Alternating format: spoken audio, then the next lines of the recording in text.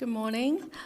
Minister Xu Xueyuan, Professor David Lampton, Professor Gordon Holden, our distinguished panelists, and all our participants physically here and also virtually. We'd like to extend a warm welcome all of you to ICAS 2023 Annual Conference. My name is Nong Hong. I am the Executive Director of the Institute for China-American Studies. As an independent think tank based here in Washington, D.C., ICA's job is to facilitate exchange of ideas and research on many of the key issues affecting or concerning the U.S. China relations. We are so delighted to have you here in person after 4 years gap. Our last full in-person conference went all the way back to April 2019. Before we start, I would like to take the opportunity to thank our co-organizers and also strategy partners, China's National Institute for South China Sea Studies and the China Institute of University of Alberta of Canada, and the Carter Center, and also Beijing Club for International Dialogue. I think through our cooperation, working with these organizations, that we've been able to put together today's program to facilitate discussion on many of the crucial topics on U.S. China relations. Let me just say a few words about the background of today's conference. During our last year annual conference, we've been trying to discuss the prospect of U.S. China relations in 2023, following the U.S. midterm election and Chinese 20-party Congress. So I think it's our believing that in the past year, we have been seeing a backdrop of intensified competition in various arenas of U.S. China relations. So simultaneously, efforts and endeavors to address the disparity and pursue cooperation persist. This development carries extensive ramifications for the Asia-Pacific region and also many other global affairs. So during their meeting in Bali in November 2022, U.S. President Joe Biden and the Chinese President Xi Jinping outlined a framework for gradual in their bilateral relations. So what's important now is we're asking the question whether the two sides will be able to take some concrete measures to maintain and manage these bilateral relations. So the key question is to mitigate the foreseeable challenge, managing foreseeing crisis, and address existing obstacles. We're taking from there that we try to frame this year's theme as stopping Gray Rhinos, handling black swans, and removing the tiger blocking the way.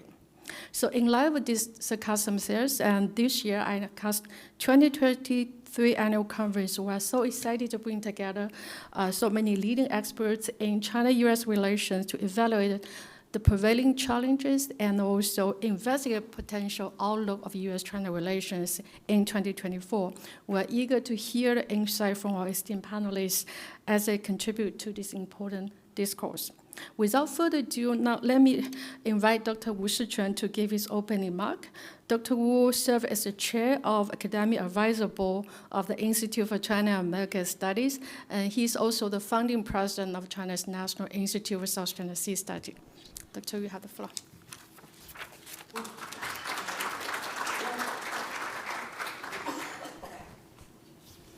Thank you, Dr. Hong,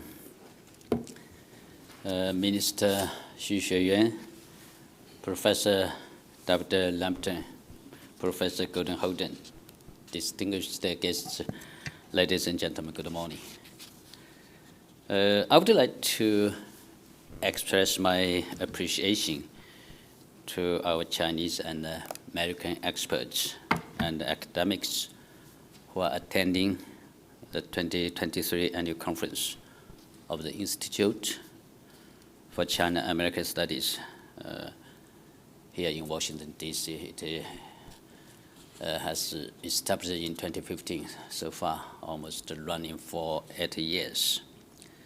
So this is the first time for the Institute to have an in-person meeting here in 4 years. So last meeting in person was in 2019. So I'm very happy to meet my American friends who I have not seen for more than 4 years. Some of them we met either in China, Professor Lampton, Professor Gordon Holden. We met in April in Hainan this year.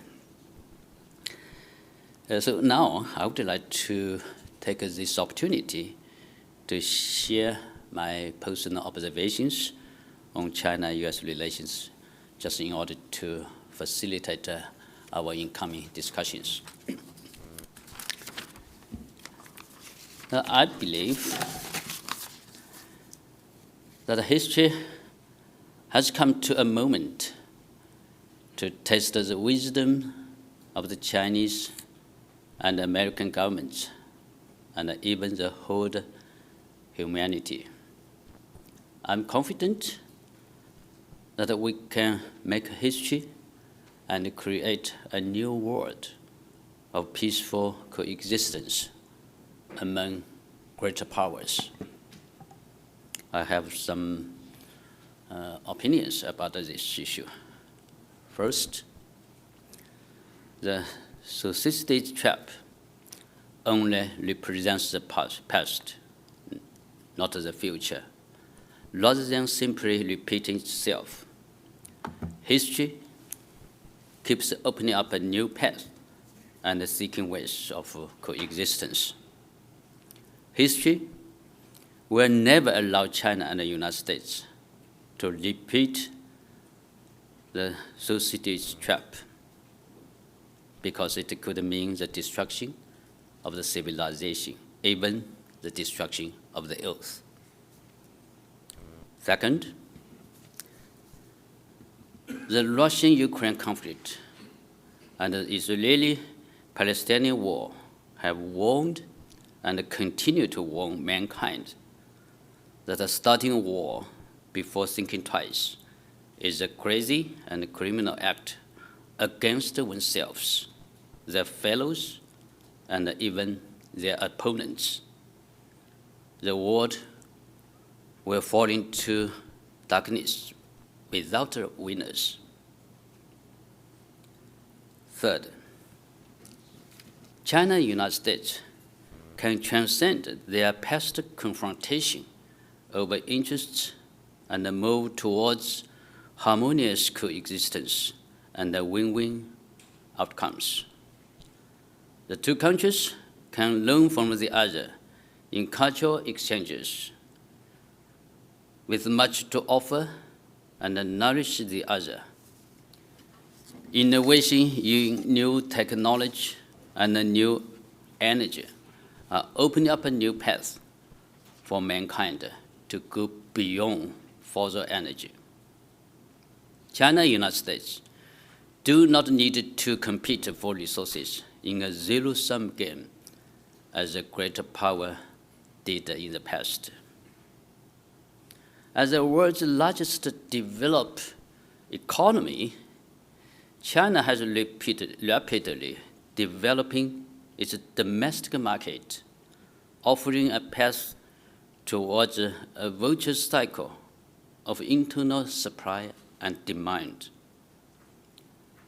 In the future, China can basically meet its own needs in development without the industrial relocation and the market of the United States and Europe.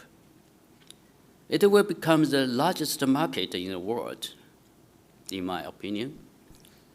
This will take away of historical basis of the socialist trap. China and the United States can empower the other with positive incentives from their own development.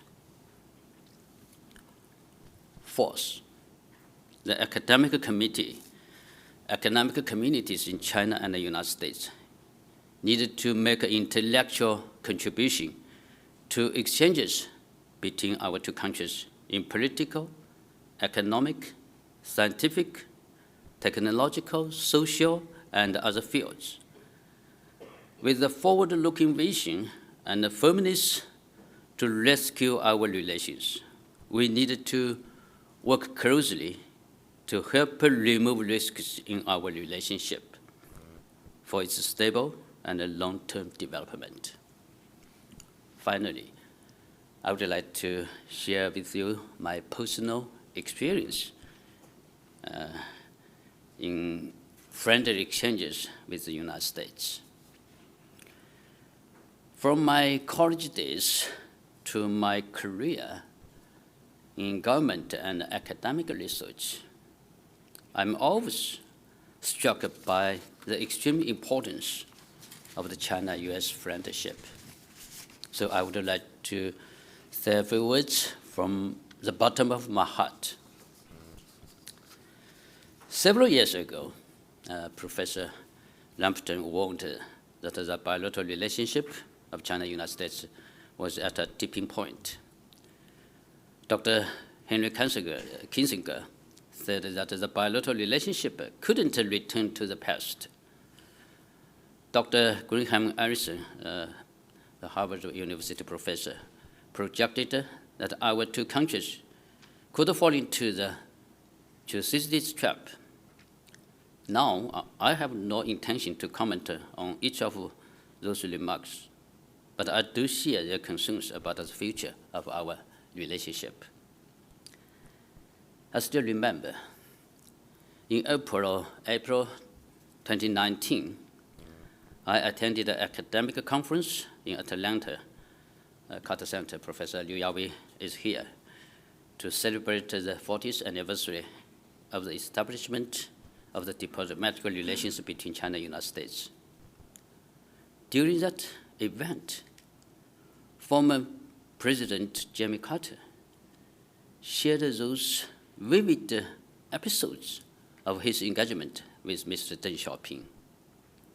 He said that he hoped both Chinese and American attendees cherish our bilateral relationship and the achievement we have accomplished over the last 4 decades.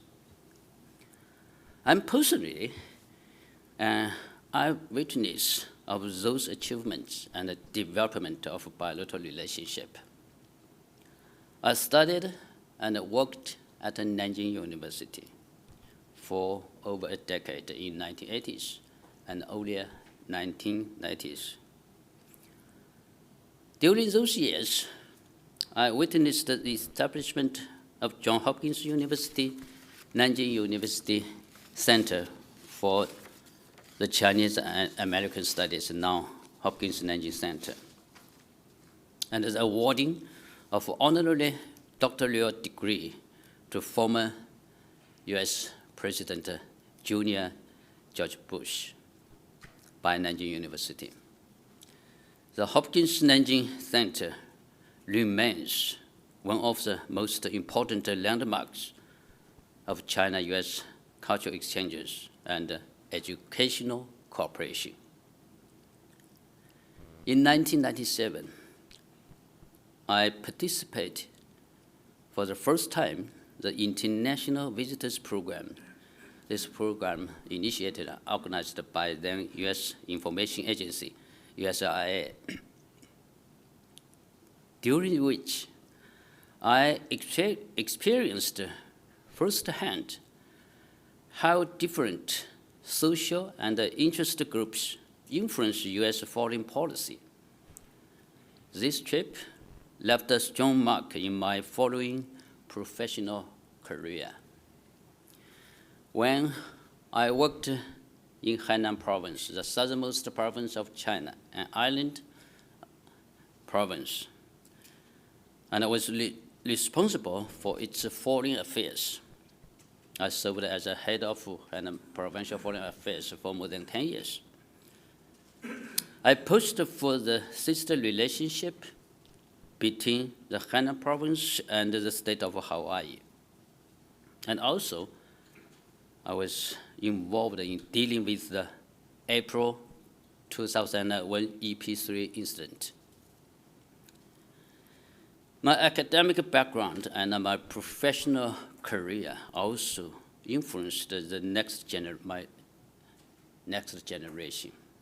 My daughter was majored in English at college and went to Purdue University of the United States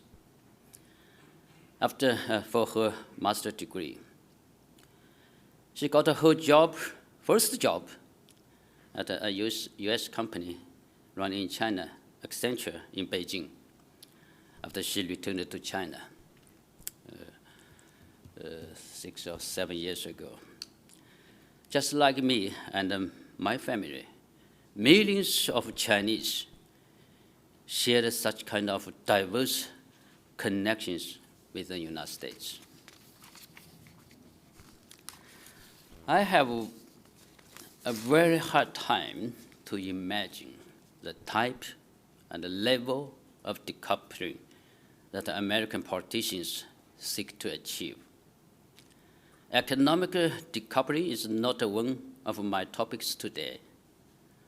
I'm just stressing my feeling about forcing American people to cut people-to-people ties with their Chinese friends. Based on my experience and my understanding about the engagement, connection, and the communication between our two countries and our two peoples over the past 4 decades, economic decoupling seems to be an illusion. For many of us today, we are gathered here to fostering a stable, a healthy bilateral relationship. We have a shared aspiration. Our two countries enjoy peaceful and stable ties. Our two people maintain friendly connection, and our next generation do not have to pay the price for our wrong decisions today and inherit our current hostility. In conclusion, it's my hope that this annual conference will once again come up with vibrant ideas and solutions to many challenges we are facing now, to replace rivalry with collaboration, exclusivity with inclusivity, and challenges with opportunities, and articulate a new paradigm of ties that could reset the China-U.S. relationship and bring it back onto a stable track, at least for the next quarter century. I will stop there. Thank you very much.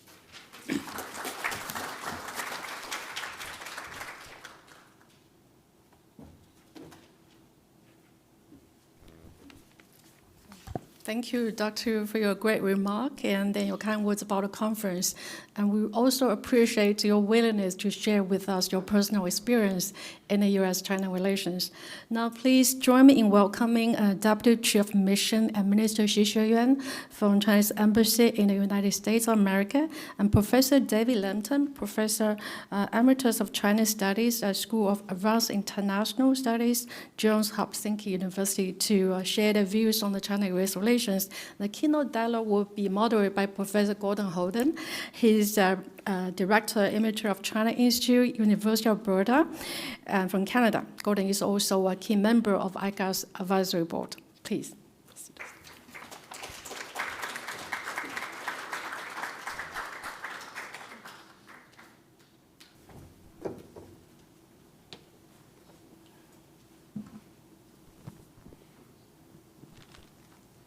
I can begin, I believe. Can you hear me clearly?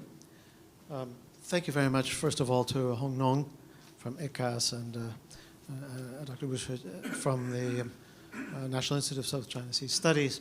It's been my great pleasure to work with these individuals who have devoted their lives to foreign policy interests of China, particularly in the case of U.S. China relations.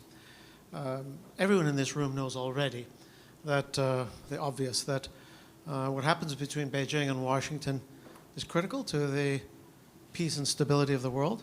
I come from a much smaller country, Canada, and while I've devoted much of my life to that relationship, our relationship with China, the truth is that if you could tell me in detail the state of U.S. China relations going forward, I could tell you, I think, a lot about where we would be, that is Canada, in terms of our relationship with China as well.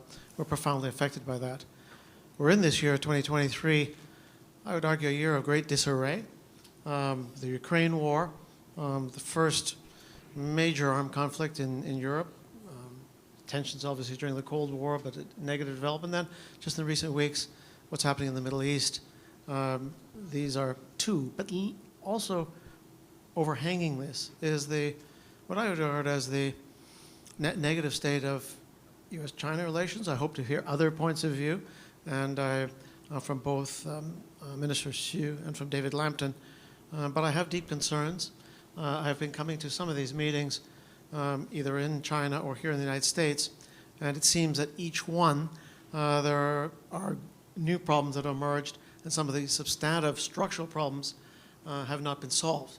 There also is, of course, the risks of the accidental, the unexpected, which could plunge that relationship into crisis. I was delighted to hear, reminded by Minister Xu that she's worked earlier. She had responsibility for Canada-China relations. When she was there, I think things were rather more positive than they have been in the immediate last couple of years. But these relationships are going to be important for the whole duration of this century. And that relationship, Beijing-Washington, is key, I think, to the stability of the world political and economic system. Madam Xu, could I invite you to give your remarks on that relationship, please? But what I'm particularly interested in is the question of your expectations for the bilateral, which is coming up next month, between the two presidents, President Biden and President Xi, and what are your expectations for that critical meeting?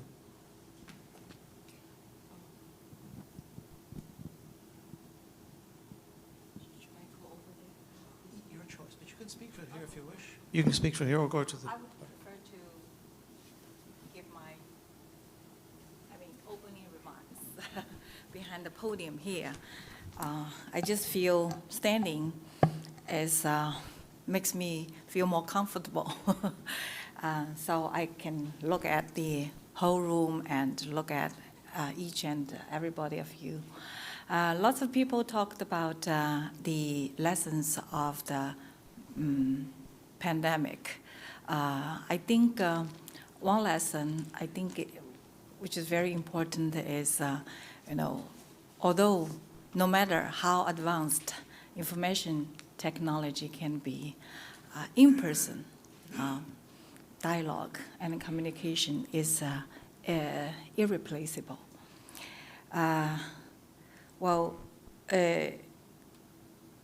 Professor Holden talked about the China-U.S. relationship and also briefly touched upon the China-Canada relationship, which I oversaw before I joined the Chinese embassy in the United States for the second time.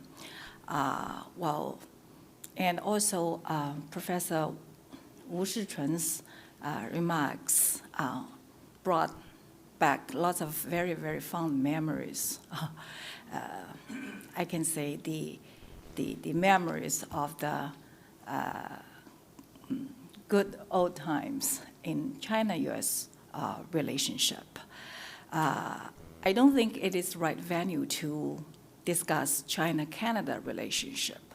If I have the chance to talk about it, I think I'll be more than happy to do so, because I can also tell lots of old happy memories of that relationship. But today I'd like to mainly focus on China-U.S. relationship.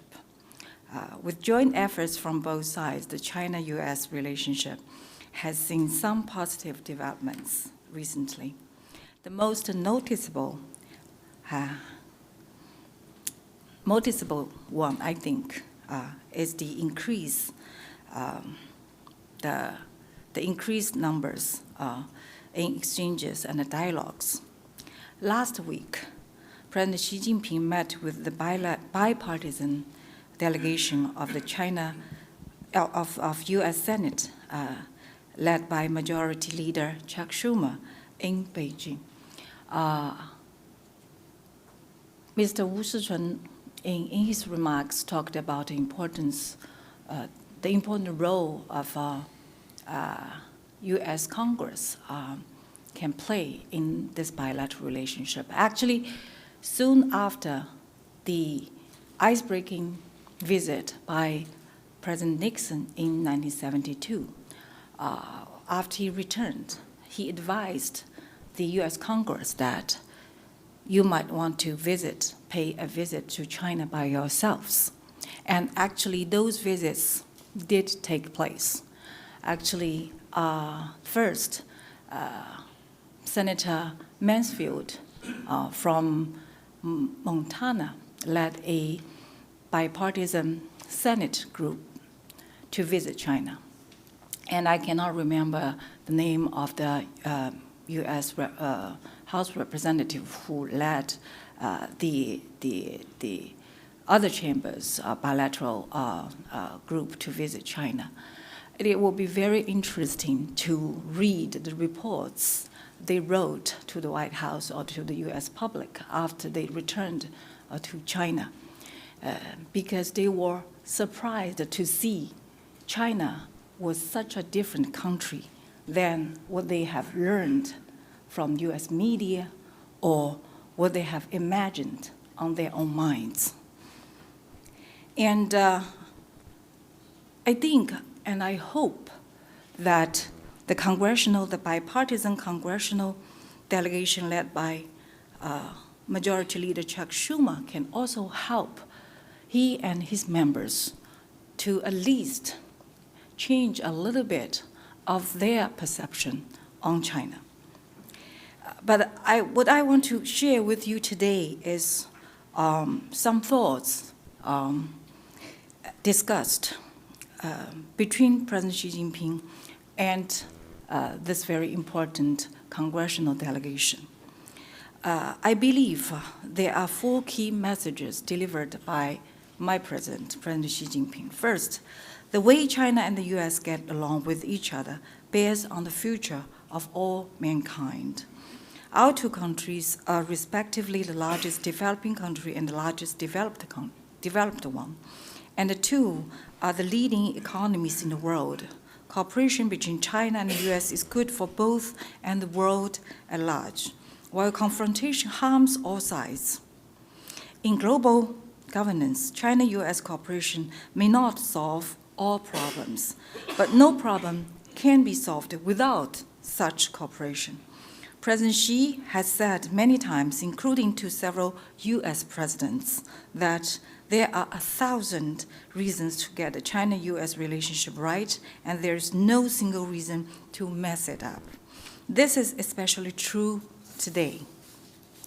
And the U.S. should demonstrate the broad-mindedness, vision, and readiness, rise to the occasion, act with a sense of responsibility to history, to the people, and to the world, and properly handle the bilateral relationship. Second, I think the second message delivered by President Xi is defining the entire China-U.S. relationship by competition would undercut both countries as well as the rest of the world. Competition and confrontation goes against the trend of the times. Still less can it fix one's own problems and address the challenges facing humanity. China and the U.S. are the 2 largest economies, and both are nuclear weapon states. Any conflict or confrontation between us would produce no winner, but bring unbearable consequences to the world. The planet Earth is vast enough to accommodate the respective development and common prosperity of China and the U.S.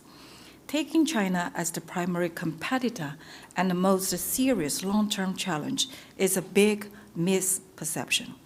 China respects U.S. interest and does not seek the challenge or displace the United States. I'm just quoting exactly what was said by President Xi Jinping to President Biden. But he repeated this idea when he met with the U.S. Congress delegation. Respective success of China and the U.S. is an opportunity rather than a challenge to each other. The future of all peoples, countries, and individuals are interconnected. This wouldn't be changed by anyone or any force. In building a common community with a shared future for mankind, China pursues one world, one family, and the U.S. is certainly a part of it. We hope that will be the case. The Belt and, last evening, the third Belt and Road Forum for International Cooperation is open in Beijing.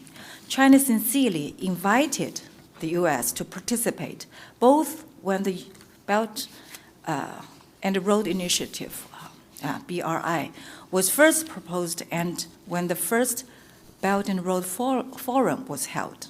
We reached out. We even sent a delegation to the White House to explain what was our intention. But unfortunately, the U.S. side refused our invitation. Today, this initiative has benefited more than 150 countries, established more than 3,000 cooperation projects, created 420,000 local jobs, and has become a global public good welcomed by the international community. We hope that it will also be welcomed by the United States. Third, win-win cooperation is the only viable choice for China and the U.S. Today's world is far from tranquil, with more instability and uncertainty. The global economy struggles to recover. The nuclear issue on the Korean Peninsula has been lingering on for a long time. And the Ukraine crisis and the Palestinian-Israel conflict have not only devastated lives, but also disrupted global energy security, food security, and supply chains. The climate crisis is looming, and global public health challenges are severe. Nuclear safety is still hard to guarantee, and the major issues of setting rules and regulations for the development of artificial intelligence are ahead of us.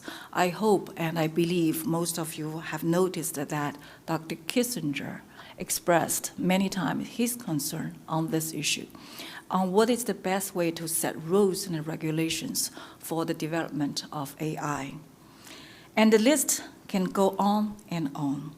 China and the US used to work together on many things, from intensifying macroeconomic policy coordination, tackling the financial crisis, and fighting Ebola, to facilitating the signing of the Joint Comprehensive Plan of Action on the Iranian nuclear issue, the JCPOA, and the Paris Accord on climate change. The two countries once worked together on international development assistance as well. China-US cooperation has offered a lot to both countries and the world at large. Going forward, we believe, and President Xi Jinping believes, whether it is promoting global growth or stabilizing international industrial and supply chains, whether it is stabilizing regional situations or meeting common challenges, whether it is addressing immediate challenges or opening up new frontiers, nothing gets done without cooperation and coordination between our two countries. This, I believe, reflects the shared desire of the two peoples and meets the common expectation of the people across the world. Fourth, the two sides should work together to find the right way to get along in the new era. The three principles outlined by President Xi Jinping, namely mutual respect, peaceful coexistence, and win-win cooperation, represent the right direction for the development of bilateral relations. Mutual respect is prerequisite for our interactions. China and the United States differ in many, many ways. China will by no means become the United States, and neither will the US become another China. Therefore, both sides should respect their people's choice of development path and respect each other's core interests and development rights. But it seems to us that in our daily discourse with our colleagues at White House, at State Department, and other government, U.S. government officials, they have huge problem in acknowledging the importance of mutual respect. We just cannot understand why. Peaceful coexistence is the red line we must keep on. No conflict or confrontation and a peaceful coexistence between China and the United States is the most basic common interest of our two countries. Any form of Cold War, hot war, trade war, or tech war is undesirable. The Chinese side welcomes the U.S. side's important commitment to China-U.S. relationship. And more importantly, we hope that the U.S. side can implement with real actions. We need real actions, much more than just words.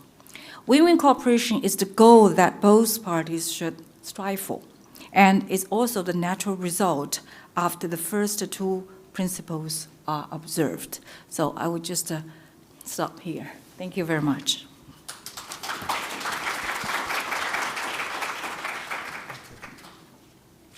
Can I now invite David you to give an American perspective, please? Well, good morning. Good to see everybody this bright and early, chipper in the morning.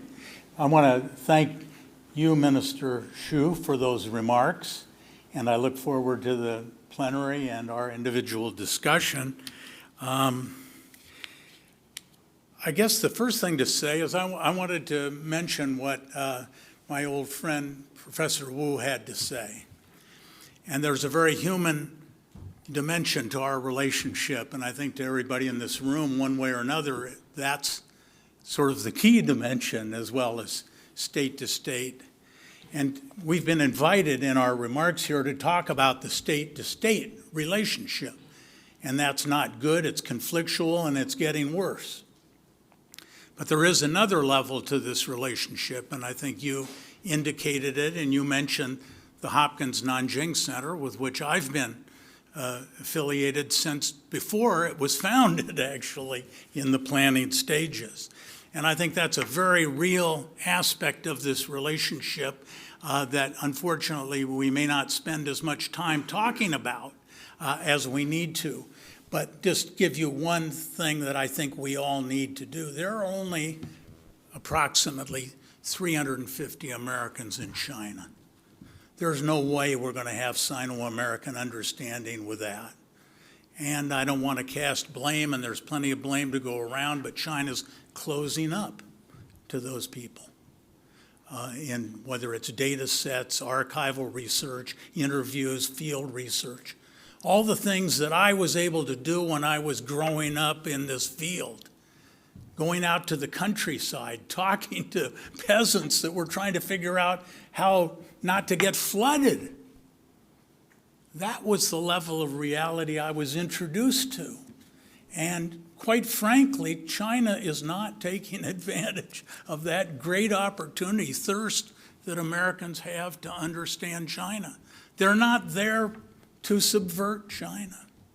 So there's a whole level of this society-to-society relationship that I think is key and is a big problem. But we've been invited to talk about the state-to-state relationship, so I will do it. And I want to be frank. I don't think this is the time for friends to sugarcoat the reality. I may be wrong in what I say, but it is what I think is the situation. I would like to be disabused. I want to really make three very quick points apropos of what we were asked to talk about here this morning, and the time is very brief. I think the first thing to say is it's a worthy goal to try to get back to last year's Bali agenda. I don't have a problem with that as an objective. But that is entirely insufficient as a goal for our relationship. So You won't hear much criticism of me of the efforts to get our two presidents together, the working groups that we've established, all to the good. We ought to put guardrails on the relationship, all these kind of things. But it's entirely insufficient. And I do applaud our ministers and other high-level officials getting together over the last almost year. I won't identify all of them, but we're all familiar with what they are. I certainly think it's desirable that our two presidents get together. But frankly, we haven't been able to even pick the lowest hanging fruit on the shortest tree.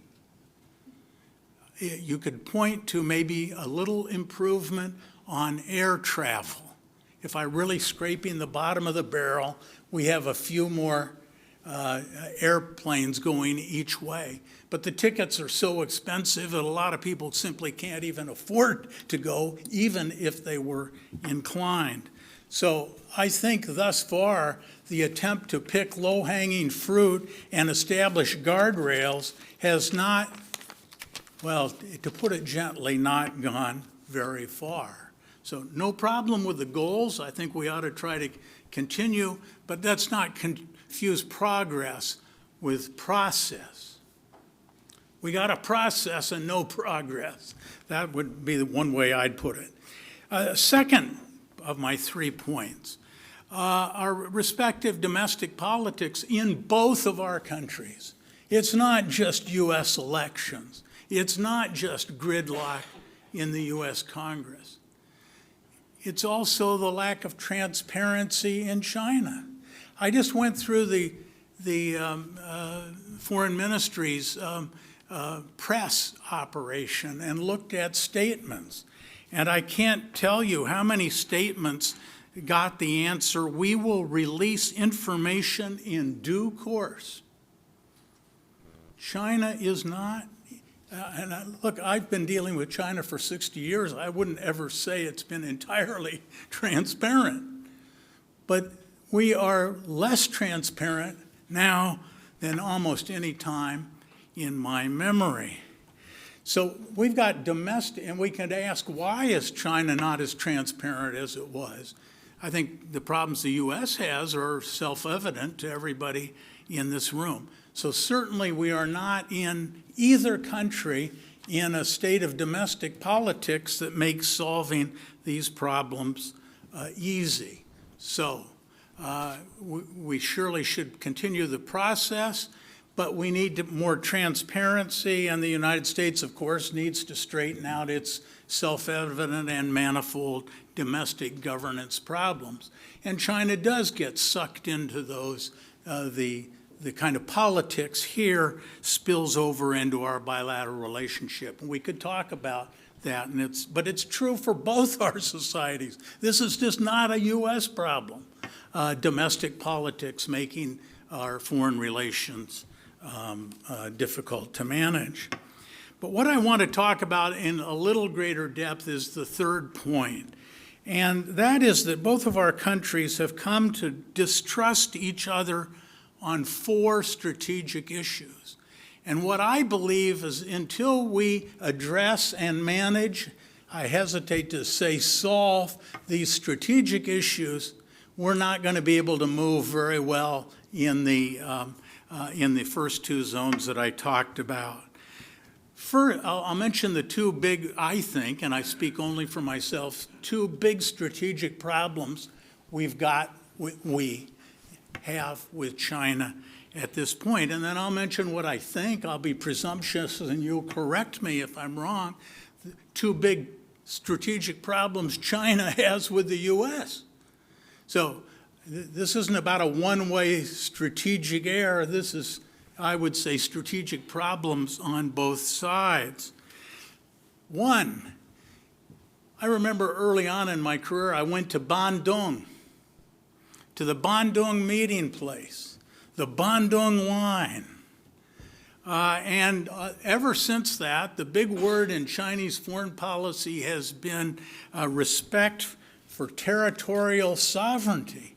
That's been really from 1954 to recently, I would say February 4th, 2022, if I had to circle a date on a calendar, but respect for the sovereignty of borders recognized by the United Nations. And remember, Nixon went to China because we had strategic interests with respect to Eurasia and Russia, the Soviet Union, so forth. But in February of 2022, China really finds itself pretty strategically aligned with Russia, and quite frankly, develops a no-limits partnership and cannot find it in its diplomatic capability to say that Russia has invaded another sovereign country. This feeds the worst nightmare in every American's mind, and I think justifiably so. In short, China has allied itself in very real ways. Now, I will concede there are more things China could do to complicate Russia's behavior or facilitate it. So China, I recognize there's been some restraint there, but it's not reassuring because we're looking to what is the structure of the world, and if we've now tossed out the window sovereignty, that's a big problem. And so China's got to somehow reestablish the Bandung line here in a real way, not a rhetorical way. Second thing, I remember later in my career, 9/11 happened. And this is my second strategic problem. Who was practically the first head of state on the phone with George W. Bush after that, when Bush had said, "You're with us or against us"? You know who was on the phone? It was Jiang Zemin. And he said, "I'm with you." And there were a lot of things China couldn't do or didn't want to do or didn't have the capability to do, but it did facilitate the FBI and other agencies, customs authorities, looking at containers to making sure weapons of mass destruction weren't coming into American ports. And just that show of strategic solidarity was an enormous plus at that moment with George W. Bush, who was quite skeptical coming in about China. And we have many here, not least Dennis Wilder, know more about that than I do, but it always struck me. It was important. Well, let's look at China's response to Hamas attack on Israel. It's been either deafening silence or almost becoming like who's at fault here? Is terrorism, is it relative or absolute? And China's coming down on relativism here. And so I think these kinds of issues, where do China and the United States stand on resolving fundamental conflicts? And, you know, the rest, tariff levels and export controls, they're all desirable areas to work on and important, and I've been talking about it. But that's not the problem. That's the manifestation of the problem. Now, I did say, and I've tried to in my career, be even-handed. Now, of course, everybody thinks they're even-handed, and that's in the eye of the beholder. But I think the U.S. has made some strategic problems if I try to put myself into China's shoes. And for China, I'll just put it, we'll all understand the code here, but the United States has been nibbling away at the one China policy, certainly from China's point of view. I just happen to think there's no question about that.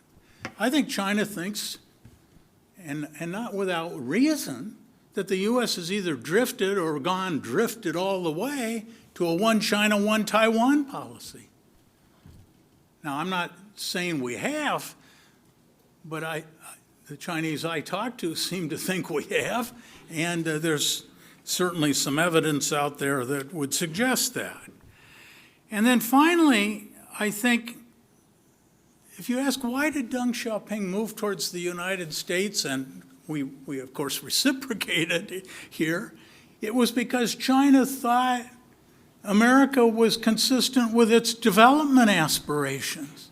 Development was the goal, and the U.S. was responsive to that. Well, China thinks, and I would say with some reason, that we are no longer supportive of China's economic progress. We've got to change that. So these are the issues I would hope our two presidents really talk about. Tariffs, export controls, they will follow if we adjust our strategic posture towards each other. And the rest, I think, is important but secondary. Thank you very much.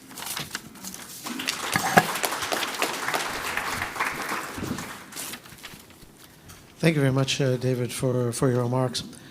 We have time for a couple quick questions we'd like to pose to each of you. And Madam Xu, at the outset, I mentioned the upcoming summit. I realize you're not going to be able to detail what the presidents are going to do next month, but in general, what are your expectations from the Chinese side for those meetings? What are your hopes and your assessment of what might be accomplished or needs to be accomplished at those meetings?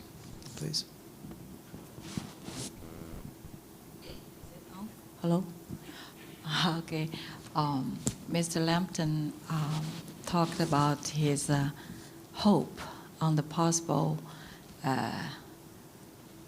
President Xi and President Biden summit on the sidelines of the APEC in San Francisco. I personally believe that you just hit the points. And our two sides share differences, have differences on many issues. But I think more importantly, we must admit that we still share huge common grounds. And I can assure you that every time our two heads of state met in the history, especially between the meetings, for example, in Bali last year, between President Xi and President Biden, it has always been strategic. Both sides had a desire to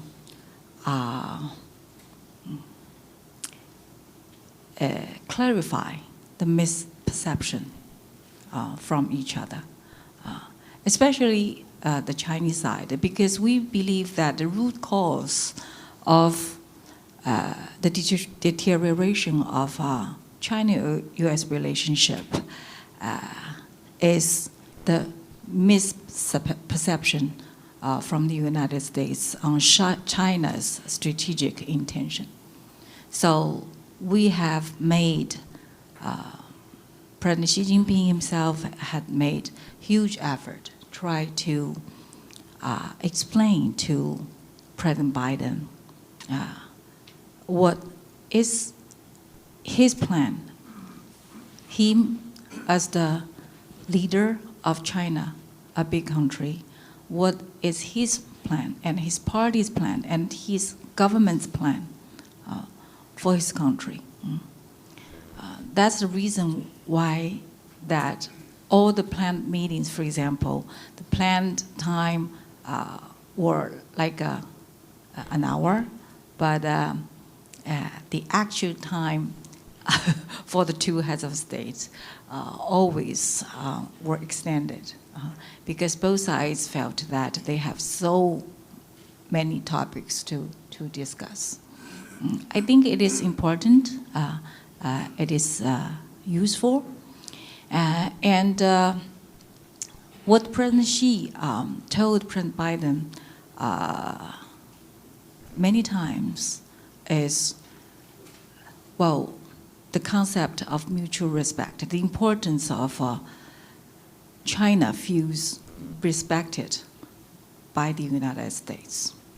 This is the basic, this is the foundation of our bilateral relationship. So you may ask that what do the Chinese side or do President Xi Jinping mean by respecting China's core interests? I think he made it very clear that, 4 areas, they bear on the core interest of China. They are the bottom lines or the red lines on the side of the Chinese. One is Taiwan question. The other one, the second one, is democracy and human rights. The third one is the issue about path and the system, our path to development and our political system, or our economic system. And last one, the fourth one, actually is about development rights. Mr.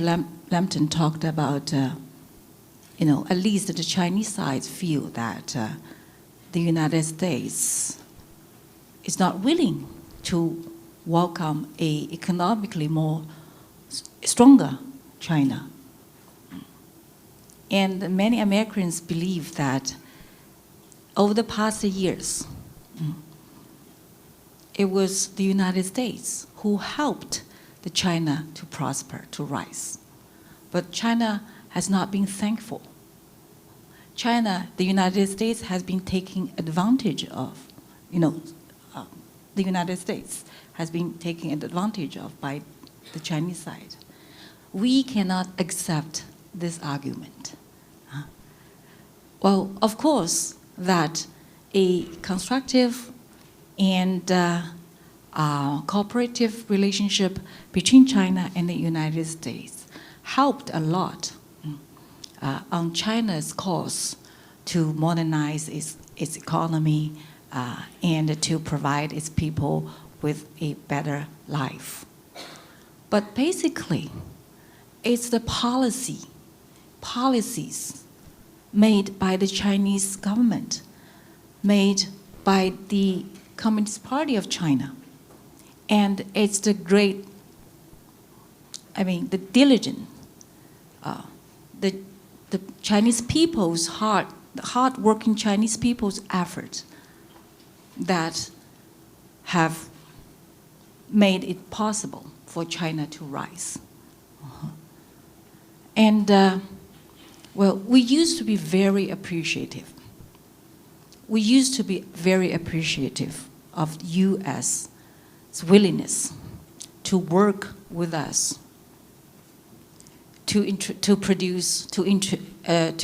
realize mutual benefit. The U.S. also benefited greatly from China's rise.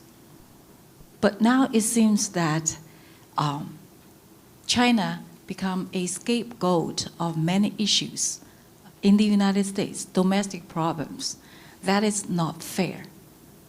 On Taiwan, I do not want to spend too much time on this issue. Everybody understands, well, this is the real, the core interest of the core interests.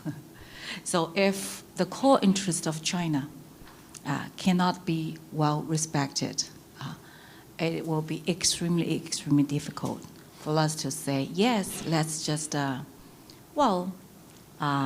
put Taiwan issue aside and let's work happily together with you on other issues. I don't think that will be possible for us. Thank you very much, Minister Xu. Question, thank you. David, a question for you. You spoke and mentioned the reality that for every state, domestic politics plays on foreign policy. We are on the cusp of the 2024 electoral cycle. You skirted that, but I'd like to know directly from you, what are your views on what may be the effects on the bilateral relationship into next year as the presidential election approaches? Well, I didn't think I skirted it. I thought I was fairly succinct and direct, but let me... You were direct. Maybe just tease out a few more of your views. But in terms of our domestic politics, I think the sense that we need to get something done by November of this year, if we're going to make progress, it better be this year, would have been my basic viewpoint. Now, of course, recent developments in the Mideast have further complicated things. But basically, I think the further we go into next year, the more unmanageable. Well, let's put it this way. Put it positively, it's going to be very difficult to make any progress, and we'll be talking about how to limit the problems and so forth. I may be in error with this number, but I think recently I heard there are over 450 pieces of legislation at various points of the two houses of the U.S. Congress, and I can almost guarantee you at least 449 of those are not going to do our relationship any or much good. So when Congress gets back and in campaign mode, and if we get a Speaker of the House, which we will at some point, and that there is no Speaker candidate that is going to have a constructive relationship with China as its first, second, or third priority. So I would say, basically, if you think there is low-hanging fruit, then I would like to see our presidents get together and delegate people to solve the problem and not come back until they have solved it. But I don't detect that either side is giving its subordinate negotiators that kind of.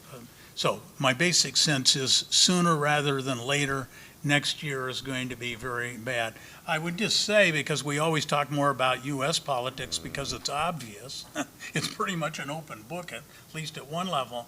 China's got politics, and I have the sense, and I'd be glad to be enlightened about those politics, but it doesn't seem like it's conducive to a high degree of being perceived as too conciliatory to the United States, to put it delicately.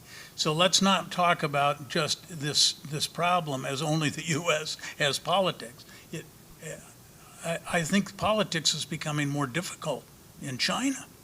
Now, I have less detail on that, and I'm glad to be informed, but that's my view. Thank you, David.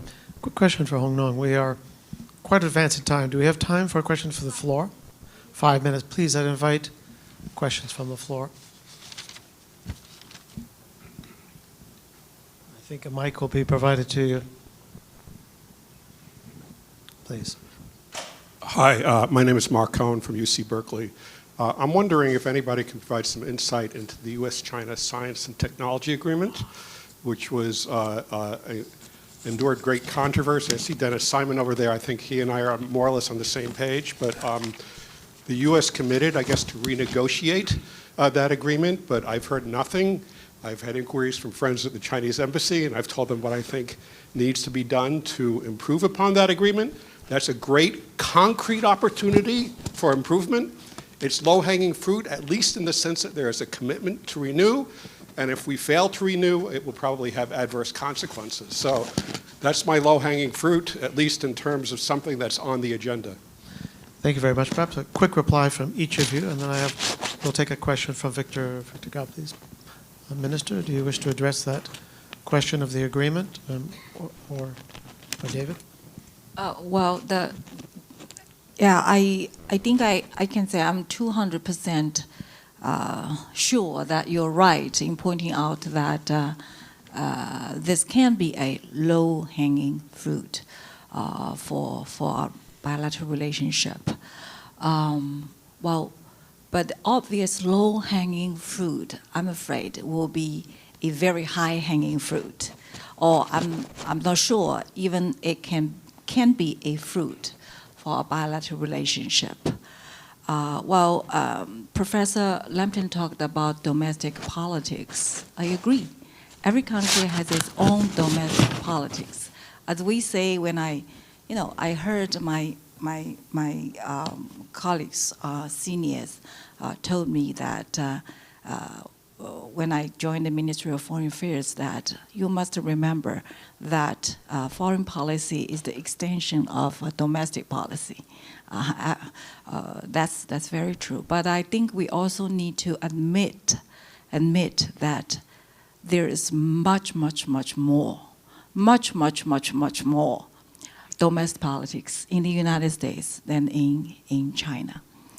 I personally don't think our U.S. policy is driven by our domestic politics. I think it is driven by and shaped and designed and shaped by our own national interest. It is driven by the aspiration of the 1.4 billion people, and it is driven by the aspiration to achieve a shared future for mankind. But well, I also agree that personally I'm not quite confident or quite optimistic on how much longer, how big a window opportunity we are talking about in stabilize this relationship. Maybe in the next several months, but I'm not sure about what will happen next year. I think it is very likely, if not, it is very likely that next year will become very, very nasty in the United States. Well, lots of Republicans or Democrats will want to use China as a scapegoat to score political points for themselves in the campaign. And talking about the agreement, actually it is a perfect example of China-U.S. win-win cooperation. I don't know what do you think about the concept of win-win, but very interestingly, after I came here for my second posting in the United States, I heard many people inside of the Beltway telling me that you have to stop talk about win-win. Win-win is a bullshit. It is the exact words used by a very senior official in the U.S. government. And people say that when you Chinese talk about win-win, for us, it's China win twice, win 2 times. I think that is bullshit. That is bullshit. So why I'm saying that it is a mutually beneficial agreement? Now, we used to have 400,000 Chinese students studying in the United States before the pandemic. Now the number dropped to 300,000. But still, China still remains to be the largest source of overseas students, for the United States. Mm-hmm. Well, so why this student exchange can take place? Because there's a protocol under the agreement, the China-U.S. Science and Technology Agreement, that provides opportunity for China and the United States to send each other, their own students, young people. And Mr. Lampton also talked about the very small number of U.S. students studying in China. We would like to welcome more.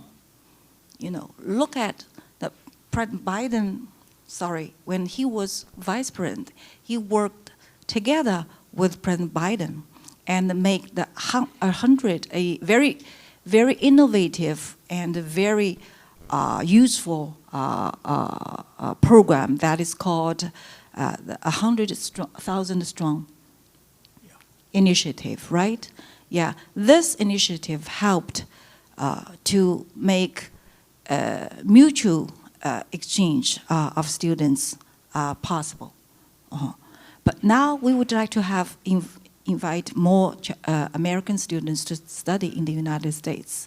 But look, if you were the parents of a U.S. college student, you might want to check the travel advisory posted by the U.S. State Department. China is level 3. I talked with, I would not want to expose her name, but I talked to a very nice lady who has a very important student exchange NGO in the United States. When I told her that China is level 3, she told me, what? China is level 3? If China is level 3, the United States must be level 5. Thank you. Thank you. Very briefly, David, then we'll go to Victor. Please. Yeah, I did want with to the mic, react sorry. to the S. Oh, I did want to react to the S&T. I think that's extremely important. I'm not fully acquainted with all the details of the current status, but my impression is that it seems like unlikely, or at least highly debatable, whether we will be able to continue in the broad direction that we have said since 1979. And Dennis Simon, who's here, I'm sure is going to talk much more about that, but my own personal view is it's not going very well. For myself, I'm very invested in that because Deng Xiaoping, when he came here, signed that agreement in '79. And shortly after that, I went with the Secretary of Health, Education, and Welfare to sign both the health and education agreements that I believe have been extremely successful. I think it'd be a tragic and a strategic blunder for us not to sign an S&T agreement. I just simply wouldn't want to predict that's going to happen, or at a minimum, it's going to be different, I would hypothesize, than so. Tragic loss of opportunity. I'm not so sure how low that low-hanging fruit is, but it ought to be. I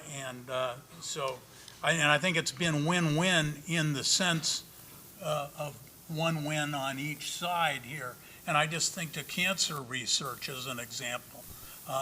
But there are many fields the United States has gained great knowledge from access to China and its people, and not to mention China studies, which is a whole and social science study as well. So I hope everybody in this room will do everything they can to encourage movement towards a meaningful signing or extension of the previous one. But at best, it seems iffy to me. Just one last thing that I want to make sure gets in here. And the domestic politics uncertainty isn't just China or the U.S. It's Taiwan's got an election coming up, too. So we've talked about different zoo animals, rhinos and black swans. Well, you know, we got another party out here that has its own politics. Thank you, David. We're already encroaching on the next session, but I've promised Victor Gao a quick question. If you could please, Victor Gao. I think it'll come on automatically, or have another. Hello. Maybe I just speak louder. Thank you very much, Gordon. Thank you, the two distinguished keynote speakers, for very wonderful speeches. The timing of our meeting today cannot be better because it dovetails with the BRI summit in Beijing. So allow me to ask a very brief question. If you use your most optimistic forecast, can you see a day where the United States will participate in the BRI down the road? Thank you very much. Thank you for the question. Perhaps briefly from each. Perhaps David first, and then Mr. Xu. Well, I've been interested not so much in BRI per se, but China's building infrastructure in Southeast Asia. So a topic of great interest. And I think in the sense that you asked the question, can I imagine the U.S. signing on to BRI is a general statement. I think we answered that question, broadly speaking, when we talked about our decision in, what was it, 2015, the AIIB decision, I think signaled our general attitude. Now, of course, from time to time, if China put out public tenders, American companies could bid on, you know, lots of different American companies might choose to participate. So I think as a state decision, the U.S. I can't foresee, and I don't speak for the U.S., but I can't foresee us endorsing it. If China were to open up tenders and invite American firms in, I suppose depending on the technology in question, the U.S. might have a favorable view, but that'd be the state versus private sector decision. But I don't see us formally associating ourselves with it. My own personal view is I wish in some cases we'd get more involved. I don't like the assumption that everything China does in the world is a bad idea. Occasionally China has some good ideas. I wish we were more discriminating, but our political system's a pretty blunt instrument. Thank you, David. Madam Xu, would you wish to add a comment? Well, I think I'm sensitive of the time, so I would just give a very brief answer to Mr. Gao's question. I think, on the day when the U.S. think win-win is achievable, and on the day when the U.S. policymakers believe that by working with China on areas like helping the developing countries, the less developed countries, to share the prosperity of the more developed world, can both benefit those countries and also China and the United States. I think that day will be the day then they will want to, join maybe BRI. And I really want to add one more animal to today's meeting, because you at least use the three, the rhinos, the tigers, and also the swans. And I think the pandas, the giant pandas can also help.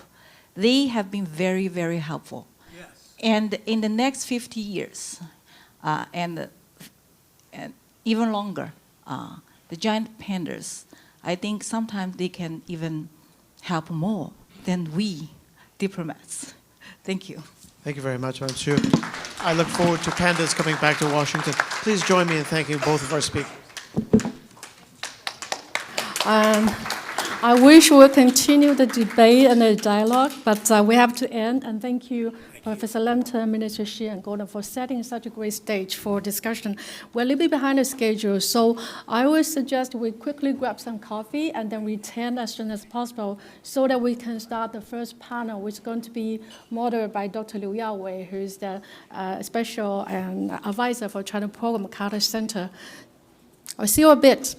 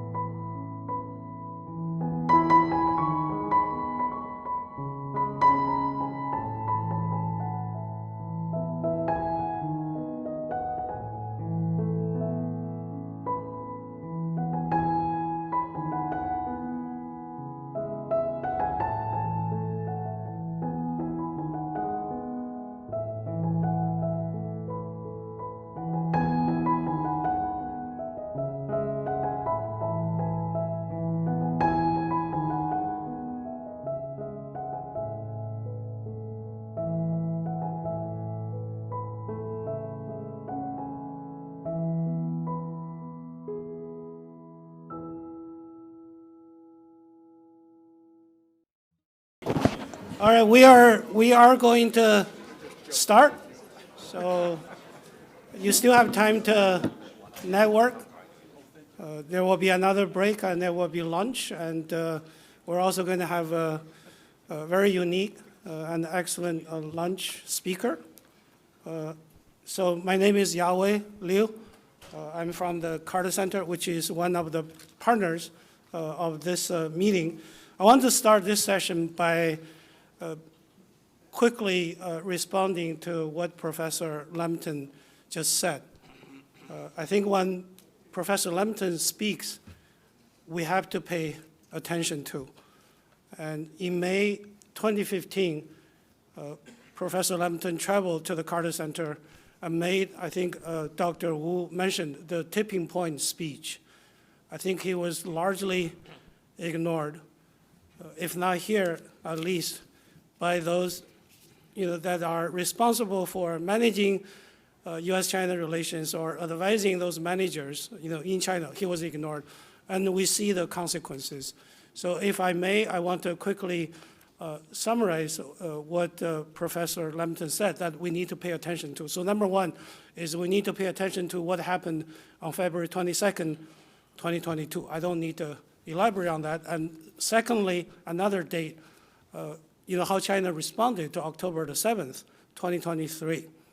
And these two dates are going to be in the annuals of U.S.-China relationship. Of course, Professor Lambton is very even-handed, and he mentioned U.S. hollowing out the Taiwan one China policy, and secondly, U.S. is bent on containing China, at least economically. So if these, I totally agree with him, if these things are not going to be resolved, it's very hard for the relationship to move forward. So again, we need to pay attention when Professor Lambton speaks, and just want to call people's attention. So we have an excellent panel here. Their bios are all in the book. So I'll just introduce them by saying our first speaker, Michael Swain, is a really old China hand, if we're still allowed to use the word China hand. And he hails from one of the new kid on the block think tank called the Quincy Institute. Michael?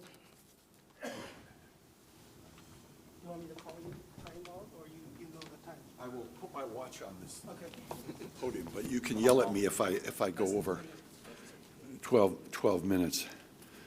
Well, thank you very much, Yahweh. It's really a pleasure to be here, and I always want to be involved in the ICAS conference. I think it's really important that we keep these kinds of dialogues going and really try to contribute as much as possible to the discussion, debate, et cetera, that's going on in our relationship and beyond, involving many, many other countries as well.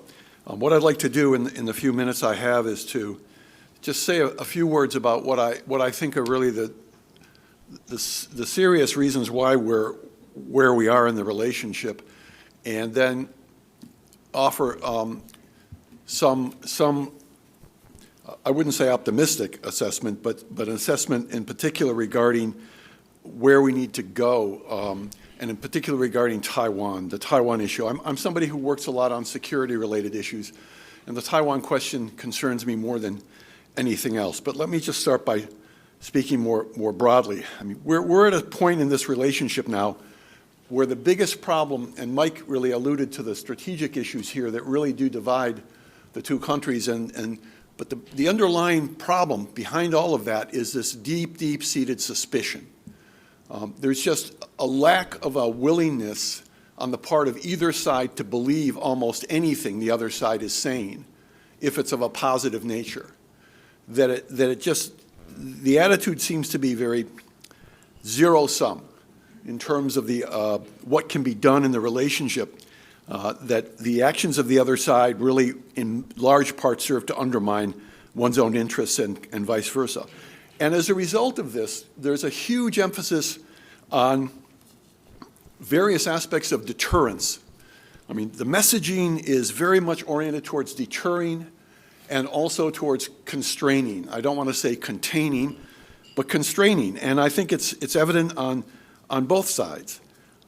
And we've seen much talk about decoupling and all of that. I don't think we'll see what you might call radical decoupling, but we're certainly seeing greater movement towards establishing more autonomous sectors across a wide range of different areas, which is a kind of beggar thy neighbor sort of race to the bottom, as I see it, for the interactions. And what is feeding all this? Of course, it's a shifting power balance. We all know that, what political science like to call power transition.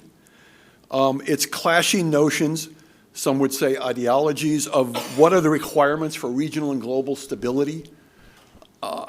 There are fundamental differences there between the U.S. and China. There are trends in domestic politics in both countries, as we've already heard, that are contributing to this level of suspicion and this level of clashing ideology. And also importantly, there is really a refusal by both sides to recognize that there is an interactive dynamic at work, that both sides are taking actions and saying and doing things that are being interpreted by the other side in the worst possible way, that there's a worst case kind of set of assumptions, and neither side is willing to acknowledge this dynamic at work. I'm not saying that either side needs to come out and say, mea culpa, we really contribute to this problem, but at least on the private level, at least in interactions between senior officials, there needs to be some clear recognition that both sides are interacting in ways that are creating problems, and both sides need to contribute to some kind of controlling of this situation or some kind of, I dare say, solution. We've really gone beyond what you call a simple security dilemma, where each country will act to sort of strengthen its own defensive position, and then the other side interprets that as an aggressive position. It's gone beyond that to something that I would call strategic rivalry, with a lot of tit for tat involved and very few credible assurances on the most contentious issues. Now, this doesn't mean we don't have certain kinds of agreements, and we've seen trips by Raimondo, by Yellen, by John Kerry, and of course Blinken's trip, and now there's going to be another trip, I take it, by Wang Yi here. All of these things are for the good, obviously, but they all tend to be marginal, in my view. They tend to be limited in what they can really accomplish, and I would dare say that even on the level of presidential interactions, although essential and really important, they still are not going to, in themselves, put us on a better track, because you will largely get a lot of, I think, reaffirmation of the kinds of views that are already pretty well dug in on both sides. And so what we have really is inadequate levels of understanding and communication, for sure. But we need to get beyond just simply better communication. The Biden administration keeps talking about keeping open the lines of communication. I hate that phrase. It is so pathetic. It really just reflects the idea, well, as long as we keep talking to each other, things will be okay. Well, that's not going to be the case. Just talking to each other is not going to solve some of the fundamental problems that we have, and will not provide the basis for making progress, real progress, on areas where we cannot simply sit back and just exchange mantras and just exchange our views and then move forward. Areas like climate, areas like global health, areas like the nature of the security dilemma in the South China Sea and in the Western Pacific, and the dynamic regarding Taiwan. We can't just simply sit back and continue to exchange our mantras on this and hope that things are going to get better. And then, of course, the domestic situation in both countries, as we've already discussed, makes this even worse. There is a tendency on both sides to use some of the most negative language and negative perceptions, most worst-case assessments, define that as the nature of the relationship, and then argue for very radical actions in response that take deterrence in directions that we don't want to go, in my opinion. And then I would say finally something that really adds to this is the fact that we have inadequate levels of crisis dialogue. The crisis communication dialogue in the military-to-military level between the U.S. and China has largely been suspended for reasons that I think are on both sides. The United States points the finger at China and says the Chinese suspended this, the Chinese are not going to go. There is blame on both sides for this. And we need to try to work to get that going again. Now, in all of this, I mean, is there any good news? We haven't seen yet the crossing of what I would regard as red lines that would trigger a severe crisis or a conflict, despite the level of deepening pessimism that we see. I think there is a willingness on both sides to promote greater dialogue, sure, keep the channels of communication open, of course, even if there's no clear notion of what the relationship should look like in 10 to 15 years. And Mike talks about the absence of strategic thinking, and that's also the problem. It's not just issues of questions of where do we stand on issues like territorial sovereignty, but where do we want to be in 10 to 15 years in this relationship? Not just simply a vague sense of peaceful coexistence. Where do we want to be in relation to some of the critical issues involving our two countries and the world? What kind of relationship do we want to have politically, diplomatically, militarily, economically, that we can have that will sustain this relationship over time? I think there's a common recognition that both sides have a strong interest in keeping the global financial order stable, in combating things like climate change and pandemics, and in avoiding conflict over Taiwan, North Korea, maritime disputes, and having limited talks in some specific areas, as we've seen. But all of these are heavily influenced by securitization, if you will. The securitization of this relationship infects all of these different issues and makes it so much more difficult to deal with.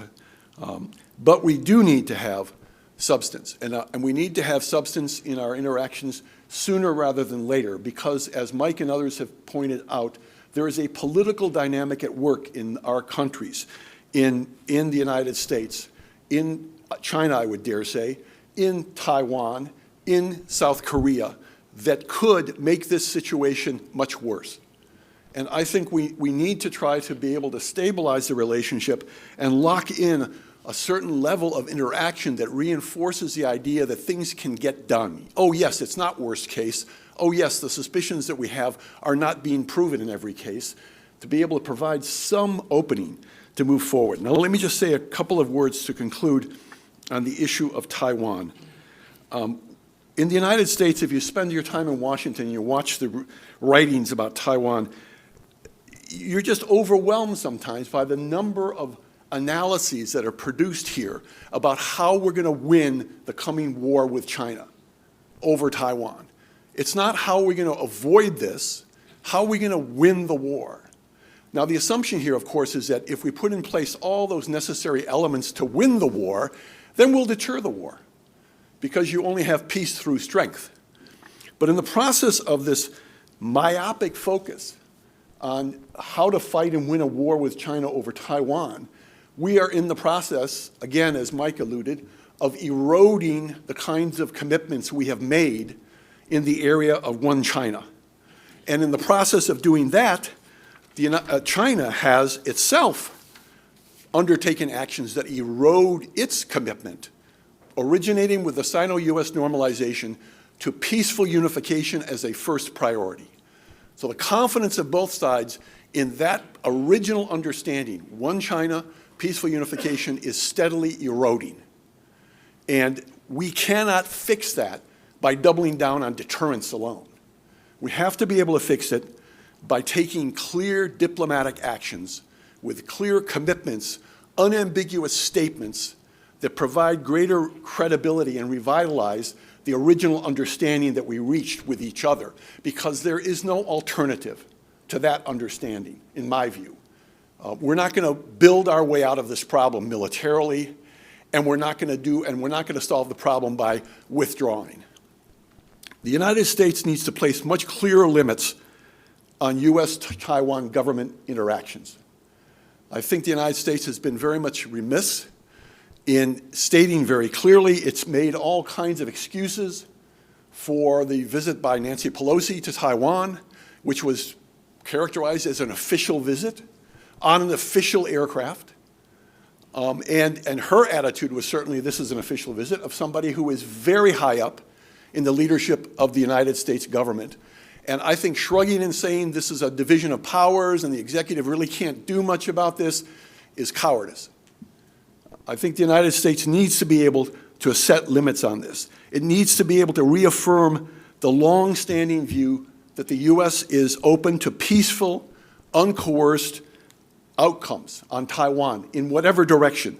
We're concerned about the process. We're not concerned about the outcome. U.S. officials don't say that any longer. They don't really make clear statements in that regard.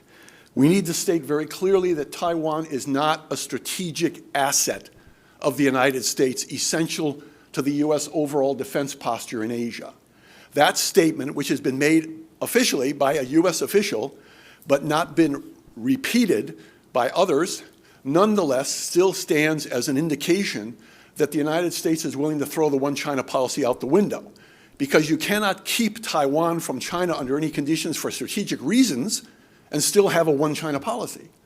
The one China policy is open to the possibility of unification under certain conditions. But the strategic node argument would have us believe that under no conditions should Taiwan be under the influence of China, because that strategically will threaten America's overall position. Now, for its own part, and I'll end with this, China needs to say very clearly, as clearly as it can, if it doesn't say it publicly, it needs to say it privately, that it has no timeline whatsoever on unification with Taiwan, that it is not an intrinsic part of the goal of national rejuvenation, that in fact the Taiwan issue will not threaten, or China will not threaten, its goal of national rejuvenation by employing force against Taiwan. It needs to state that it has patience in this as long as the U.S. does not back Taiwan independence. And China hasn't, I don't think, said this as clearly as it needs to say. And it needs to also indicate that it is willing to reduce its military activities, its intimidation around Taiwan and in other areas, including the South China Sea. It's just been upping its intimidation around the Philippines. It needs to be willing to reduce that and signal that it will do that as tensions abate. Then finally, I would say both sides do need to really get serious about crisis communication. I would hope that at this meeting in San Francisco next month, if it occurs, between Xi Jinping and President Biden, that they very clearly communicate that crisis communication dialogue is absolutely essential for the two sides, and that there needs to be a way to break through this impasse and establish that dialogue in ways that are truly meaningful and not just the usual exchange of mantras. And that means, in my view, extending it beyond just the military to military sphere to include civilians more fully in the whole question of what is crisis management, what is crisis prevention, what are the attitudes and perceptions of decision makers on both sides that could contribute to an escalation of a crisis. These kinds of perceptual questions need to be discussed, I think, by not just military leaders, but also by civilian leaders. If we can at least move to that level and achieve that kind of accomplishment coming out of the meeting in San Francisco, we at least will be able to put some stopgap for the time being on the problems that we face in some of these areas. But much more than that needs to be done. And I'll stop there. Thank you very much. Michael, it takes courage to be even-handed in this town. I think Professor Lambton is even-handed, and I think Dr. Swain is even-handed. Our next speaker is Victor Gao. I hope you're going to be equally even-handed. So the floor is yours. Thank you, Mr. Chairman. I promise I will be more even-handed.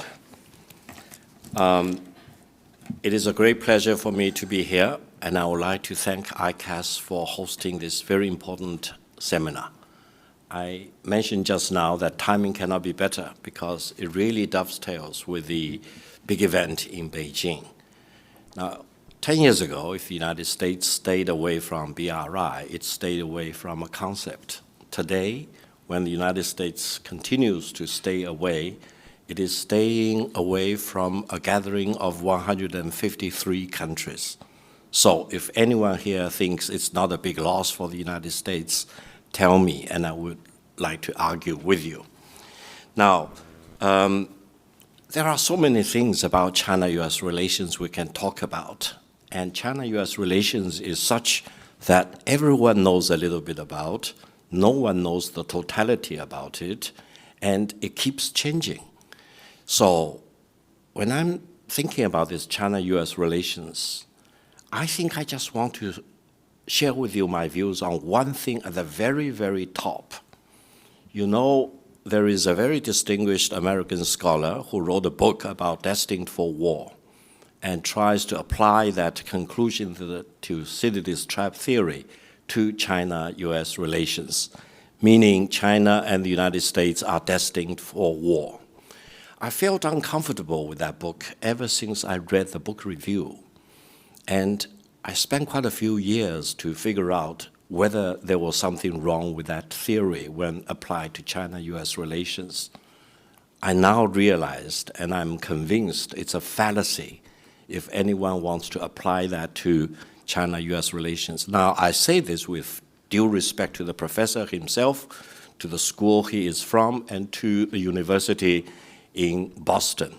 I came from New Haven, so don't be surprised if people from New Haven sometimes talk about that bigger university in Boston negatively. But I do believe it is a fallacy. Why? Because the professor analyzed all the cases of war and came up with this theory. But he forgets that all the cases of war he analyzed are wars in conventional war, whereas China and the United States are not only two conventional powers, but more importantly, two of the most important nuclear powers. So there is something missing. You cannot apply conclusion you scientifically arrived at, analyzing conventional wars, and apply the conclusion thereof to two nuclear powers. That leads me to my own theory, if any. It's called the inevitability of peace between China and the United States. Why? People here in the United States say there are two things inevitable to die, probably except Elon Musk or his followers, and inevitability to pay tax. Uncle Sam is getting after you if you refuse to pay tax. Now I added another one. That is the inevitability of peace. Inevitability of peace doesn't mean we need to love each other, but it requires us to respect each other and to live and let live. That means I want to live, I need to let you live, and you need to live, and you need to let me live. See, it's very even-handed. And inevitability of peace cannot be achieved without each side accumulating enough strength so neither side will really wrongly second-guess each other and jump the gun in the wrong direction. Therefore, I do believe the future of China-US relations is based on inevitability of peace. And I would like to debate with that professor in that bigger university in Boston to see whether any one of us would agree that there is a fallacy in that destined for war policy applied to China and the United States. And I would consider that fallacy as a poisoning effect on China-US relations, including Professor Swing, who just now mentioned about this tendency of talking about war, either involving Taiwan or otherwise between China and the United States. Allow me to mention one thing. War between China and the United States will be real Armageddon for both China and the United States and for human sapient species. So I would like to urge all of us to do the right thing, that is to promote peace, rather than insanely agitate for war between China and the United States. Now, based on this inevitability of peace, because there are so many problems in China-US relations, what should we do? I think the United States government has characterized China-US relations as cooperation, competition, and confrontation. I would like to ask all of us, what do China and the United States compete for? What do we compete for? Do we compete in men's basketball or diving, especially women's diving, or table tennis, for example? No. We have, each of us, our own strengths and weaknesses, and China and the United States are two countries so different that you should never expect that China should be exactly the same like the United States, or the United States exactly the same as China. And no one here in Washington should really expect that China wants to impose our system or ideology or way of life onto the United States. That means eventually the only right thing between China and the United States is, allow me to mention, your God for you and my God for me. If China wants to impose its God, whatever it's defined, onto the United States, it's a war between China and the United States, because no one in the United States wants to live under a Chinese God. Likewise, if the United States wants to impose your God, whatever you define it, onto China, it will backfire. So, your God for you, my God for me, I want to live, you want to live, I want to let you live, and you won't let me live. That is the only right thing. And this will lead to what? The only right way between China and the United States. That is the inevitability of peace. Now, there are so many ways to look at how China-U.S. relations can develop going down the road. I've come up with a term. It's called a merry China.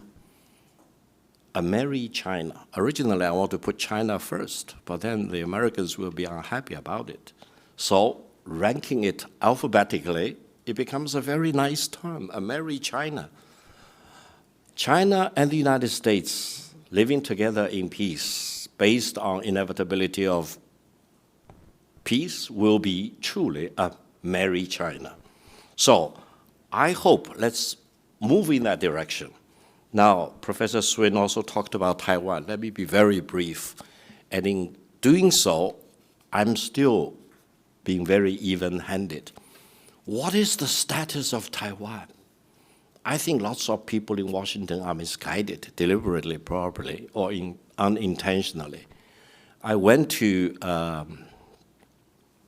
Potsdam this May, and I bought books about the Potsdam Declaration, what happened in 1945, and it's not necessary for me here to emphasize, because most of you are academics and professionals, that the real status of Taiwan, other than for many, many years before then, was really carved in the Cairo Declaration and the Potsdam Proclamation.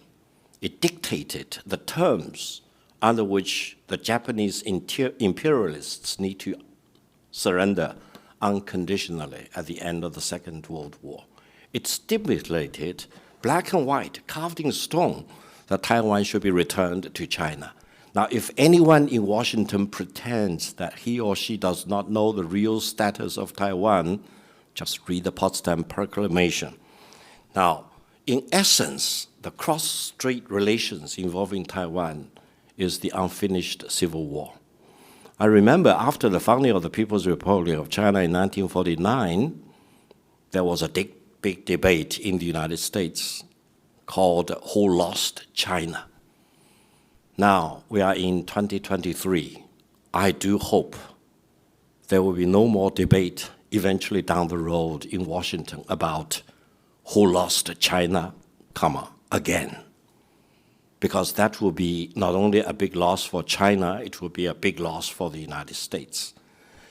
Viewing the Taiwan situation as an unfinished civil war, because we know what happened, the United States bet fully on the nationalist government in China, headed by Generalissimo Chiang Kai-shek. For whatever reason, they were defeated, they fled to Taiwan, and they stayed there ever since. So, if anyone really wants to promote the so-called Taiwan independence or the separation of Taiwan from China, do you know what will happen? It will cause the resurrection of the unfinished civil war. And if that unfinished civil war breaks up again, give me any reason under any international law that any foreign country will have legal justification to participate in a civil war. So we do not want to see the civil war flaring up again. People on both sides of the Taiwan Straits are Chinese. And if anyone in Taiwan said, we are not Chinese, we are Taiwanese, I always chuckle. Because why? It's like you go to California and someone there say, we are Californians and we are not Americans. No. If anyone in California or Texas or Florida who say they are Californians, Texans, or Floridans without being American, he or she is in the depth of their mind. They are both citizens of their states as well as of this union. And therefore, I think the one China policy based on the Trinity, and this Trinity is well crafted, and Dr. Henry Kissinger, for whom I interpreted back in 1985 when he came to China as a private citizen, is very important. The Trinity is as follows. There is only one China, not two China. Taiwan is part of China, and the PRC government being the sole legitimate government of China, meaning the totality of China. So I would be surprised if anyone in Washington can really be intellectually more ingenious and creative than Dr. Henry Kissinger in crafting up such well-balanced legal terms to enable China and the United States eventually establish diplomatic relations in 1979. And I would say, even if I adopt completely the perspective of an American here in the United States, try to hollow out and to eliminate this one China policy is not only a blow to China itself, it will be a blow to the United States. China-U.S. relations since 1979 has served both China and the United States so well that we need to treasure the bilateral relations and further promote our bilateral relations. Now, one small anecdote before I stop. We talked about Speaker Nancy Pelosi's visit to Taiwan last year in August. I was bombarded with TV interviews by CNN, BBC, etc. One interview was by BBC, and the hostess almost challenged me. And she said, China threatened to do so many things before she landed in Taiwan. You went maximum in blackmailing her. Now she left safely, so what can China do? Maybe declaring war? Yes or no? You know, I'm trained as a lawyer at Yale Law School, so I'm always wary about questions like yes or no. For example, are you still beating your wife? Yes or no? No, you cannot answer that. You cannot say no. If you say no, it means you did it yesterday. If you say yes, then you lose all your credibility, is that right? So she said, is China declaring war? Yes or no? I was pushed to the wall, and I said, before Nancy Pelosi dies, she will see the reunification of Taiwan. Then I hesitated. It's already out. Water is poured out. I said, you never say such thing about death of an old lady, 83 years old, Speaker of the House and ranking number 3 in the US. So I immediately reversed it. I said, that means she will live to see the unification of Taiwan. It generated more than 200 million viewers in China. Can you believe it? It was probably the best advertisement for BBC, which is even today is being banned by China. But anyway, I would say if the United States wants to become a major bloc, it's an obstacle leading towards peaceful reunification of China and Taiwan, it probably will not generate any goodwill among the Chinese people eventually. But from the Chinese perspective, there is no reason to rush through the process, etc. There are two things which will accelerate that process. One is the United States really hollows out the one China policy to such an extent that China believes there is no hope anymore, and rather than wait, probably it's time to take action. The other thing is by the separatists in Taiwan to declare independence. But now they are becoming coy. They say, we are already independent. We do not need to re-declare our own independence. So it's a very tricky situation. And I do hope China and the United States will do the right thing. And I do hope you will support me in supporting this inevitability of peace between China and the United States. And I do hope you will join me from the Yale's perspective, if I may say so, in saying that at least that theory by that professor from that big university is a fallacy, because you cannot apply the destined for war policy towards China and the United States, not only because they are two nuclear powers, but also importantly because these two countries are the two greatest nations in the world. We need to live and let live, rather than destroy each other. Thank you very much for your time. By the way, Victor Gao hails from Beijing International Dialogue Club, which is also a partner of this conference. And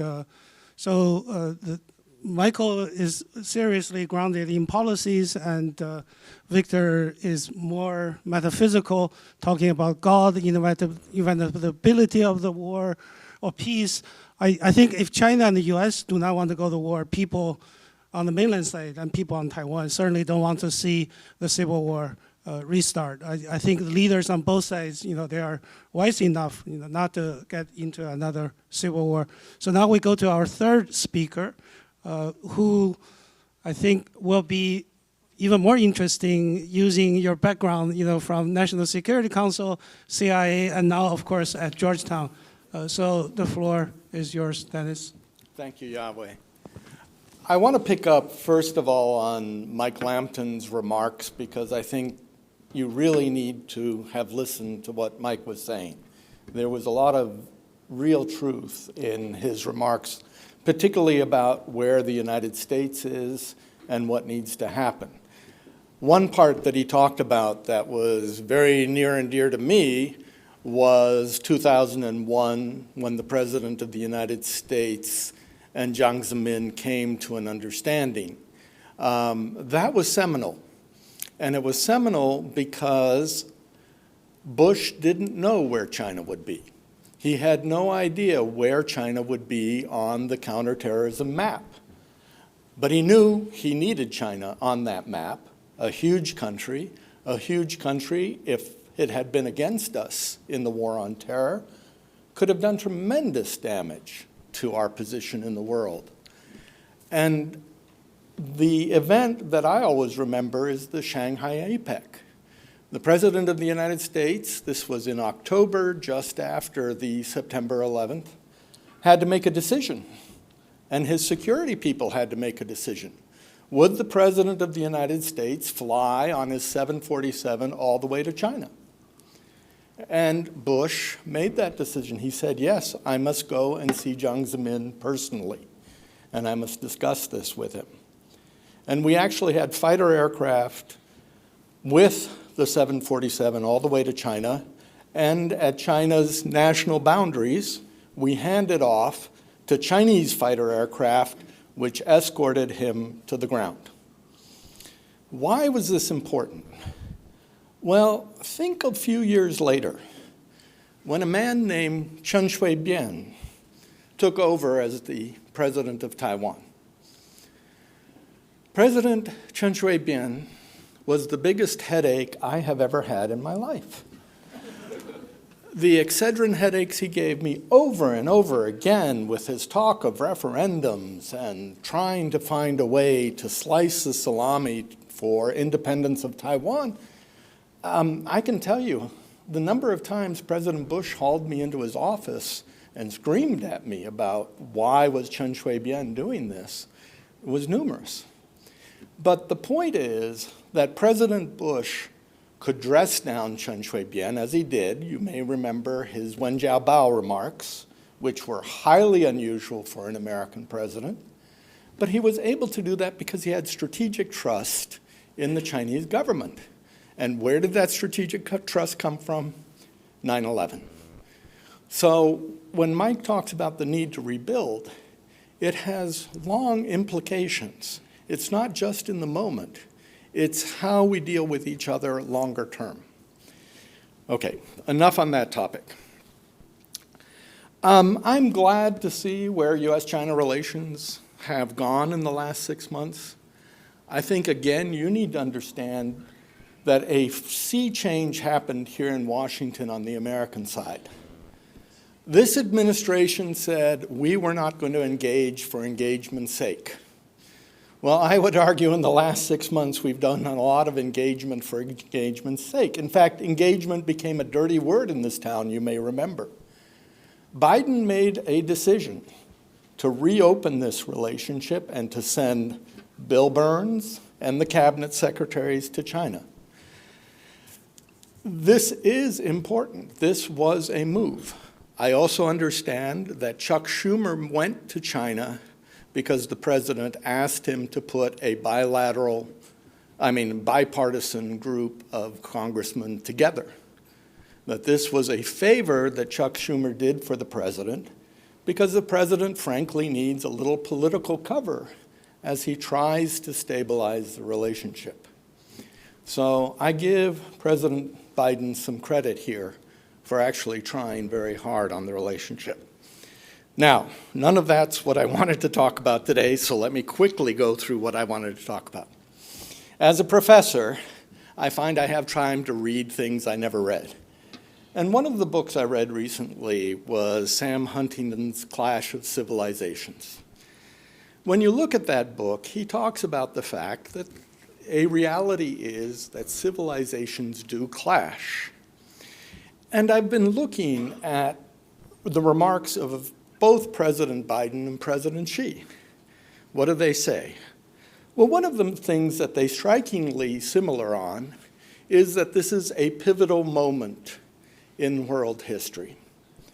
Of course, Xi Jinping says it as changes not seen in 100 years. President Biden says it differently. But both of them are talking about reshaping the world order. We all agree that the world order has kind of become old and creaky. It was created after World War II, but there are many parts of it. I was talking to somebody about the Global South. The Global South doesn't believe in the international order of today. They are very unhappy at the United Nations and other places. And so people want to work on the global order. The difference is that the United States and China both believe we should have primacy in changing that world order. That the United States just wants to tweak it a little bit. China wants to do a heck of a lot more to that global order. And I think you have to understand that part of this is we both believe we're exceptional societies. The United States, we believe we're the city on the hill. It comes from a sermon given in 1630 by a Puritan pastor on a boat coming to the United States. But the idea that we created the perfect democracy is very much embedded in our culture.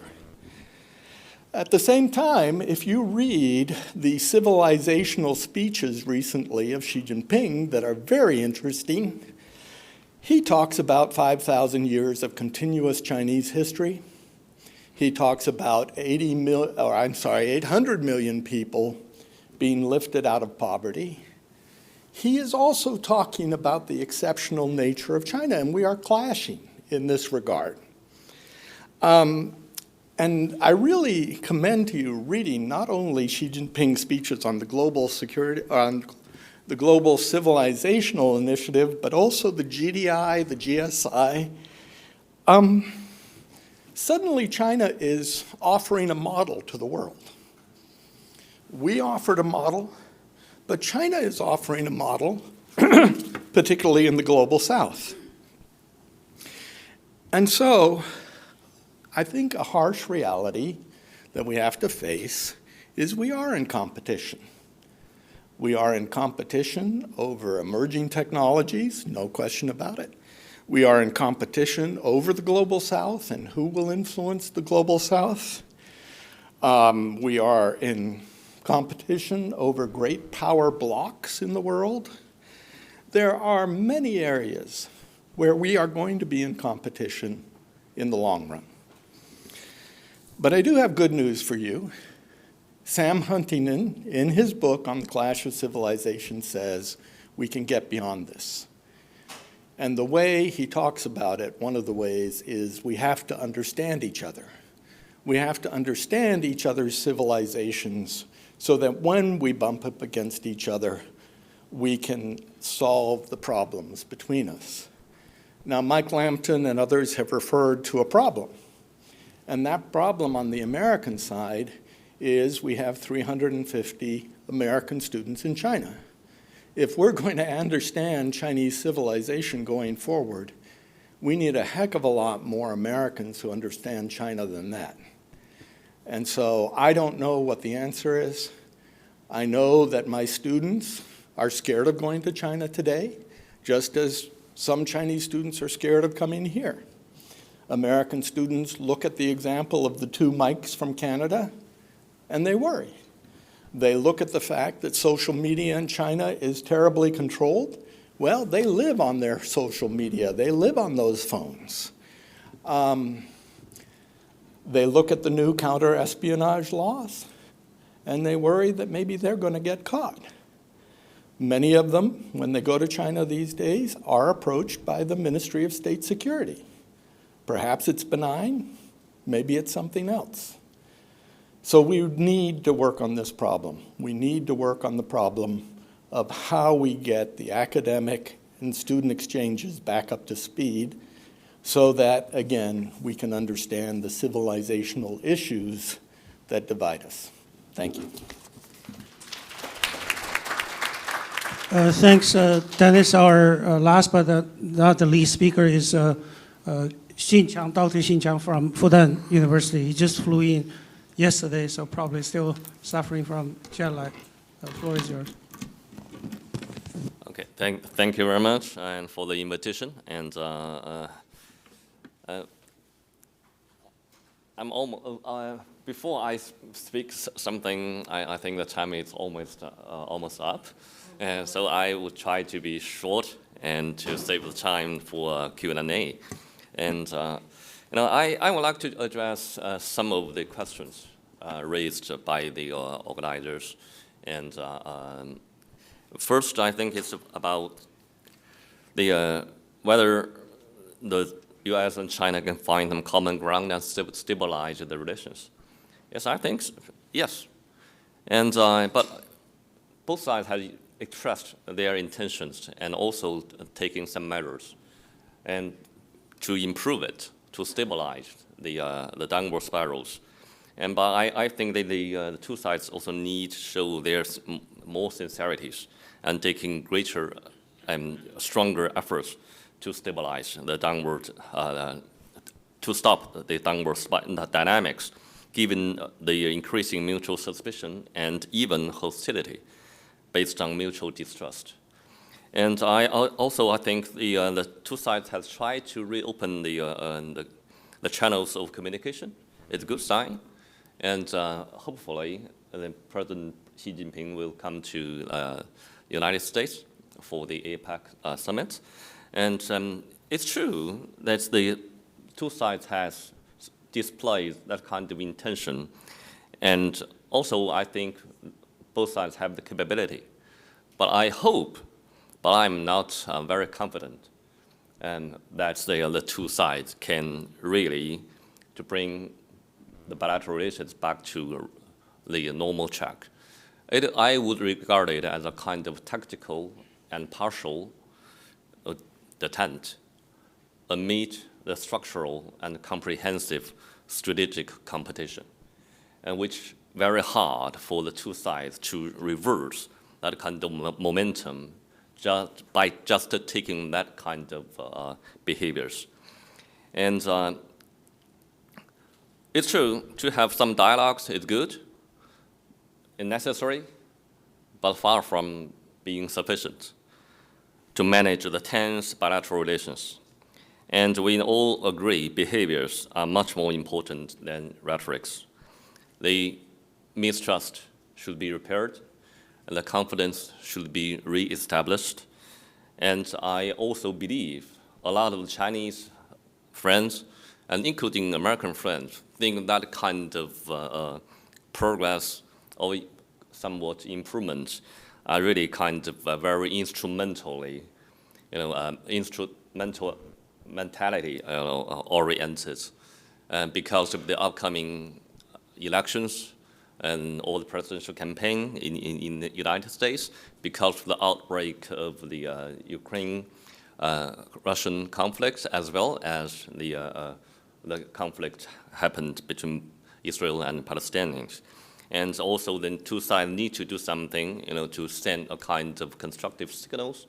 But I doubt whether the two sides, deeply in their heart, they have the real intention or the confidence to rebuild or resume that kind of constructive relations between us. And for the Taiwan issue, and I don't think that Beijing has an accelerated and non-peaceful timeline for reunification.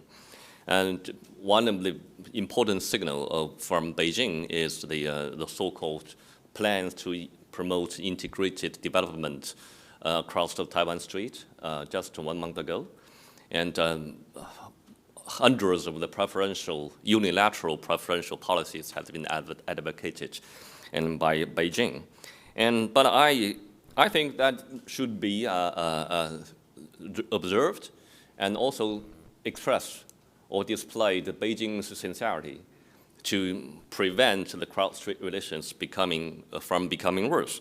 But however, the belief that Washington, from China's side, that Washington is incrementally hollowing out its one China policy and supporting one China, one Taiwan in the name of maintaining status quo might compel Beijing to change its strategic calculation. Just took the past few months into consideration, we saw that the President Biden has, for the first time, to use the presidential Georgetown authority for the arms sales to Taiwan, and also to use the power, the fund provided by Foreign Ministry Fund, and also we saw the expansion of about maybe 200 U.S. armies on the islands, and kind of an expansion of military presence of U.S. on Taiwan, and also a lot of signals that can be interpreted by Beijing that the Washington is moving step by step the U.S.-Taiwan relations to a kind of quasi-alliance relations. I think it will be very risky, and it's conflicting with the so-called 3 basic principles set or agreed by Beijing and Washington in 1979. That is to cut down to withdraw all the armies from the island, U.S. armies from the island, also to cut down the so-called diplomatic relations with Taiwan authority, and also to abolish the Mutual Defense Treaty. But for Beijing, now we think that all those 3 doctrines has been, changed incrementally and also very, very riskily. And finally, I would like to say that even though I don't have enough confidence, maybe I'm too pessimistic about the improvement momentum of the bilateral relations, but I think that's maybe in the future, and some suggestions, that is, both sides must to be careful about that kind of ideological conflict drives. And it's very easy for each side or both sides to let the emotion overwhelm Russian which is essential for sensible policy making. And also, I think we need to have a better or deeper understanding of each other's strategic culture and mentality, also the behavior patterns. And for example, I think a lot of the American friends, like Professor Lampson and all the others, that China used to want to have set down the tone of the atmosphere, or an atmosphere of the bilateral relations, than to decide what and how we should cooperate with each other. But it seems American friends think in a different way. But you think that we can compete or contain you while we can cooperate with you in some other areas. But so it's sometimes very hard for Chinese to understand when U.S. has continued the arms sales to Taiwan, and and the Washington blame and urged Beijing, oh, you should cooperate with me and to deal with Russia and to adhere to the doctrine of respect sovereignties of the other countries. And also it's very hard for Beijing to understand when U.S. want to have cooperation dealing with fentanyl issues, but the U.S. put a lot of the institutes from China on the sanctioned list, focusing on the drugs controls. So I think that the two sides really need more negotiations to discuss those questions. And also I think we need to maybe it's too academic to change that kind of mentality that the U.S. and China is state-to-state relations. Maybe in the future we should pay more attention to, or to think it in a way that it is society-to-society relations. And the younger generations, not only in the U.S. but also in China, they have I think at least somewhat different ideas from our generations, or even maybe senior generations than me. But they will be the future leaders and the dominant power for the development of the bilateral relations, and maybe more flights, less restriction on visas, and to provide more convenient conditions and opportunities to enhance, to improve the younger generation's engagement between our two societies will be open some new doors or windows for the bilateral relations. And finally, I think it maybe is very practical for us to try our best to take the chance of the window of the opportunity, and to make this summit between President Xi and President Biden meeting in San Francisco, to happen. And otherwise, next year we might have a much more difficult year if we have a combination of, for example, President Trump and the leader from Taiwan, Lai Ching-te. That combination will make all our efforts maybe to be destroyed overnight. I will stop here. Thank you. Thank you. So time actually is up, but I would like to collect a couple of questions from the audience, and then we'll get our four speakers to respond to them. So it's not going to be one by one, so just raise your question. So Naji, Dr. Naji. So thank you very much for an outstanding panel. My name is Stephen Nagy from the International Christian University. We've spent a lot of time talking about China-America relations, but I think it's also useful to look at surrounding countries within the region, whether it's Southeast Asia or Northeast Asia, how they view this very complicated relationship.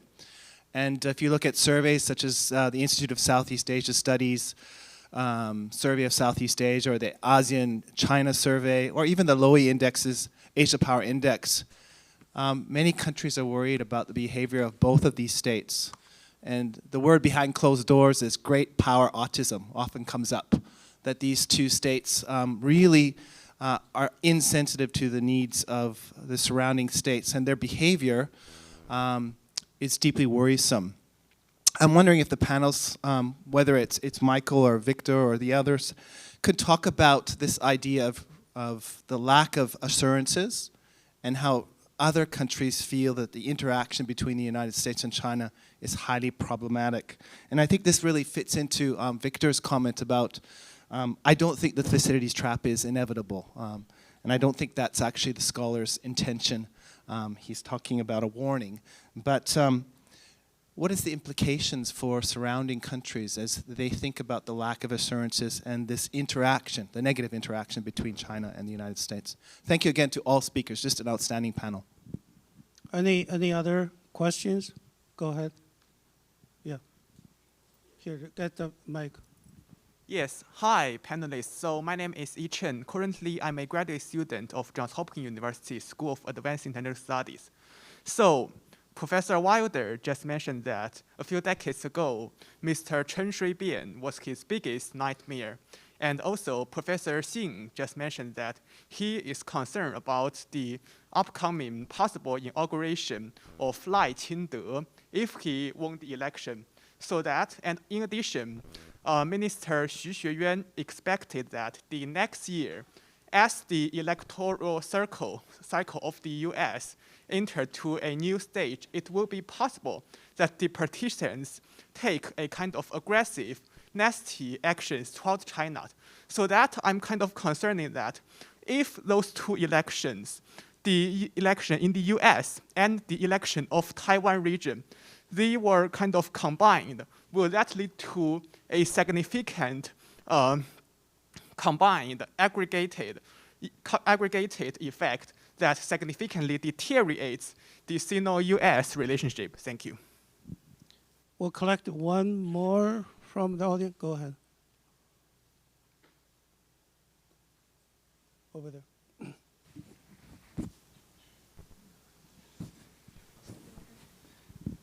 Okay, thank you again for the excellent presentation. My name is Zhao Hai from Chinese Academy of Social Sciences. From all events, looks like there's a window of opportunity for a sort of detente between the two countries, but there seems to be conflicting interpretations of why we're getting there.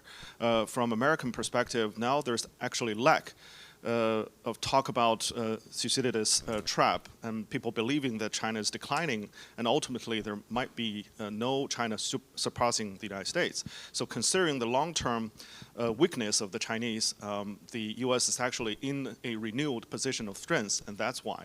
And from Chinese perspective, that's because of the continuous struggle from the Chinese side and standing its ground and forcing the United States to accept a softer position. So which do you think that contribute to the current engagement between the two sides, and what outcome because of this conflicting interpretations that might these two sides have if there's a summit between the two? Thank you. So last question here. Yeah, Dong Hui with China Real News Agency of Hong Kong. Yesterday, Oriana Mastro had an article on New York Times calling for a resumption of the delicate balance between deterrence and reassurance on the Taiwan issue. And she suggested that at a back situation, the United States and China may reach a high-level agreement, that is a new communicate. Do you believe this suggestion is feasible or is kind of naive suggestion under the current situation? Thank you. All right. I guess, Dennis, Oriana, that question is for you. And for Victor, I think you don't need really to debate Graham Allison. You can debate the professor from Johns Hopkins, Michael Beckley, who wrote the book Danger Zone, The Coming Conflict with China. And Professor Lambton probably can set up the debate for you, and then you can do it tomorrow. But in any case, before you choose any of the 4 questions to answer, I also want each of you to answer this question very quickly. That is the attack on October the 7th and China's response to it. Has that opened a new front for US and China to continue cooperation, or it is going to slow down the momentum and maybe it will derail the summit in San Francisco as President Biden flies to Israel tomorrow. So yes or no, and any question you pick to answer. So we'll start with Xinjiang and go here, and then Michael, you'll be the cleanup hitter this time. Thank you. I think he turns it on. Oh, thank you very much. It's, I don't think that China wants, personally, from China's perspective, we want to involve so much outside or external elements into our consideration or calculation about how to manage or stabilize U.S. China relations, including the Russian-Ukraine crisis, and including the Palestinian and the Israel conflict.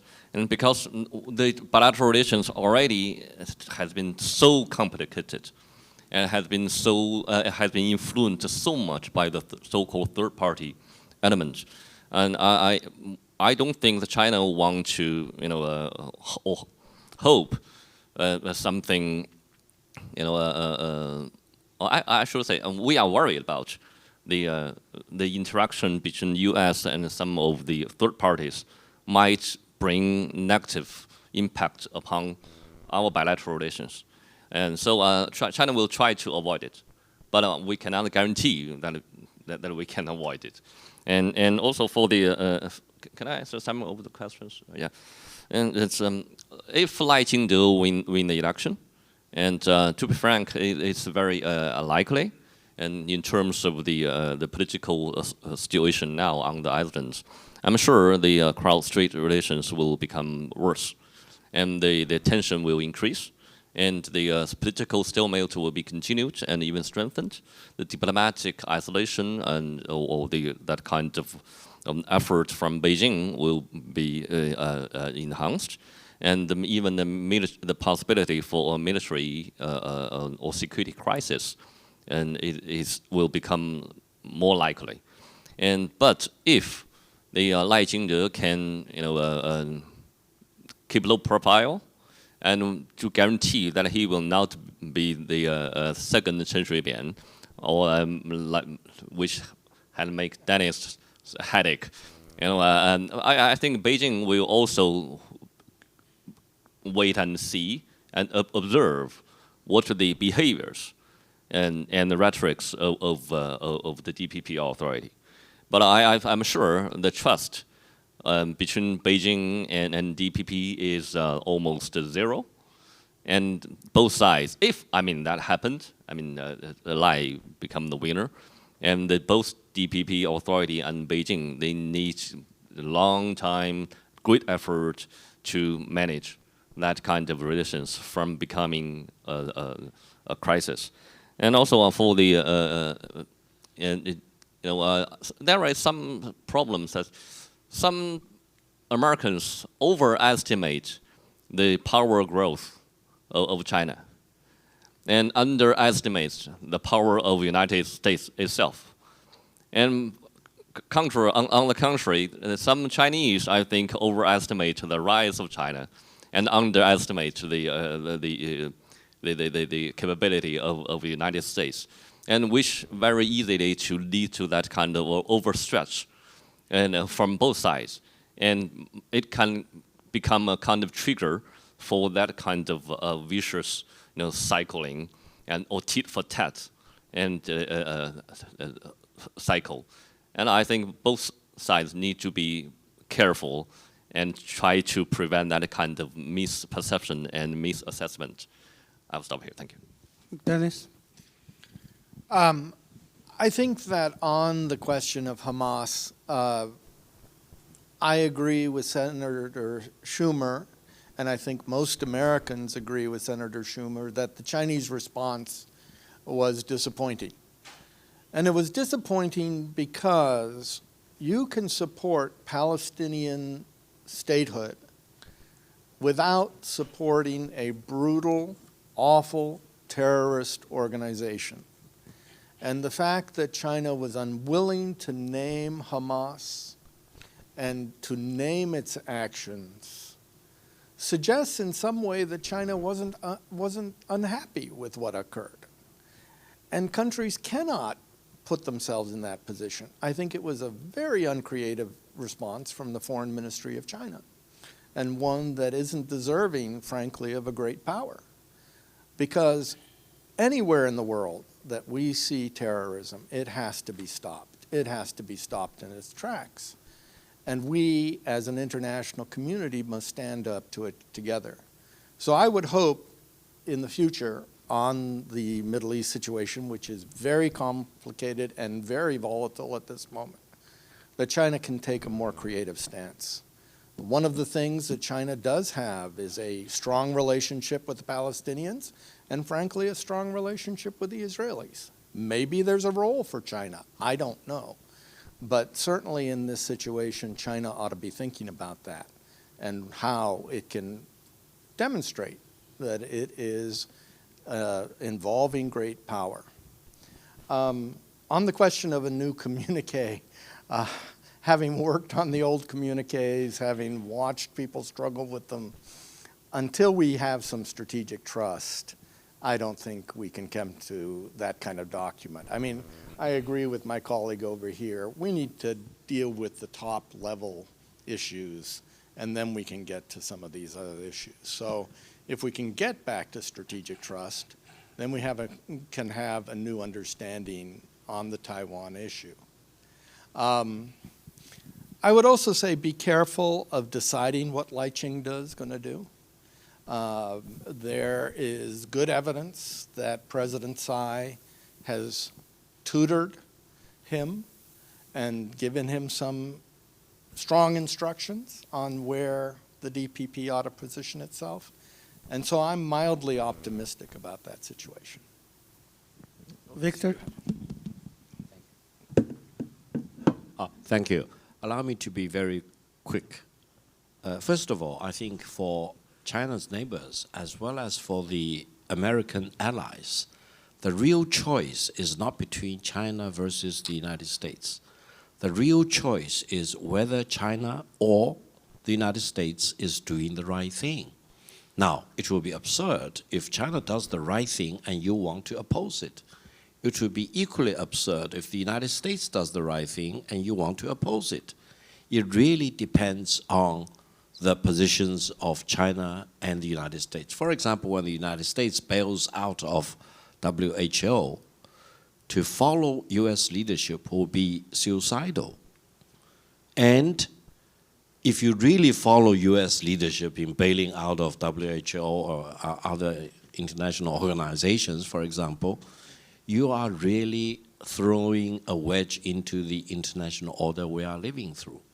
And also, it will be ludicrous to expect that everything China stands for is wrong. No.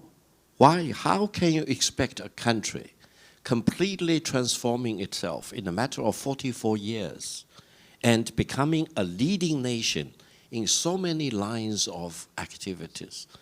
I have due respect for India, tremendous respect for India, but 44 years ago, India and China were on a par as an economy. Now Chinese economy is almost 6 times that of the Indian economy. I'm always staggered by the disparity between these two countries in a matter of 4 decades. There must be something that China has been doing right, and that something is being missed here in the United States. Therefore, I think China and the United States really need to understand each other better and get along with each other better. Now, we are talking about a summit meeting on the sideline of G20 in San Francisco in November. Yeah, the APEC summit in San Francisco. I do hope we can think even bigger things for China and the United States. I hope President Biden will not be the first U.S. incumbent president since President Reagan, since Carter actually, who does not visit China in his office.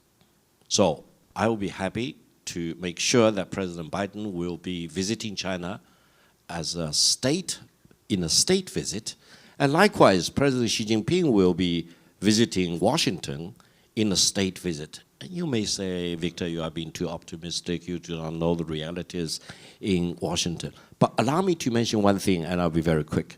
You never know. Why? Because if, for example, President Biden eventually will not proceed with this presidential election, and you never know whether he will or not, then he may have the freedom of going to China before July 2024 on the condition another Democratic candidate will be produced to run in his stead. And who will be that person?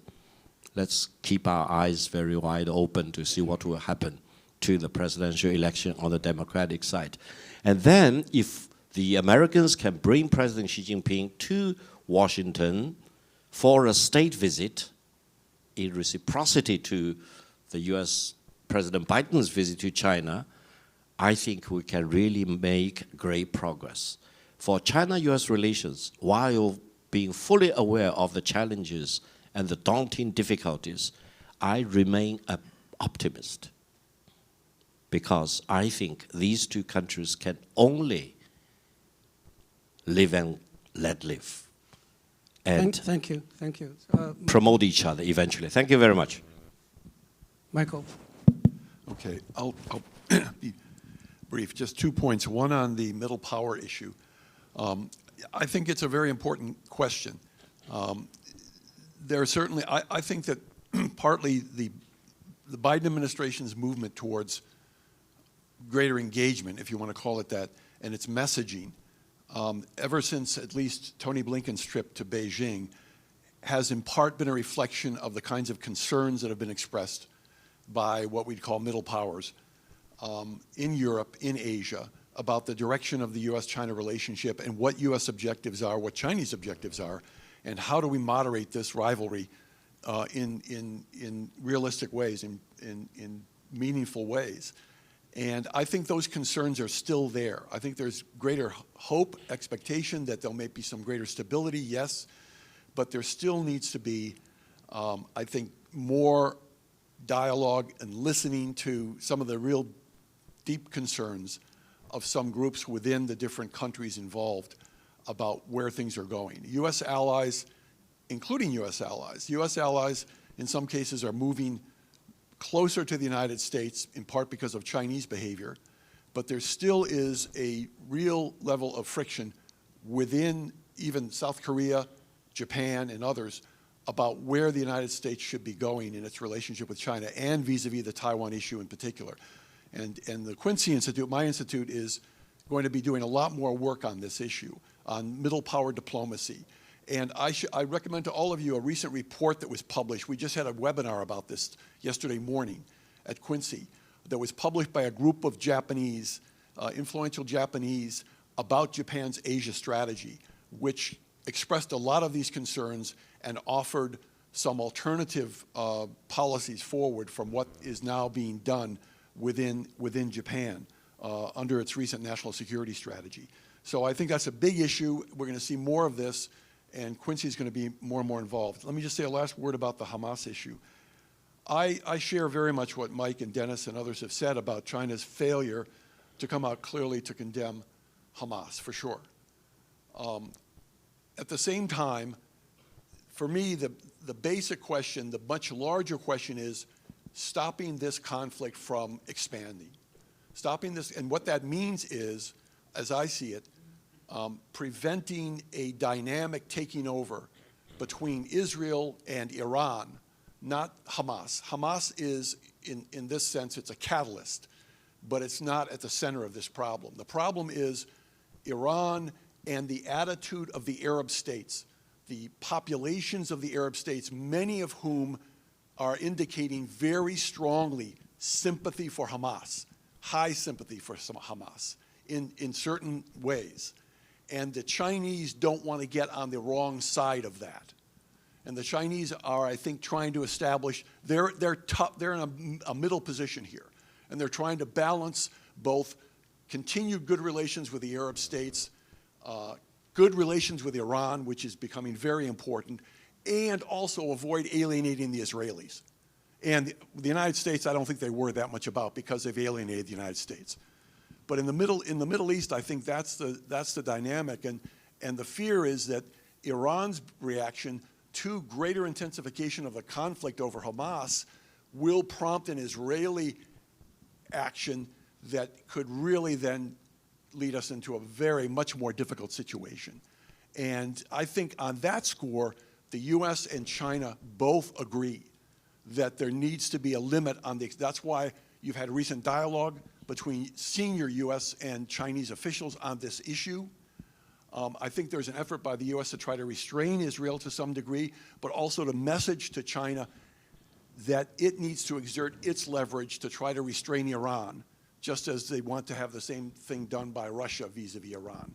So that larger diplomatic and power-oriented dialogue and discussion and interaction, I think, is what's driving this process, not so much how much you condemn Hamas or how much you condemn the Israelis. I'm so glad that we landed on something that the two countries can work together. And on that note, let's thank our panelists for their even-handed presentations. And thank you to Dr. Liu as well, and then the four panelists. I have so much to thank you, but because of time limit, and then we're going to have, again, a very brief coffee break, and before we start, getting the floor to my colleague Sarah, who's going to take the lead in discussion on trade technologies. Thank you.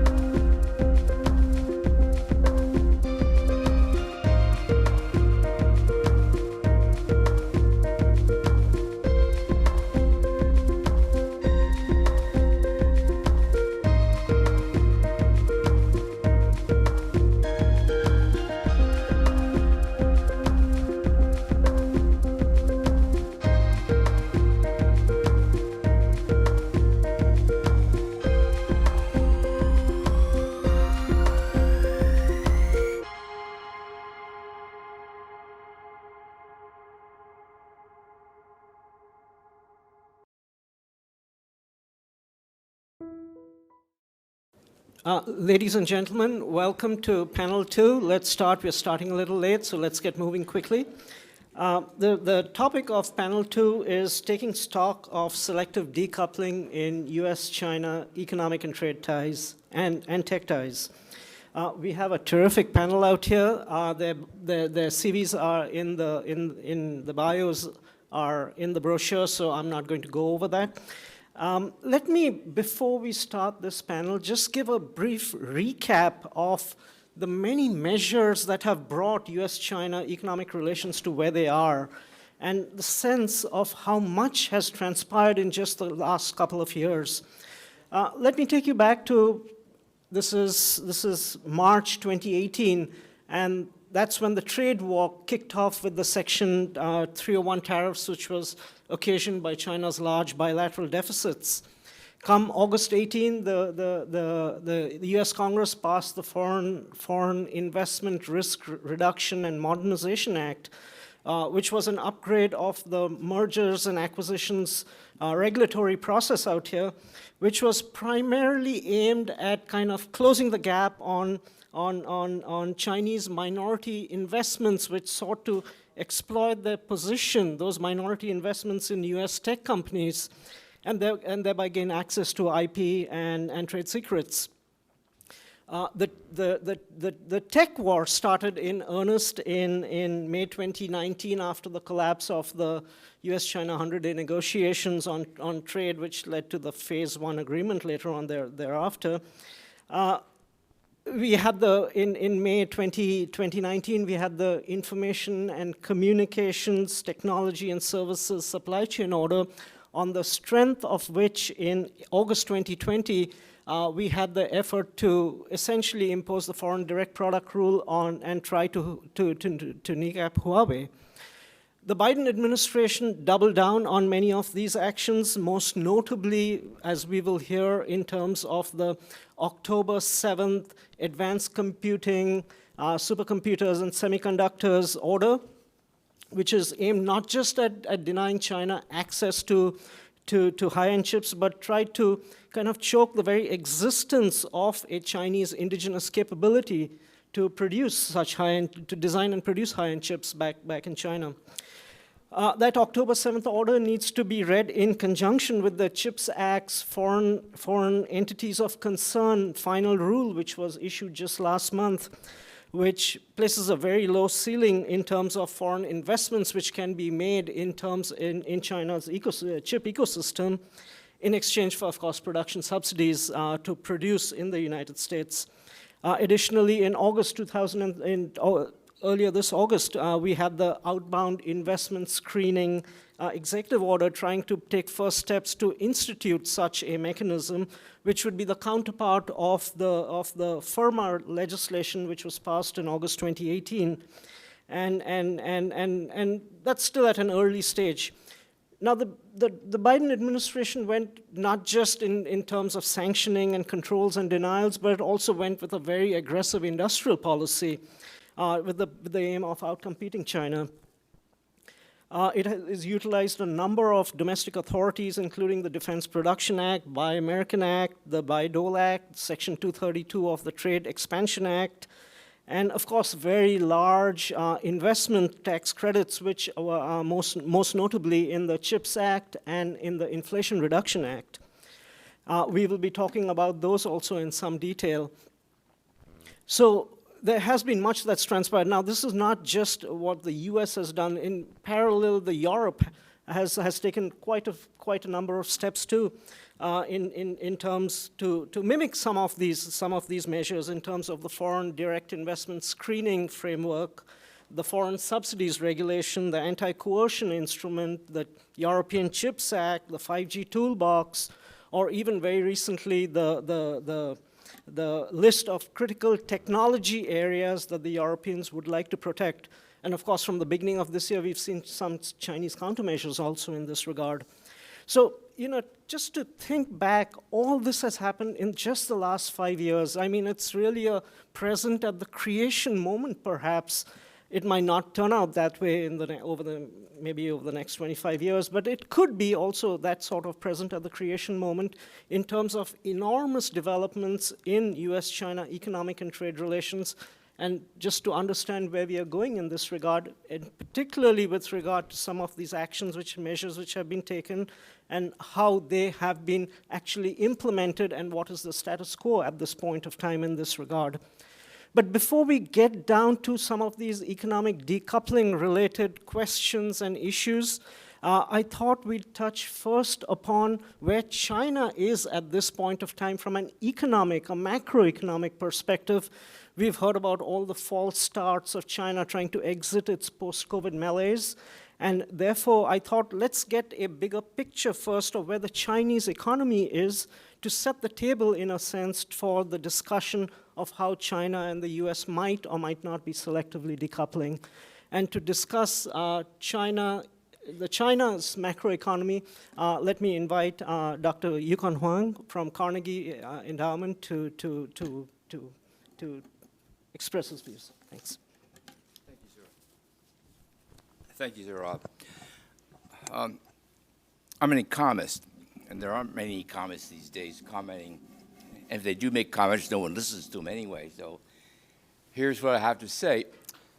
From the first session, there is a common view that U.S.-China tensions reflects the conflict between a rising power and the dominant economic power. And the nature of those tensions in the future will depend greatly upon, can China continue to grow? Can it become a major innovative power? Now, views of China's economic situation and prospects have varied widely over the last year. Last winter, people were quite positive because China dropped draconian COVID policies. They thought that revenge consumption would uplift the economy. The first quarter indicators were really high. And most financial institutions increased their forecast of China's growth from 5% to as much as 6%. So that's January, February, March. It's only 6 months ago. Then the second quarter views collapsed. Trade fell, property crisis, unemployment rates among the youth, U.S.-China tensions, and all the major financial institutions adjusted their growth rates downwards. And many thought that this would no longer be the so-called Asia or the China future, but that China is entering a very stagnant period of long-term growth that would never catch up to the United States. In the last 2 months, the Chinese situation stabilized. And the big question now is, will it continue to grow? Will it continue to decline? How will this impact on U.S.-China relations? There are 3 questions I'd like to focus upon. The first question has to do with, can China continue to grow at a relatively rapid, sustainable rate for the future? The second question I want to answer is, what is the impact of the U.S.-China trade and technology tensions on the growth prospects and innovative capacity of both the United States and China? The third question I want to answer is, how have these trade tensions in U.S.-China relations affected global supply chains, manufacturing, and the capacity of China and the West? And what can we expect? So let's look at the first question. There are some who forecast that growth in China next year will be lower than this year, and some as low as 2 to 3%. A China which grows at 3% in the future is not financially sustainable. It cannot achieve its innovative capacities. But how can it grow? Trade is no longer going to be the driver. The property market has collapsed. Local governments are bankrupt. They can't push infrastructure. So how can China grow at 5 to 6% in the future? And there's a very strange answer to this. China is still a very distorted economy. And the irony is, it's a distorted economy with very significant growth potential. And that distortions have not been addressed. And if you look at the major issues, one major issue is the property collapse, local governments are bankrupt. How do you solve that? And is there a solution? And the answer is there is a solution, but very few people recognize it. The second problem is the private sector. The government is trying to revive the private sector, give them greater confidence. How do you do that? The answer, there is an answer, but the government actually hasn't addressed it. The third problem is consumption. Consumption is not rebounding. People want China to stimulate the economy. They want them to put in subsidies. They want the budget to go up and run a bigger deficit. But China can't do this because it has a major financial problem. Can China stimulate consumption without worsening its financial position? And the answer is yes. In all three of these areas, there's actually solutions, but there is a major problem. The problem is that all these solutions may hit at the perception that the party will start to lose control over the command of resources and the private sector activities. So let me give you a simple example. Take consumption. How do you boost consumption in China without increasing the debt? And the answer is quite simple. And the answer lies in a very strange area. China has restrictive hukou residency policies. 200 million Chinese live in cities and they don't have hukou. So why is that an economic issue and not just a social issue? Because migrant workers save 40% more than normal Chinese households. They can't buy cars, they can't buy households, they can't do various things, they don't send the kids to local schools. You give them hukou, consumption in China would increase by 30%, equivalent to 1% increase every year for a sustainable future at no financial cost to the government. But this would mean changing China's control over the movement of labor, and that's a sensitive issue. What about the private sector? How do you assure the private sector the government wants to encourage commercial activities, wants to reduce the tightening regulations? Is there something you could actually do besides saying to the private sector, I want you to produce, I'm giving you assurances? The answer is yes, there is something you can do. You could drop the requirement that private companies must have a party cell.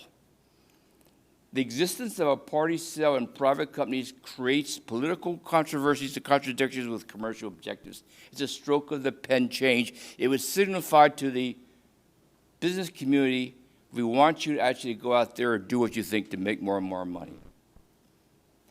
Now, what about property market? What about the local governments? How do you solve that problem? The problem isn't actually the financing problems of Evergrande.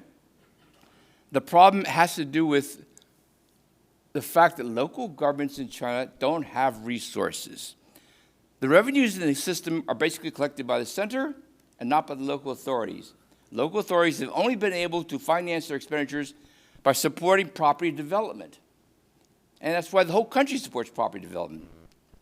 And you can't sustain this. And what is the solution to this? The solution is you must have a major fiscal reform that transfers more resources to the private sector and locally, local governments, and away from the center. But this is politically sensitive. It means you're increasing the autonomy of the provinces vis-a-vis the center. So these are three major problems, but there are also major solutions possible. And the question in the future is, suppose China actually addressed these issues. China could easily grow at 6% a year for another 10 years. And that's the big question that we have to look at. So that's the first answer. The second question is, what about U.S.-China tensions, the tech restrictions? Who's being hurt? And the answer, of course, is both sides are being hurt. How much is China's growth rate being affected by these restrictions on semiconductors and high tech? The answer is probably about 1% of GDP. So China's growth rate in this year, next year, and the future is going to be probably 1% lower than it might have been if you didn't have these tensions. But what about America? Will America be affected? And the answer is America will be affected because America's high-tech companies cannot export to China. Therefore, they cannot put more money in research and development. The innovative capacity of the United States will be weakened. Now, there have been simulations. So both sides are hurt. So what is the critical difference? The critical difference is that China will be hurt in the near term. America will be hurt in the medium term. So simulations show that 5 years down the line, if you have this tech war and this trade war, China's growth rate may decline by, let's say, a point. Whether it's 4 to 5, it might be 3 to 4. But America's growth rate will decline by 1%, also by 1%. So if America grows at 2% normally, it will only grow at 1%. An America that grows at only 1% is also financially and technologically not viable. So we actually face a situation where both sides face what I would call a non-viable future if you continue with these trade tensions. Let me go with the third issue. What has been the impact about the trade and technology war on the production chain, trade patterns, advanced manufacturing? U.S. imports from China have fallen dramatically, relatively speaking. So America is buying much more from Europe, much more from Vietnam, much more from Mexico and Brazil, less from China than it used to be. Let's look at China's side. If China's exporting less to America, is its share of global exports declining or falling? And the answer, it isn't. It's hitting record levels. So how can it be that China cannot sell to America, but its global exports are now record levels? And the answer is it's selling more to Europe, to Africa, to Vietnam, more to Mexico, more to Canada. China's share of global manufacturing has increased. America's share is declining. So China is not selling directly to America, but selling more imports, components, and spare parts to Vietnam, Mexico, Brazil, and others. And these goods are then being exported to the United States. So China's indirect exports to the United States have soared, while its direct exports to the United States have declined. Now, on the other end, China's imports as a share of GDP are falling dramatically. So in one nutshell, conclusion is the trade war has led to a funny kind of situation. The world is becoming more dependent upon China, but China is becoming less dependent upon the world. Will this matter, actually, manufacturing trade, in the next 4 or 5 years? And the interesting question is, it may not actually matter that much. Because 5 years down the line, it's not actually going to be manufacturing or trade that's going to drive the global economy. It's going to be services. And you're already beginning to see this year, that the share of manufacturing trade globally is declining relative to the share of services globally. This is potentially a problem for China, because China is not actually good in services, it's very good in manufacturing. So these are the key questions in the future. The shifting composition between trade and services, the direct and indirect consequences between China's trade and the rest of the world. And then the question is, how will this affect the security, the tensions, the U.S. China relations? And I'll leave it to the rest of the panel to talk about that. Thank you. Thank you, Yukon. Particularly the point of whether the Chinese government can get out of the way credibly for private entrepreneurs to feel confident that they can take forward and invest in the economy. Can I call upon Paul Triolo next to provide his views? Paul is Senior Vice President for China and Technology Policy Lead at Albright Stonebridge. Paul. Is this working? Yeah. Okay. Thanks, Sir Eben. Great comments. Well, I usually compliment panel organizers on the timing of the panel, because there's always so many things happening in U.S. China relations, so there's always something right on the horizon. But I think today maybe really takes the cake, because I've just spent the last 2 hours reading a 295-page document that the Commerce Department released this morning on export controls, updating the 7 October controls. So your timing couldn't have been more perfect to schedule this. So I'd like to just sort of put that release in some context, and we can dive into some of the issues related to it. First of all, just to step back quickly, I think my first reaction, we've been telling clients this for weeks, is will this or will this not derail the Biden-Xi summit? So I think at this point, I might have felt differently a couple months ago, but I think at this point, my sense is the Chinese view export controls as kind of a chronic problem that they're dealing with here, and not necessarily an acute problem. And so I don't think at this point, although as I read more into this 295-page document, I might change my mind. I don't think this is going to derail a potential Biden-Xi summit. We have Wang Yi coming at the end of the month, and I think that we're on course for that, because I think both leaders and both administrations, if you will, want that meeting to occur. But it's a pretty big deal coming right now, because it's a major update. And there's lots of implications of it. And then the other issue is, the Chinese, for example, the Chinese delegation has been invited to a Chinese delegation has been invited to the UK AI Summit in early November. And so will this impact the willingness of the Chinese government, for example, to discuss AI governance? So those are the two sort of macro things that come immediately to mind in terms of the potential impact of this. But let me just recap quickly how we got here, because I think it's important to understand things like the Huawei Mach 60 and sort of where China goes from here on a bunch of issues around these export controls and other parts of the relationship. I think it's in the Trump era, of course, U.S. policy around technology in general and semiconductors was kind of a sort of haphazard, going after companies like Huawei and ZTE. There was no real strategic policy that was articulated at the very highest levels of the U.S. government. That changed pretty dramatically last year, in fact, just before the first round of the 7 October controls, when National Security Advisor Jake Sullivan elaborated what I call the Sullivan Doctrine, which consisted of these 3 really important parts. One was maintaining an absolute lead over China in technology, whatever, writ large. The second was the small yard high fence analogy that had been kind of kicking around academia. And then the third one was the idea that these 3 pillars, advanced compute, biotech, and green technology were strategic pillars and force multipliers that were key national security interests to the U.S. government. So now in the last year, we see sort of the policy stemming from that high-level articulation of sort of what the strategy is, and of course tools like export controls and outbound investment reviews that we've heard mentioned are key parts of that. But I think it's important to understand the implications of that, because it does the advanced compute part in particular is semiconductors, semiconductor manufacturing equipment, quantum computing, and AI, and that's a rather huge bucket right there that sort of arguably works against the small yard high fence argument. So there's some internal contradictions to the Sullivan Doctrine, one could argue, because the range of technologies is pretty broad. Green tech and EVs, of course, is a huge area which we can touch on, but that's a whole other area, and it's the reverse, of course, of the advanced compute situation where U.S. companies dominate those supply chains. In the case of green tech, of course, Chinese companies dominate those, and we have clients in the middle of all these things, right? That are working these issues. So we're sort of living the Sullivan Doctrine on a day-to-day basis, arguably.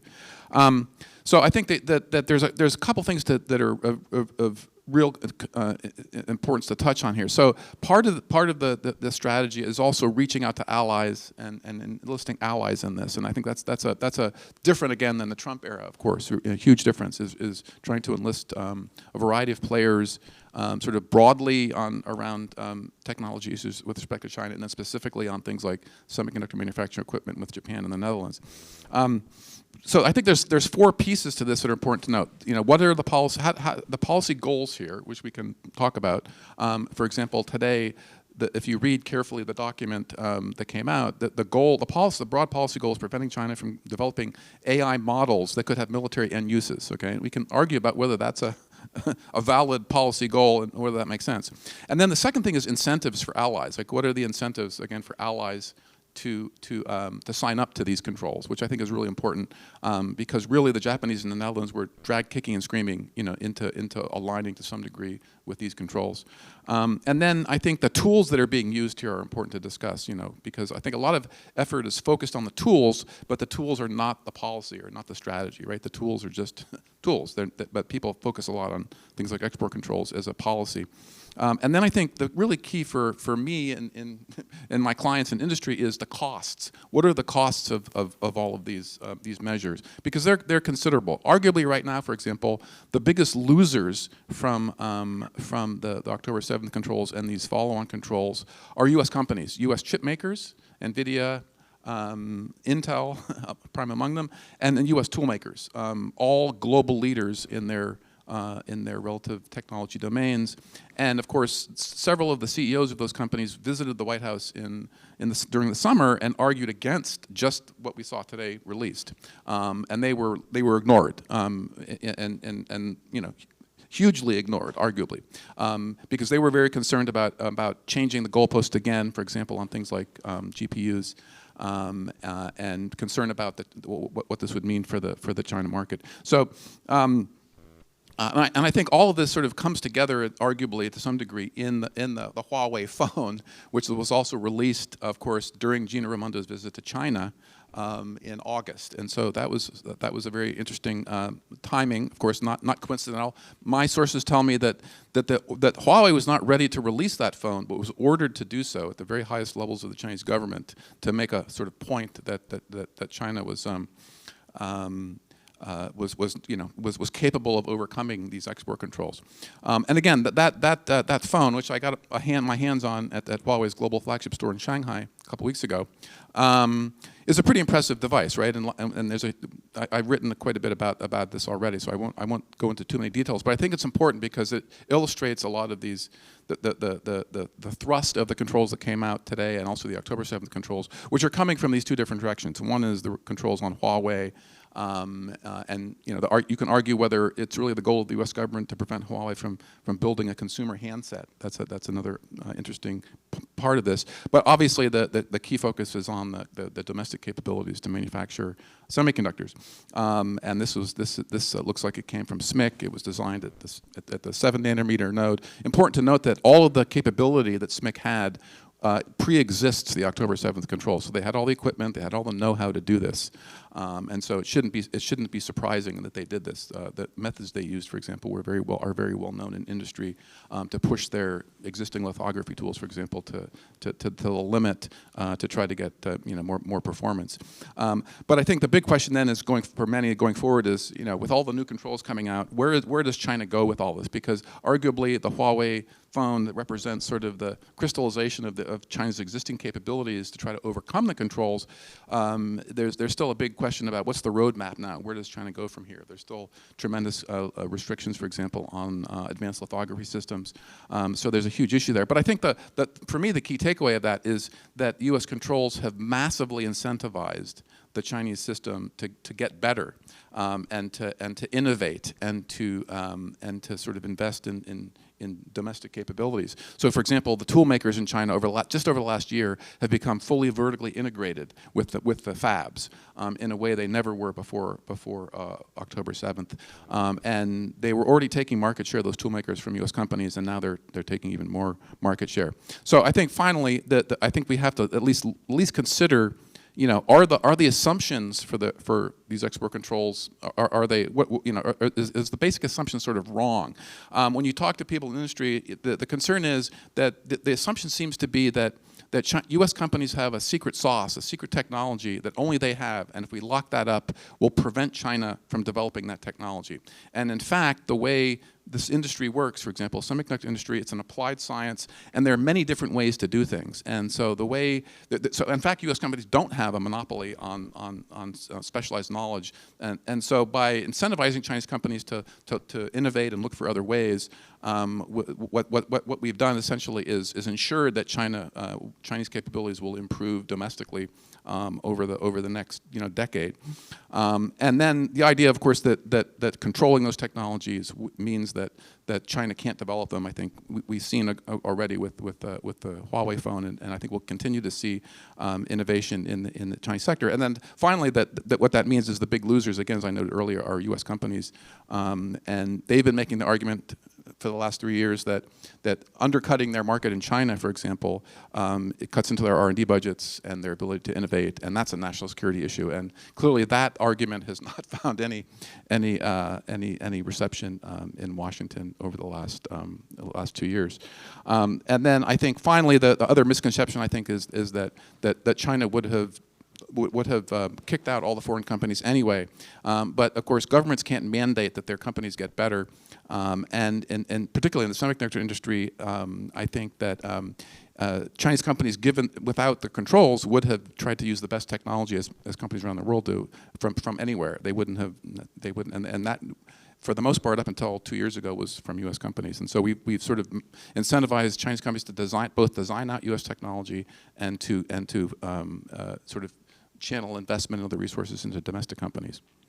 And then finally, let me just, if we want to touch on EVs, I think the other part of since the theme is sort of broader decoupling, I think that the danger, I think, would be if the sort of green technology and and things like EVs and EV battery supply chains get sort of dragged into the broader issues around U.S. China relations and decoupling, et cetera, I think that's a really bad development. And I think there it's tricky because there is no easy strategy, like there's no Sullivan doctrine for green technology, or there's no clear policy approach that will not essentially deny U.S. companies and U.S. automakers, for example, access to the best and greatest EV battery technology, which again is primarily from the top 15 of 20 companies that do that are Chinese. Let me stop there.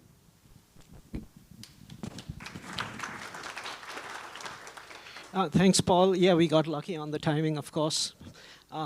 Thanks for your fascinating insights of how the Chinese are responding, and also for just teasing out the issue, with regard to the IRA and the CHIPS Acts, huge subsidies on the line. We see that in chips, we see that in autos and EVs, and we see that in solar too. And these are all, in these three industries, they're all positioned at different points. Who leads which industry? The US leads obviously chips, China is dominant in autos, getting dominant in autos and solar. And basically how that legislation plays out will be fascinating to watch. Our next speaker is Bill. Can I hand the floor over to you? William Allen Reinsch is the Senior Advisor and Scholl Chair in International Business at the Center for Strategic and International Studies. Well, thank you. It's a pleasure to be with you. I want to say a few words about de-risking and supply chains first, and then get into the part of the CHIPS Act and export control issues a little bit too. I don't necessarily disagree with Paul, but I have a slightly different perspective. On the de-risking question, I think there's a tendency in our media to assume that this is a government-led exercise, not just in the United States, but elsewhere, and I think that's a mistake. This is a private sector-led exercise. Companies are constantly reassessing the risk of doing business everywhere they're located, Russia being an even more obvious location. But they're clearly reassessing the risk of doing business in China, and I think this is not a new thing. This has been going on probably for 10 years. It was motivated initially by energy price volatility and changes in ocean freight shipping costs, desire to be closer to your customers, shorten your supply chains, decrease risk. COVID accelerated that with all the associated supply chain problems that arose. And now it's being accelerated further by a variety of actions in China specifically, where I think we've seen a series of mixed messages, which were illustrated, I think, when Secretary Raimondo was there. The message from the Ministry of Commerce is, we love you, come here, trade here, invest here. At the same time, the Ministry of State Security is going around raiding American companies or foreign companies, detaining their executives and not allowing them to leave the country. The message for American CEOs is, that could be me, and maybe I need to think a little bit more about the wisdom of having a significant physical presence in the country that particularly requires me to go there. The tendency, I think, in the West is to watch what they do and not what they say. And so the messages of you're welcome here are nice, but the reality is what the Ministry of State Security is doing. And I think that sends a very different message to American companies and is accelerating the process of rethinking risk. What they actually do, of course, it depends really on their company business models. It's not one size fits all. If you are in a low capital intensive, low tech business, if you make t-shirts, for example, you've probably already left China years ago because of rising labor costs and probably moved to Bangladesh. If you haven't, you probably will. If you have a multi-billion-dollar manufacturing plant in China, you're not going to do that. Your investment there is too great. What you will do, and what I think most Western companies are doing, is re-examining their supply chains and making judgments to identify points of vulnerability or choke points, which are simply points where there's a sole supplier. And the sole supplier might be in China, the sole supplier might be somewhere else. And the risk is not just political risk. The risk is earthquake, monsoon, flood, any number of things that create a variety of natural disasters that can interrupt the process of moving your products from your parts and components from where they're made to the port or where your assembly plant is. And so what you're going to see, I think, companies in the West increasingly doing is building a fourth variable into their supply chain calculations. The three they've been using for years are, lowest price, best quality, best delivery schedule. Those are all economic variables. They now understand they have to build a fourth variable into their equation, which is resiliency, which is not really an economic variable, but they have to build it in nonetheless so they don't get caught short and have to close an entire plant for want of a single part, which they've not been able to get for any number of different reasons. And so the answer to that, I think, for them is not necessarily to leave China or to leave where they are. The answer is more likely going to be to create redundant capabilities somewhere else. Find somebody else who can supply the items where you depend on China, and then maintain your relationships with your Chinese suppliers. But should there be a supply interruption, you have alternatives. I think what that means you will see is, and what you're already seeing really, is the decline of new investment, new FDI going into China as Western companies search for other places to locate new investment. But it doesn't necessarily mean a massive pullout. So on that front, I think that you're going to, the only other thing I'd say about that is this is not a tsunami. 6 months from now, we're not going to have dramatically different supply chains than we've had for the previous 15 years. 10 years from now, we will have dramatically different supply chains than we do now. It takes a long time. It takes a long time to move beyond the contractual relationships that you've got now. It takes a long time to find new suppliers that can scale up and that can meet your quality and price demands. So this is something that happens over a very long period of time, and it's something that companies consider very carefully when they do it. Now, government can put its thumb on the scale in this exercise. They can do that through subsidies. If you come back here, we will give you money. And they can do it through export controls and say you cannot ship that item to that country. So they can influence the decision-making process or influence the calculation that companies make, but they don't have the last word on the subject. Here, I think the common phrase is, the U.S. policy has been promoted, protect. I think the more colorful metaphor is the marathon metaphor. If you're in a marathon, and this is one, there's only two ways to win. You run faster than the other guy, or you trip the other guy. Running faster is the CHIPS and Science Act. It's the IRA. It's also the infrastructure bill.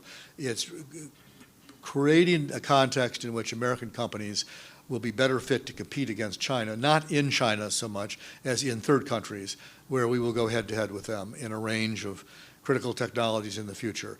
So the battleground is not in China. The battleground is in Africa, Latin America, India, the Middle East, Europe.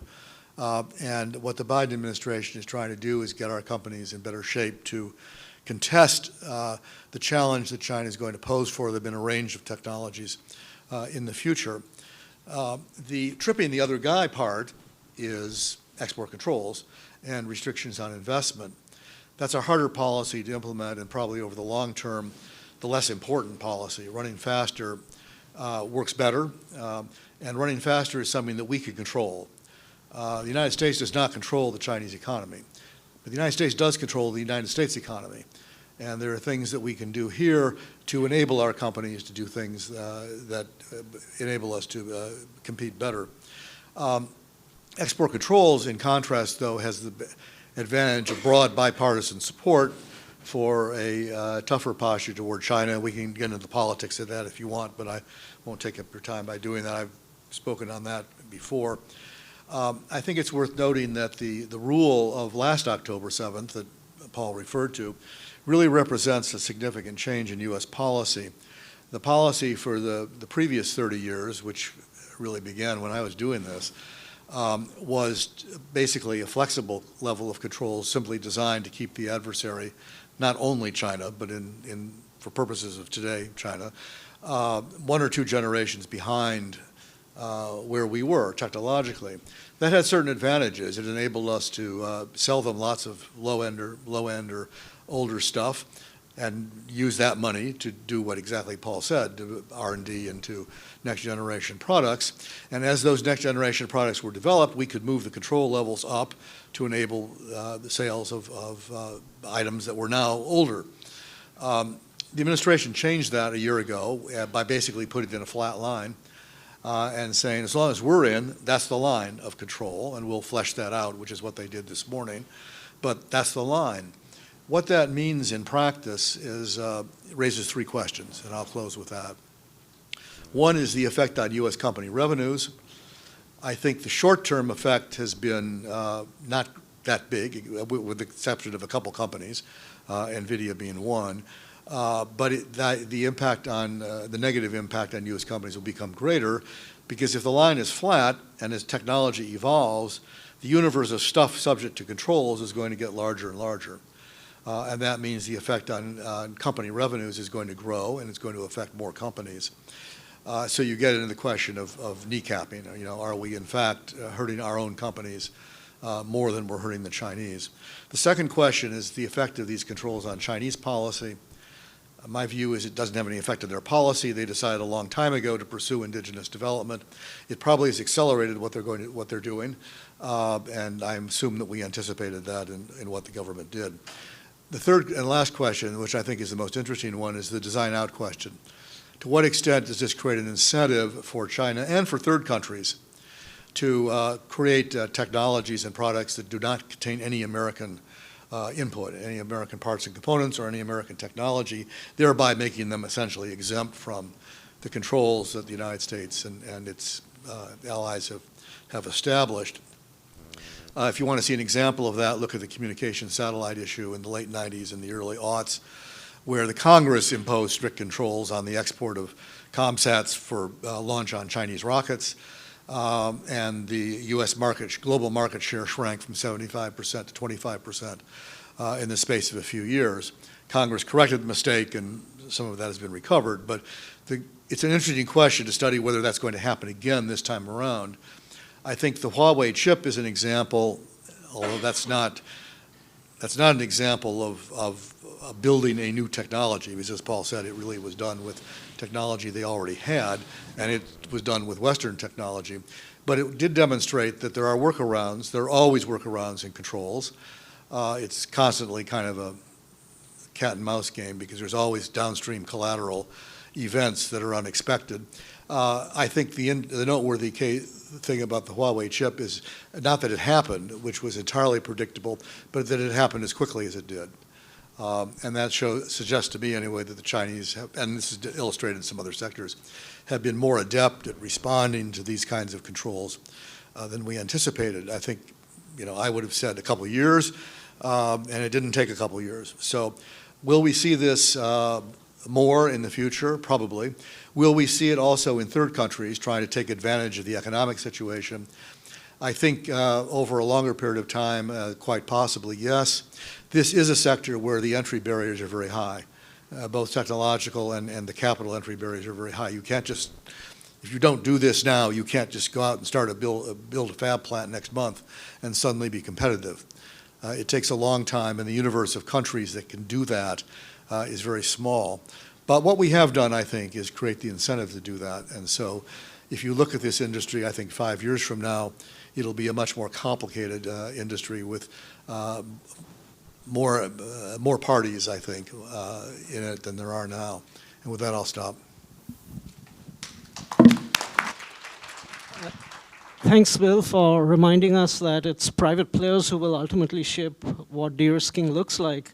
I mean, the supply chains, the global value chains was itself occasioned by, Japanese suppliers moving to East Asia, to Southeast Asia because of the high yen forced by U.S. policy at that point of time. And it's interesting also that, the latest, most detailed studies, the early detailed studies are showing that supply chains are actually lengthening right now because China still remains the world champion of intermediate goods. So if you want to relocate elsewhere, you can relocate elsewhere, but you need to import it from China, and it's just extending out the supply chain. So private sector will determine, and it's a fascinating issue. Let's move on to our next speaker. He is Mr. Joe Mi. He's the senior researcher at the Institute of American and Oceanic Studies at the Chinese Academy of International Trade and Economic Cooperation.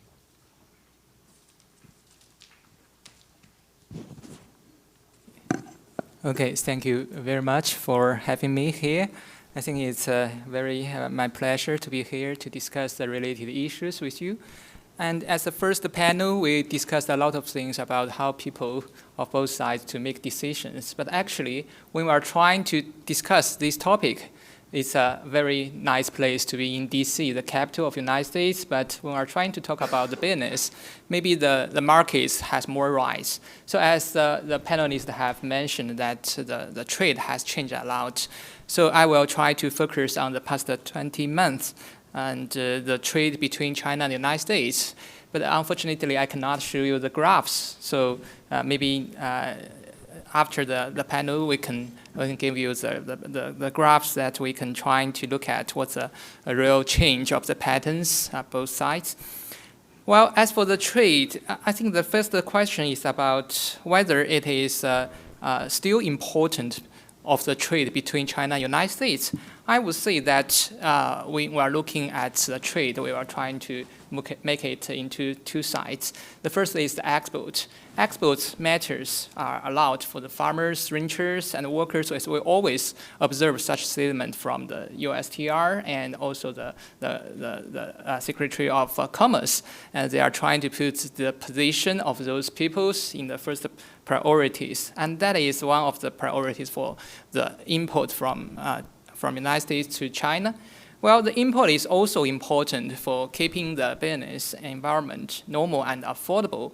Well, if we are looking at the data about the CPI, about the inflation, we saw there are a lot of difficulties in the United States compared with in China. I think one of the factors is there are more tariffs, which makes the choices much more dispersed to other countries. Well, if they are still trying to import something from China, they have to pay more. So this is kind of thing that we need to consider about to make the environment more affordable. Well, when U.S. governments have strong intentions to reverse the international transfers of industries, as one of my observation that China has benefited a lot from the transfer of industries in the past decades. Well, we still believe that trend will not stop here in China. So some panelists discuss about the transfer from China to other countries. I agree, it's happened, and we are not trying to stop that because it's kind of rules for the international practices. But the United States want to do something to interfere with the process. Actually, we see there are some good signals as the manufacturing increased and the salaries of the manufacturing also increased.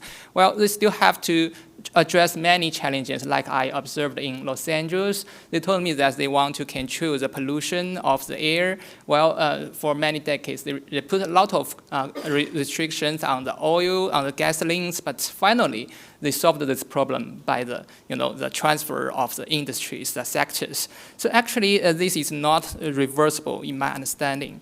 Well, China is pursuing sustainable development with better international trade to provide enough space, not only for China, but also for other countries. Well, in my understanding that the global supply chains is not always like what we have observed before the trade war between China and the United States. We are seeing that there are maybe in the future, there are quite different hubs of the trade. One is in the North America, another one is around the Asia, especially the East Asia and the Southeast Asia. Actually, this is happening, and we can expect if nothing has to be done to interfere with the trend, it will continue to do more in the future. If we are looking at the trend, I used the past 20 months data about the trend between China and the United States from the custom of China. We can observe that the export to the United States is decreasing. Actually, I would say that from the general trend, it is decreasing, but not in a very big term. If you are looking at another indicator about the share of the export to the United States in China, it is also decreasing. But if you are trying to separate the terms into two, I mean, for the first 12 months of last year and this year, you may find that from the beginning of this year, the share of export to the United States is increasing. So, but if we're looking at another indicators about imports from the United States to China, that trend is just on the other direction. The share of the United States import in China's total imports is decreasing. So there will be some scissors shape for the different, the attitudes of the trade. But if we are going to look at the sectoral distribution, they are quite a bit different. So if we're looking at the China's import from United States, I found that altogether there are 97 categories as a HS code for the HS code 2 categories. Among them, there are about 51 of them are increasing, while another 47 is decreasing. So the mainly things that we import more from the United States, including the living animals, the tobaccos, and also some of the ships. And for the categories of decreasing includes the grains, the seeds like the soybeans, the cottons, and some of the the collections or other things. So it's a normally average between the increase and the decrease of the different sectors. But if you are looking at another for the export to the United States, it is much more different. So for the sectors that has been greater than the 20 months ago, there are only 19 sectors. Well, for the decrease, there are altogether 78 categories. So it seems that when we are trying to export to the United States, there are more negative effects by or different factors between China and the United States. And among them, what are the mainly increase, including some animals, plants, or of the oils, the zinc, and some other kind of most diversified products. For the decrease, including some of the fireworks or the aircraft. So we are seeing that if we are trying to put it in a very general pattern, that we can find that the export has been impacted much more than the import from the United States. So as for the last part, I would say that trade between China and the United States is in the different ways. When we are trying to make it clear that Chinese companies are really want to know whether it is possible to keep stabilities of the trade environment. So just at the beginning of the trade war between China and the United States, I think that the trade patterns has fluctuated a lot. And at the beginning, many companies believe that it will be only a short term of impact. And they still want to trying to do more to continue their business. But after several years, they say that maybe it's a irreversible trend, and they will trying to use different strategies. If you are looking at certain examples, like for the EVs, many Chinese companies are doing business and investing in Mexico, in the supply chains around the United States. They want to use the opportunities of the growth of the market. Well, for the after several years, I think that many Chinese companies are trying to look at the the uncertainty, whether it is good for them or whether they can do something to interfere with this. And in this progress, I will see that the business, the private sectors are doing quite different compared with the past conflicts between China and the United States. In the past, in the previous years, many of the private sectors will stand out to see that we should not do that. We should not try to spoil or trying to destroy the relationship between us. But this time, I think that especially after the Trump administrations, there's very few of them are trying to stand out and to see that we will not want uncertainties. Well, the uncertainties is really are very dangerous things, because if we are looking at WTO as a plenary platforms, we see that although there are so many members are trying to reach some consensus, there's only one agreement has been achieved. That is trade facilitation agreement. Trade facilitation is not only to simplify the procedure requirement, but also give some certainties about the environment. So it means that, especially for the actors, for the big economies, they depend much more than the smaller economies on the stabilities of the trade. Well, the uncertainty also makes the business guess, and its allocation of the resources will be not most efficient. As we know that many companies will also include the political stability as one of the costs when they are trying to decide where they should put their factories. And if they are putting more uncertainties, they will make shorter term of decisions compared with longer term. It means that they will not put too much money on the research and development, instead just trying to copy from others. And that is definitely not good for the innovation. Well, China is not trying to make export, not only trying to make export stable, but also trying to boost the import for its people. So you can see that the CIIE, the exhibitions, is trying to make better use of the import. And in this regard, maybe sometimes we know that China has learned a lot from the United States. I have to admit it. And in the recent years, the consideration were not only limited on the economic levels. So we are learning how can we make the supply chains more secured, and how can we try to address the national security problems. Some people say that China is making much more or even further the United States about the national security, but how can we know that what will happen to meet with in the future if we cannot do something in advance? So I just want to express that what we are trying to do after the trade war, it's a kind of very important impact to give some lessons to Chinese government that we should not only trying to be so naive that the world is just like the pattern of its usual ways. So maybe we should try to do more to make it more in the legal based discuss about these issues. Well, the cooperation between the major trading partners would reshape the trade patterns and benefits. The weakest part of people most for the participation in the global supply chain, which is originally been my topic about to discuss today, because when we're talking about the trade disputes, we may find that the weakest and the poorest parties are suffered a lot, and they do not have many rights to speak for themselves. They have to take the effect, take the facts. Thank you. Thank you, Mr. Mi, and for your views on trade trends. It's the unhappy part of the U.S. China relations went from managed trade to no conversations also on trade right now, and we'll see how that goes going forward. Our final speaker, I think he has some very insightful things to say, Dr. Dennis Simon. He's going to speak on, among other topics, on the Science and Technology Agreement also. Dennis, go ahead. Hi, everyone, and let me thank ICAS again for putting together really an excellent program. And Paul is right, the timing seems to always work to its advantage. It seems to pick the right topic, the right people at the right time.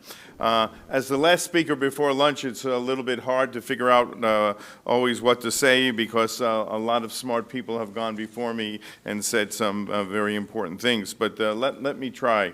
I work on Chinese science and technology as well as higher education. I've been doing this for about 40 years, and over the last year and a half, I've been heavily involved in both the renewal, or at least the hope for renewal of the S&T agreement, and also involved in higher education, both of which are really immense topics of importance in the context of the bilateral relationship.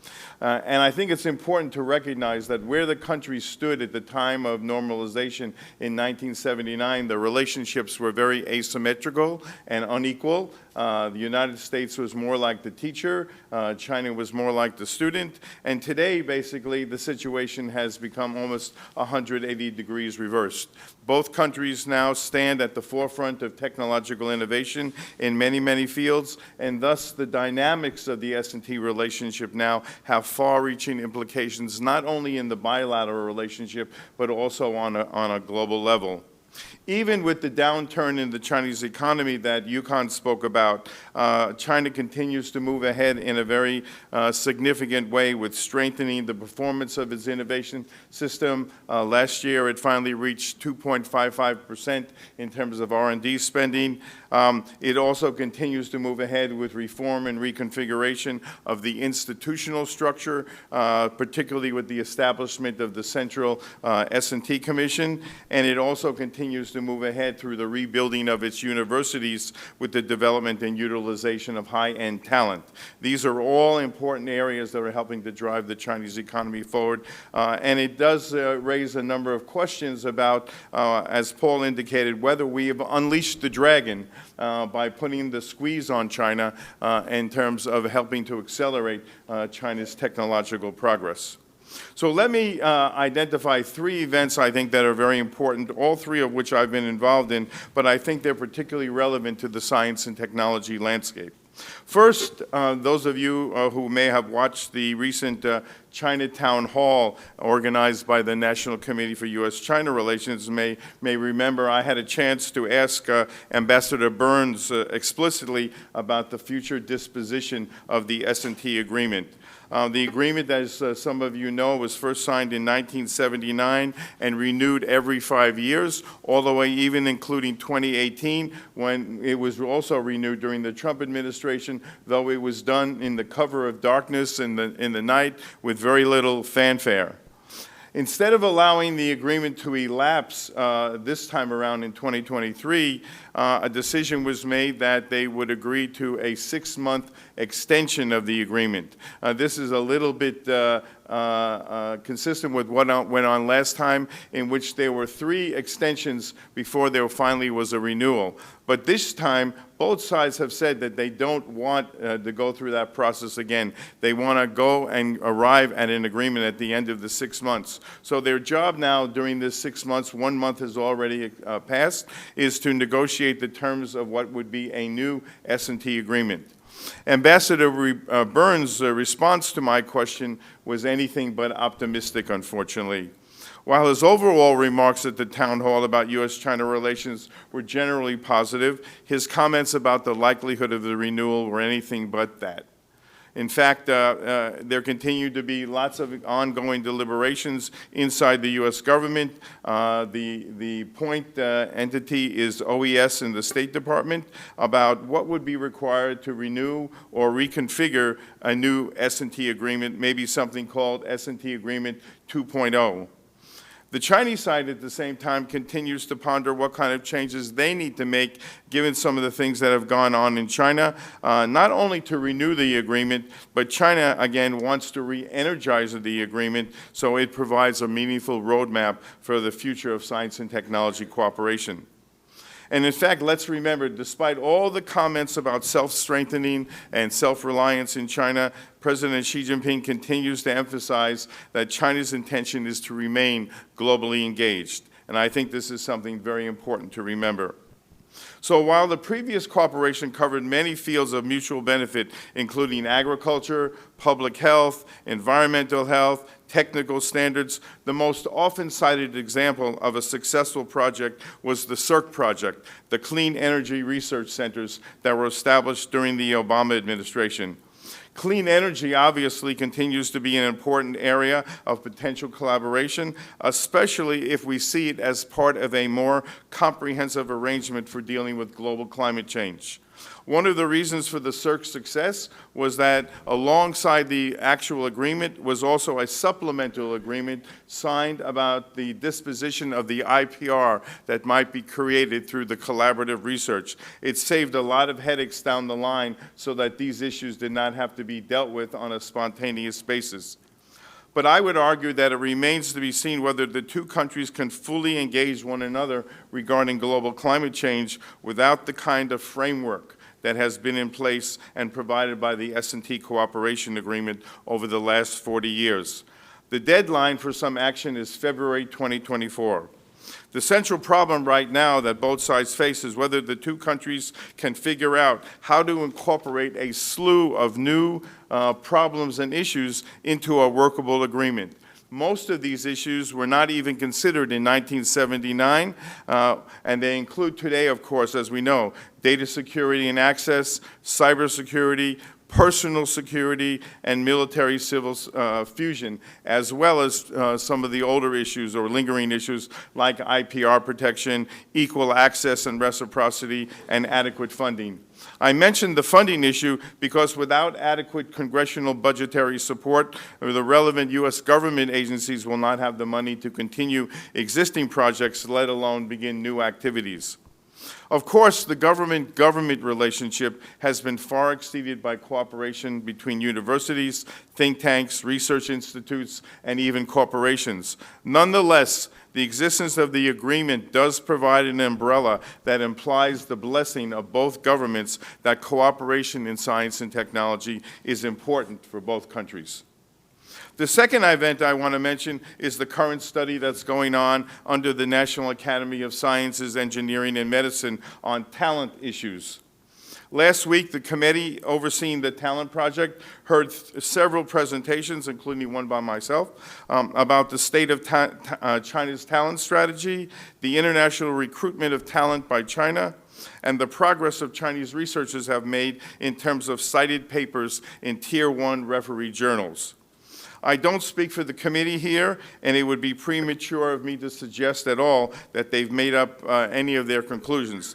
That said, it became rather clear after the presentation of those papers, as well as several other papers, that the United States and China, through their research cooperation, as well as through the student and scholar exchanges, remain highly interdependent, and that the U.S. talent pipeline would suffer immensely if there was a sharp drop-off in the number of Chinese students and scholars coming to the United States. The abrupt growth in the number of Chinese scholars already leaving the United States to return back to China or even go to third countries is already a reason of concern as we look at the continued reverberations of the China Initiative, even though that program has seemingly been terminated. Now, some of the decline in numbers of Chinese students coming to the U.S. may be the result of a much more significant phenomena, namely the rapid rise of Chinese universities and the desire of many Chinese faculty members to retain the best and brightest students back in China. New data from Tsinghua University, for example, has showed a 50% increase in the number of undergraduate students deciding to remain in China for their advanced study rather than go overseas. Suffice to say that a decline in S&T cooperation combined with some kind of sharp decline in student and scholar exchanges would be damaging to both countries.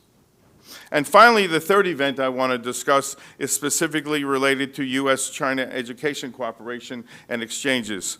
As we all know, the S&T relationship and the education relationship had been bedrock elements in the bilateral relationship.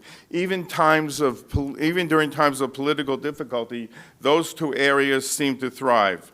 It wasn't that they were, either of them were problem-free, but that both countries seemed to find continuous, ongoing mutual benefit from cooperation in these two areas. In September of this year in New York, under the umbrella of the Institute of International Education and the China Educational Association for International Exchange, 15 top Chinese universities met with 14 U.S. university leaders from public and private universities for 2.5 days to discuss in great detail all aspects of bilateral cooperation in higher education. The topics covered included undergraduate and graduate education, the future of scholarly exchanges, university research collaboration, campus issues, and any relevant policy issues such as visas. The discussions were extremely frank, extremely direct, and extremely honest in all respects, with both sides committed to continuing the dialogue with a follow-up meeting in Beijing in 2024. Putting together such a meeting wasn't easy, particularly on the U.S. side, because many senior university administrators at U.S. universities told us while they would like to attend such a meeting, they could not secure the necessary approval from those above them, particularly because of legislative pressures on their universities. The meeting was conducted according to Chatham House rules so that we could facilitate the bringing together of the toughest issues on the table, including academic freedom, interference on campuses, student censorship, IP protection, and the imbalance in student exchanges that has been mentioned already, the 290,000 Chinese students versus the so-called 400 American students that are in China. I can say, being at the meeting, that everyone in the room recognized, Chinese side and U.S. side, recognized the urgent need to achieve a better balance with a focus clearly on getting more U.S. students to go to China. The upshot of the meeting was both positive and forward-looking, in contrast to what I heard about the Science and Technology Agreement. It was a form of people-to-people diplomacy, though I'm certain both governments were aware of what was occurring, even if not in great detail. One of the lingering issues to consider is the impact of the souring of bilateral relations on both university internationalization and on cross-border research cooperation among universities, especially on the U.S. side. Many American universities, as I stand here speaking to you today, especially public universities, are nervous, hesitant, and even reluctant to engage with China for fear of losing federal funding that come to their respective universities. This is true even in areas we would consider to be quite separate from potential military applications. In conclusion, let me say that the future of U.S. China relations in science and technology will continue to be complex and multifaceted.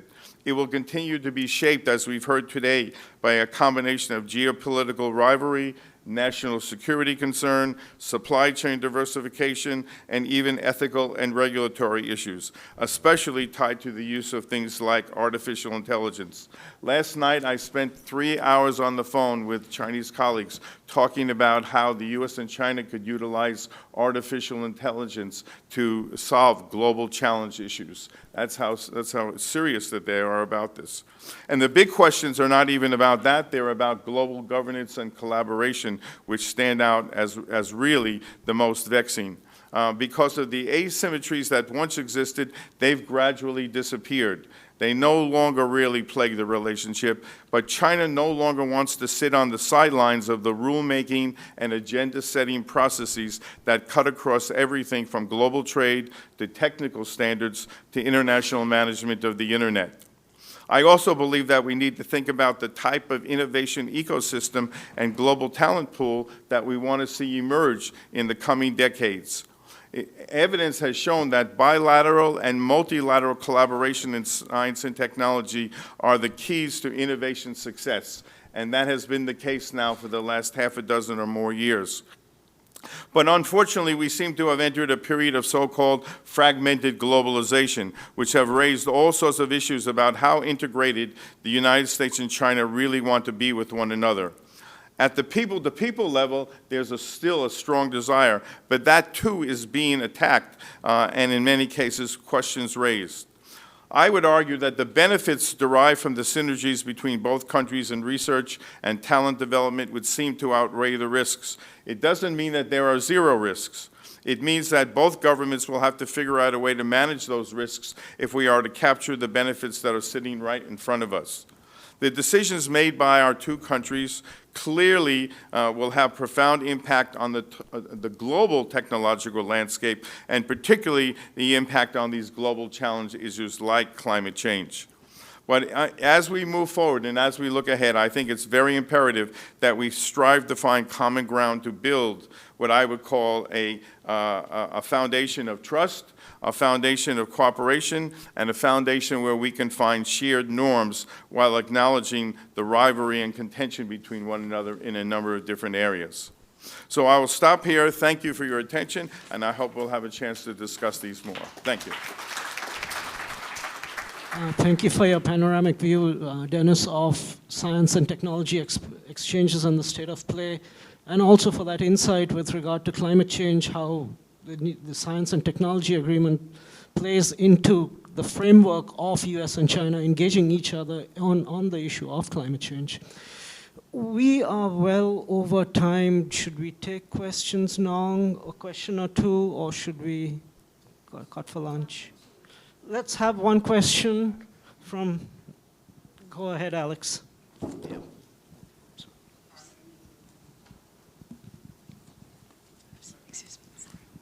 Thank you.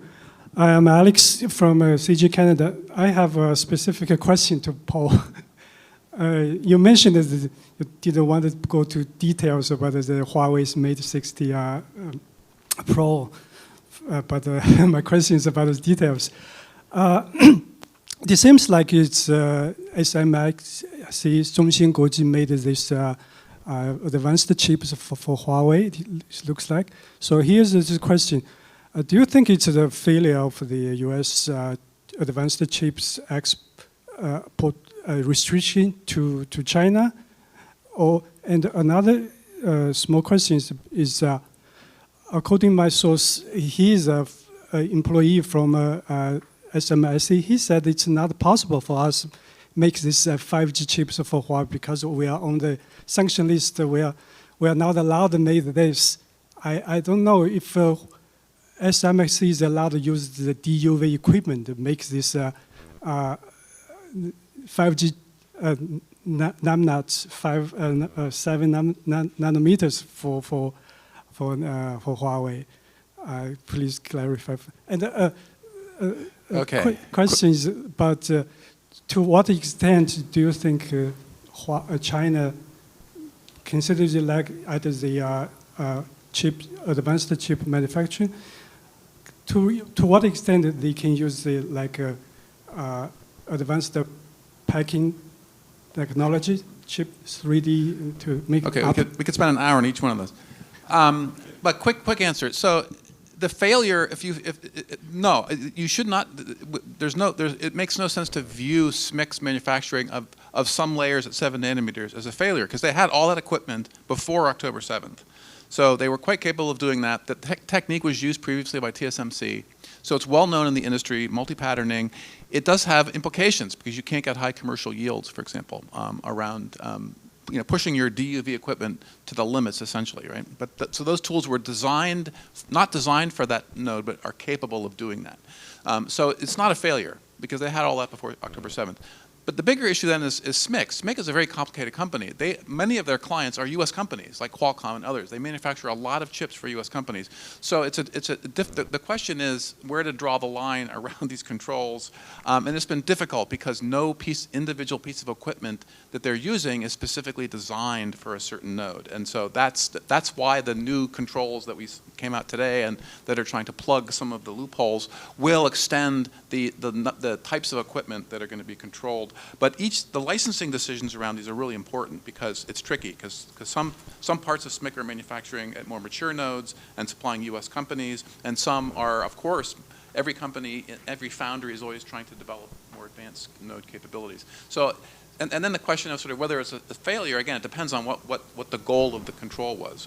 Here, if the goal was to prevent Huawei from making consumer handsets, then arguably it's failed because between the design that Huawei was able to do for that chip, including putting in some 5.5G elements like satellite communications and those kinds of things, they were sort of able to design around some of the limitations of the technology that they were being forced to use. So it's sort of a success for China and for Huawei, but on the other hand, Huawei was designing chips at much more advanced nodes before the controls. So all these things depend on sort of where what your viewpoint is on this. And then the question of, your other question, the roadmap here is tricky because those tools potentially could go to 5 nanometers, for example. But again, you're going to run into the really tough issues around yields and commercial yields and how do you scale that to produce the numbers of these very advanced semiconductors that Huawei would need to compete. And the other question is, again, Huawei is only going to be able to compete domestically because the other restrictions around Huawei not being able to use Android and Google mobility services, for example, will prevent Huawei from competing globally. So again, it depends on sort of what part of the equation you're looking at. But I think my broader observation earlier was that the whole issue has incentivized Chinese tool companies and the whole vertical supply chain of tool makers, for example, that works with foundries to improve. And the Chinese government, of course, is putting in place lots of other new incentives to make to favor sort of the semiconductor tool manufacturing sector. So it'll be. Over time, we'll see how that evolves, but eventually those Chinese companies are going to move up and be able to produce better and better tools, but it's not easy and it will take time. Should we have one more? Okay, let's go. One more. I was going to ask two questions, but I'll ask one and I'll be brief. Mr. Reinsch, you mentioned the battleground for running faster is not China, but in places like Latin America, Africa, the Middle East. You didn't include Southeast Asia. Is there a reason for that? Thank you. No, I forgot.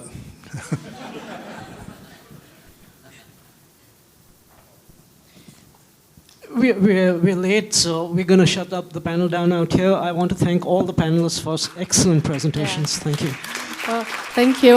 We apologize that we don't really have any time to go to a lot of the excellent speaker. I'm pretty sure our audience have a lot of questions for all of you.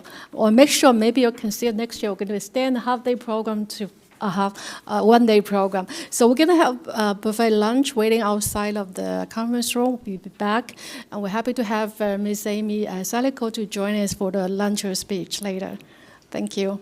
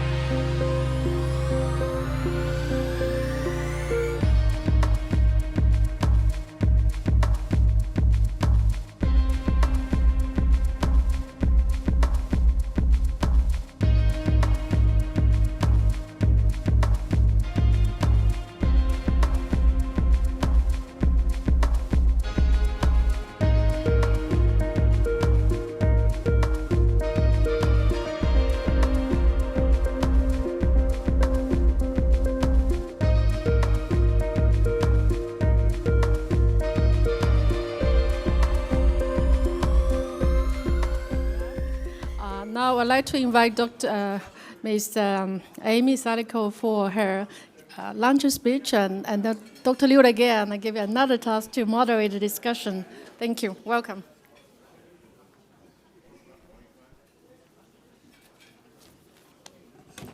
I know that you are all enjoying your lunch and networking, but we do have a very exciting lunch speaker.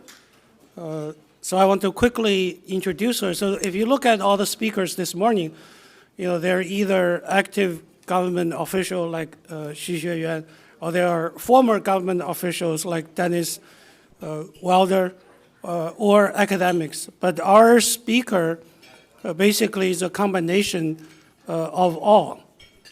So she started, of course, as a college student. I checked, and her aspiration was to become a historian of China. And then something happened. I don't know what happened, but Amy will be able to share with us that she stopped pursuing the academic dream and joined the Foreign Service. And that is a very exciting career. Very rarely you run into someone who had worked at 4 U.S. government agencies.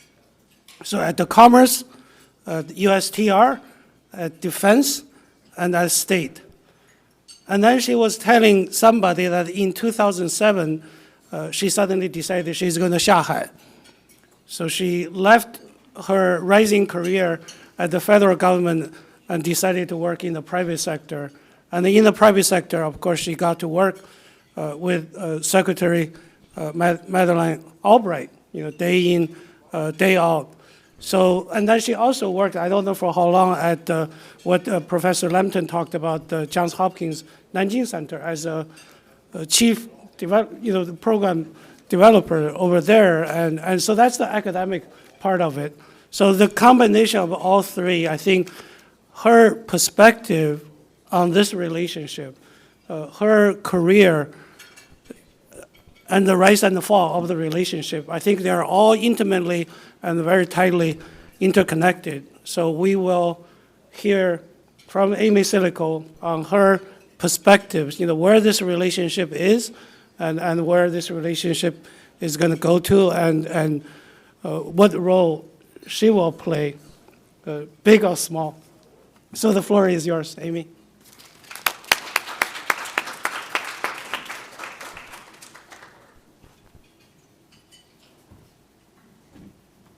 Thank you so much, Yahweh, for that kind introduction.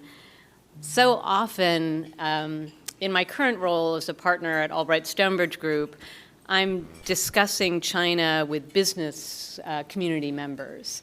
And so, of course, I refer to myself as a one-trick pony because all I've ever done in my 30-year career is China. But here I am standing before all of you, and of course, most of you outdo me on that.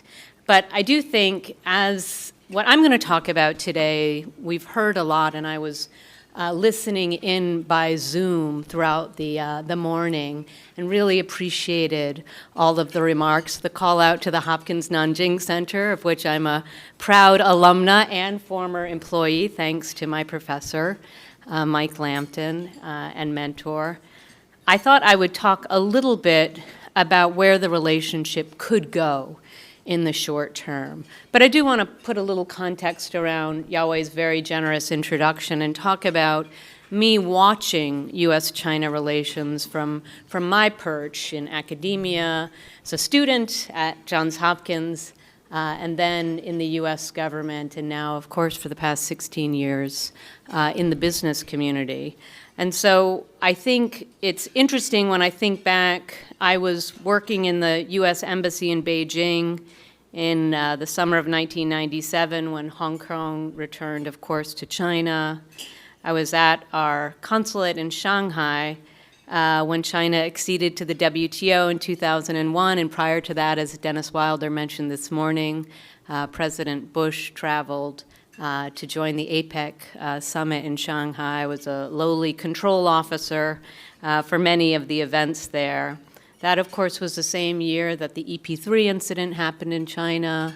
And, watching the way that our two countries were able to manage a very, very difficult event is remarkable today, because I think all of us would shudder to think what would happen if there were some kind of military accident between our two countries today. But back then, in the spring of 2001, of course, China wanted to join the World Trade Organization. The United States was a major supporter of that, and we were trying to finalize negotiations.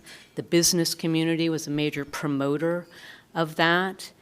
China was going to be hosting APEC that fall, and so there were so many reasons between the two governments to manage that crisis that happened when there was an accident. And of course, a Chinese pilot's life was lost and American airmen landed on Hainan Island. Thinking back on it, that those American service members were sent back home with no problem, the plane eventually was sent home, is something that we all need to aspire to again today.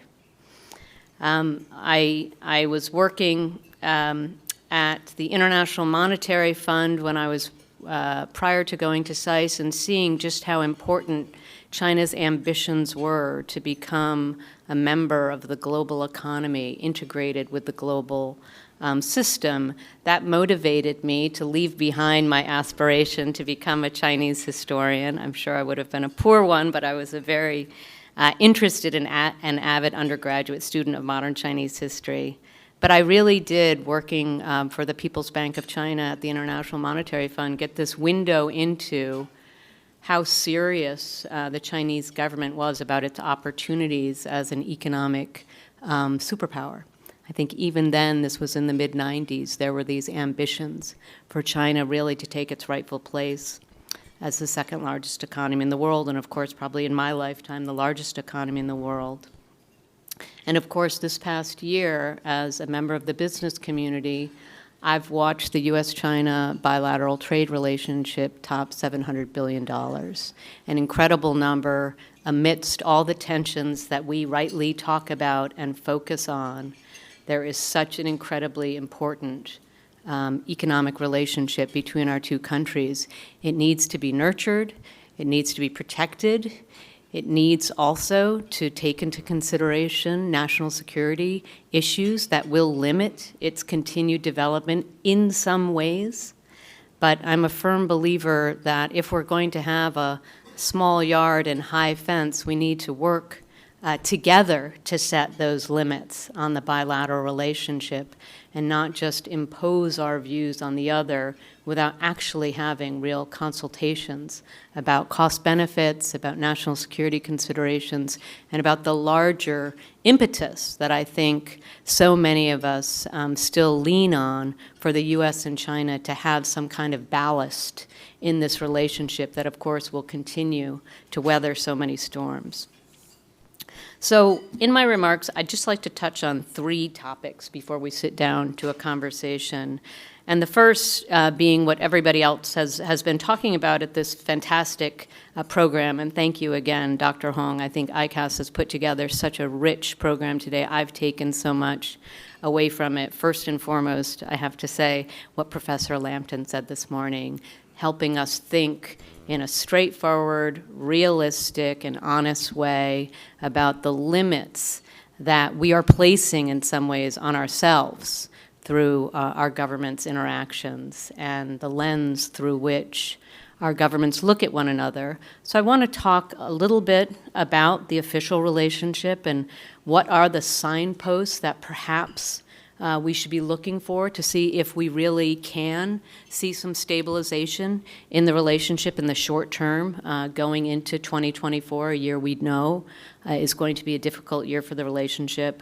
I would like to touch upon the issue that I work on day in and day out, and that is how geopolitical and economic issues are impacting American companies operating in the China market, because I think the American business community, just like the Chinese business community, are very important stakeholders in promoting the benefits of the relationship. And as you've heard from others, and as you'll hear from me, of course, there is lowered levels of optimism on both sides about the trade and investment flows that our two countries can see in this current environment.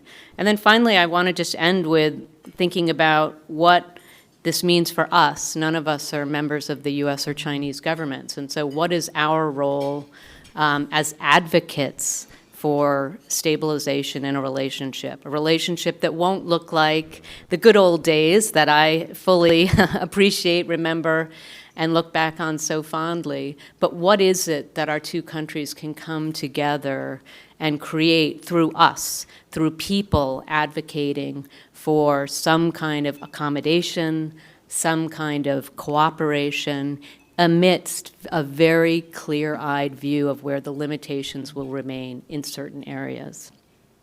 So I thought I would start off talking just very briefly about some of the signposts that I think we're going to be looking at, even as quickly as this week in the U.S., to give us an idea of when President Xi, and we really are, knock on wood, hoping that President Xi comes to San Francisco in a few weeks from now. But I think this week is a good place to start. Of course, the Belt and Road Forum happening in Beijing right now, the over 100 countries that are represented there, and the conversations that President Xi is having with global leaders that in some ways are tearing apart this idea of the U.S. and China coming together.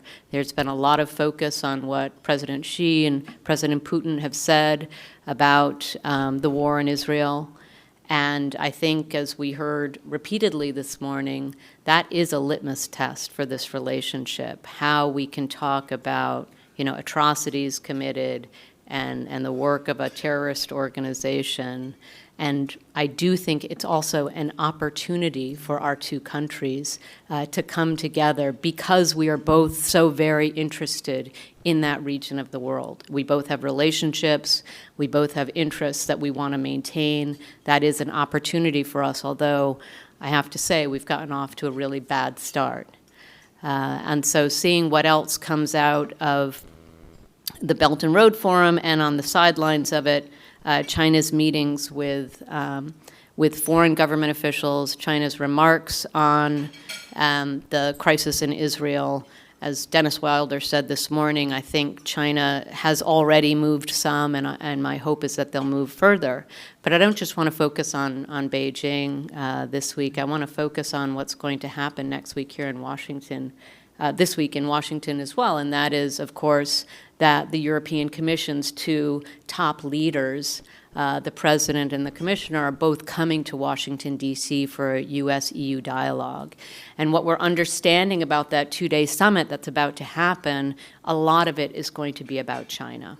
Unsurprising, as many have said today, these issues around global supply chains and resilience, redundancy, de-risking are all going to be part of that discussion, but so will Israel, so will Ukraine, and so will Taiwan, be issues that these three leaders, President Biden and these two European Commission leaders, will be talking about. And I think what's important for all of us to listen is where is the part of the conversation that will be focused on what we can do with China together. And where China, as so many other speakers have said, is so critically important in dealing with global issues of concern.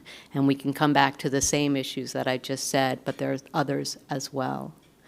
And then, of course, we're looking at the sidelines of the APEC meeting. Of course, Foreign Minister Wang Yi will be here, we hope, first next week, laying the groundwork for President Xi to arrive. Fully agree with my colleague Paul Triolo, who mentioned that today's announcements coming out of the Commerce Department shouldn't be derailing opportunities either for the foreign minister to come here or, of course, for President Xi. These updates to these October 7th rules have been known about for quite some time, and the U.S. government has been coordinating with China so that there's no surprise in the lead up to President Xi. Clearly, as would be the case of any global leader doesn't want to be embarrassed and surprised before he comes to the United States. And I think that kind of courtesy and that kind of planning is what our two leaders need to come out of APEC with as well. And I think on that, we really do need to see a shift in the rhetoric coming out of Washington and coming out of Beijing in talking about the global competition that the U.S. and China will continue to wage, but not as a zero-sum game. And although I totally agreed with Bill Reich in talking about the analogy of the marathon, you can either win by running faster or tripping the other guy. I think that is a very poor analogy for how competition with China should operate.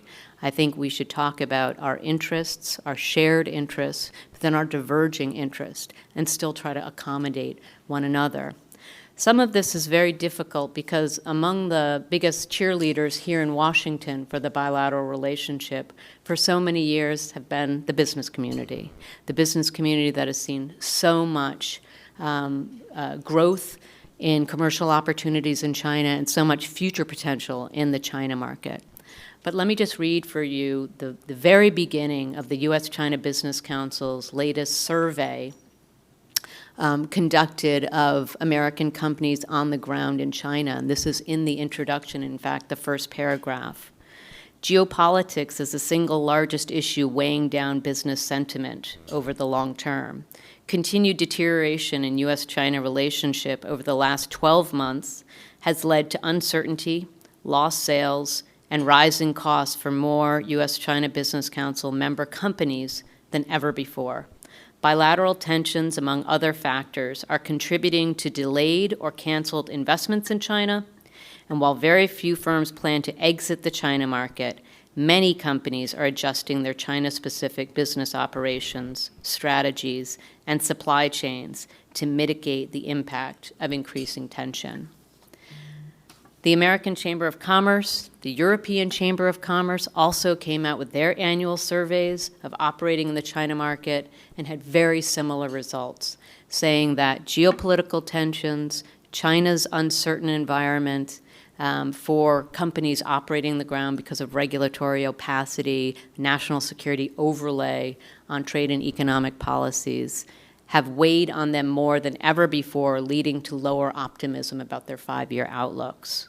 And so for the American business community, it needs to continue to advocate in Beijing in order to continue to have what it wants to have, which is opportunity to continue to grow, to innovate, to source from China, to manufacture in China, and of course to sell to Chinese consumers.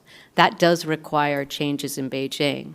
But as Paul talked about in his remarks, it's not just Beijing that is inhibiting American and European business in China. Of course, it's American policy too. And it is this idea of a small yard, high fence, but the yard getting bigger and bigger, and the rhetoric coming out of U.S. government officials that in some way do continue to reiterate that for American national interest, there is a reason to continue to limit the trade and investment relationship. I think that, lest I just continue being negative, I do want to point to a couple areas where the U.S. business community, the U.S. government, together with Chinese counterparts in the business community in Beijing, public policy world, can look at very discrete areas to try to change that narrative, even if it's amidst a very difficult environment. As we all know, fentanyl is a very significant issue for the United States. The use of this illicit drug in the United States is an American problem and one that we need to deal with head-on here in the United States. But the supply of fentanyl coming in mainly through Mexico, with precursor drugs going from China to Mexico, is a massive problem for every American politician because this issue is impacting every community across the United States. I think distinct from somebody earlier who mentioned the increased sanctions on Chinese businesses, actually see that as a positive thing. I think rather than blaming the Chinese government for some grand policy of exporting fentanyl to other countries, I think targeting individual bad actors, whether they're in Mexico, they're in Beijing, or they're in the United States facilitating the importation of these products. That's the way we talk seriously about changing a problem and give China credit for working with us to target companies that are contravening at least the spirit of China's past cooperative agreements with the United States to stem the tide of fentanyl trade. Another area where I think we need to look more closely at, and I think it would be useful for the business community to talk more about, are these issues around data controls. Of course, it's one of the top issues that the American and European business community talks about on the ground in China. China's restrictions on data flows, China's enhanced enforcement of data within China, the collection of data, is a very significant issue for trade and investment.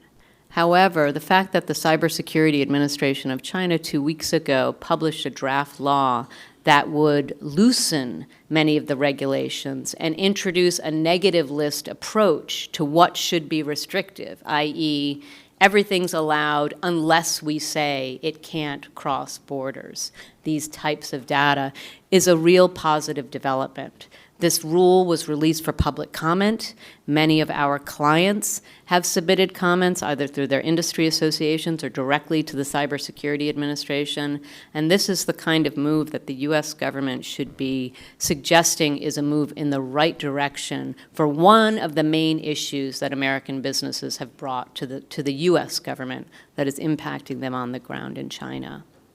And so just in closing, I'd love to get to some questions. I just want to talk about what we all can do outside of the government. And it's following on what I was just talking about. You don't have to be a member of the U.S. business community to want to be an advocate for a return to an overwhelming support for the U.S. and China to have a stable relationship. Advocacy isn't just for business interests or for profit from Chinese companies or American companies. For all of us in this room who aren't in the U.S. government, we have a role in explaining to our public communities across the United States and across China where is the value in U.S. China relations having less tension around them, less uncertainty around them, and how do we benefit from some enhanced areas of cooperation between our two countries. We've already heard from so many of the speakers individual areas, whether it's S&T cooperation or it's national security issues to reduce the risk of unintended accidents or incidents occurring. But this is one thing that doesn't have to be limited to government action. It has to be enhanced among us in talking about this trust deficit that doesn't just exist between our two governments. Unfortunately, as we all know, it is seeping across our countries, the United States and China, as we look at one another through this lens of increased suspicion. And so I just want to end this conference as we talk about continued challenges in 2024 that we know we're going to face. I think if some of those signposts I mentioned around APEC, around the EU-US summit, around Israel, if we see positive developments, we should be among the people saying, let's take advantage of that low-hanging fruit. Let's applaud some small steps, even if they're not getting to these major strategic issues that our two countries face. We can't sit back and do nothing and expect that the relationship can moderate itself. We have to be a part of that discussion. I'd love to talk more about it through your questions. Thank you. So we have about 20 minutes for Q&A, and any questions from the floor? Yep, Dr. Wang. Thank you. Thanks again for Nong, our dear friend, and also your team for putting together this fabulous conference. And my name is Jia Wang. I'm currently the Deputy Director of the China Institute at the University of Alberta. So I did fly in from Western Canada without my cowboy hat.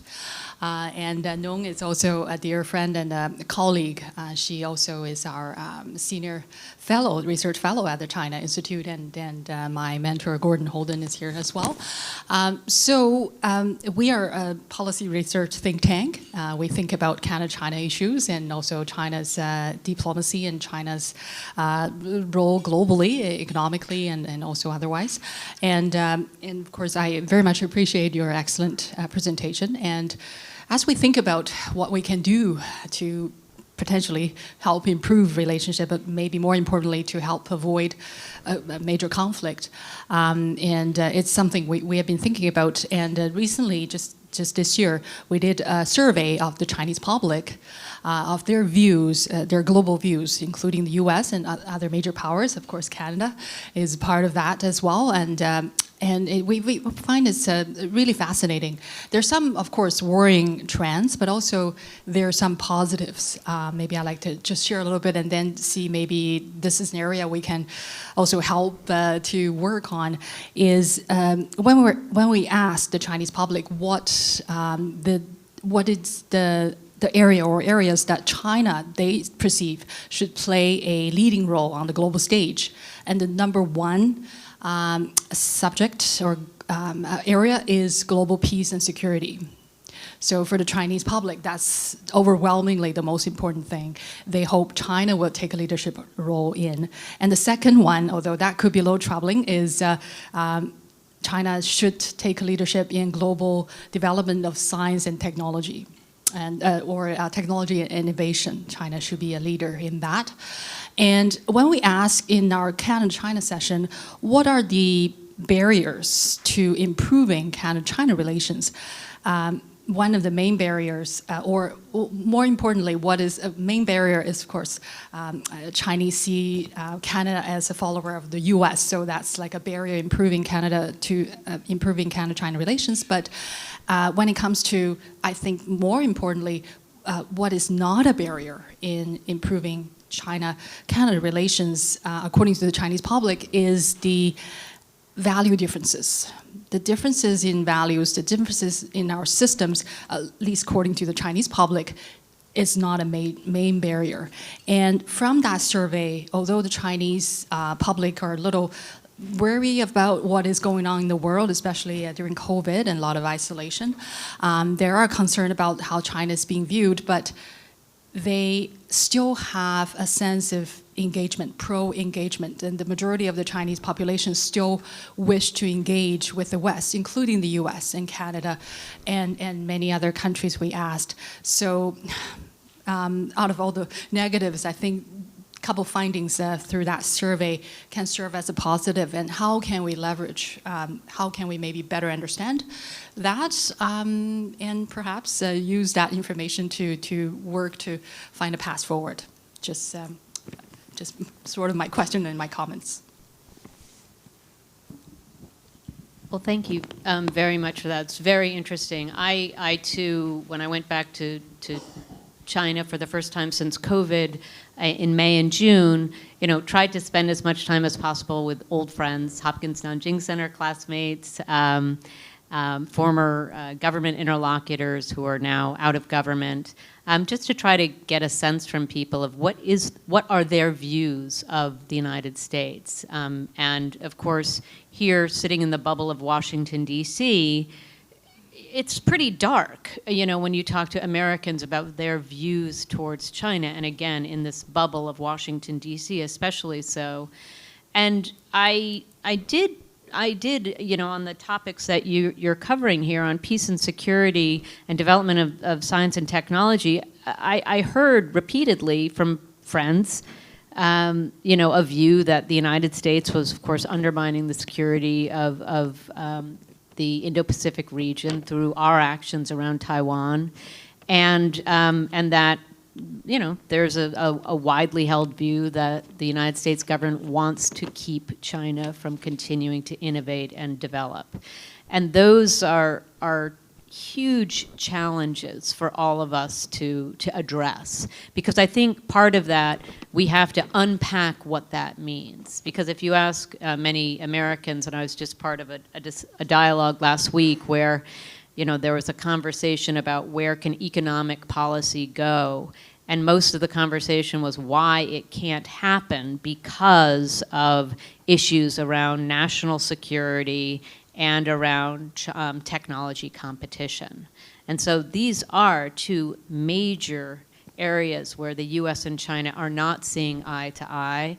And in fact, our government's policies are then coloring the way that we see one another. And so, again, I think it is our responsibility to speak in a straightforward manner to respective governments about where policy moves and rhetoric are bleeding into the broader U.S.-China relationship in a very negative way. Just talking about the consequences of how we talk about one another and how we are setting the stage ourselves as policy, not we, but as our policymakers are impacting just the general public's views of one another. And so I really do think that you've hit on key topics where there needs to be more discussion around the Taiwan issue, around technology competition, so that there can be a deeper understanding here in the United States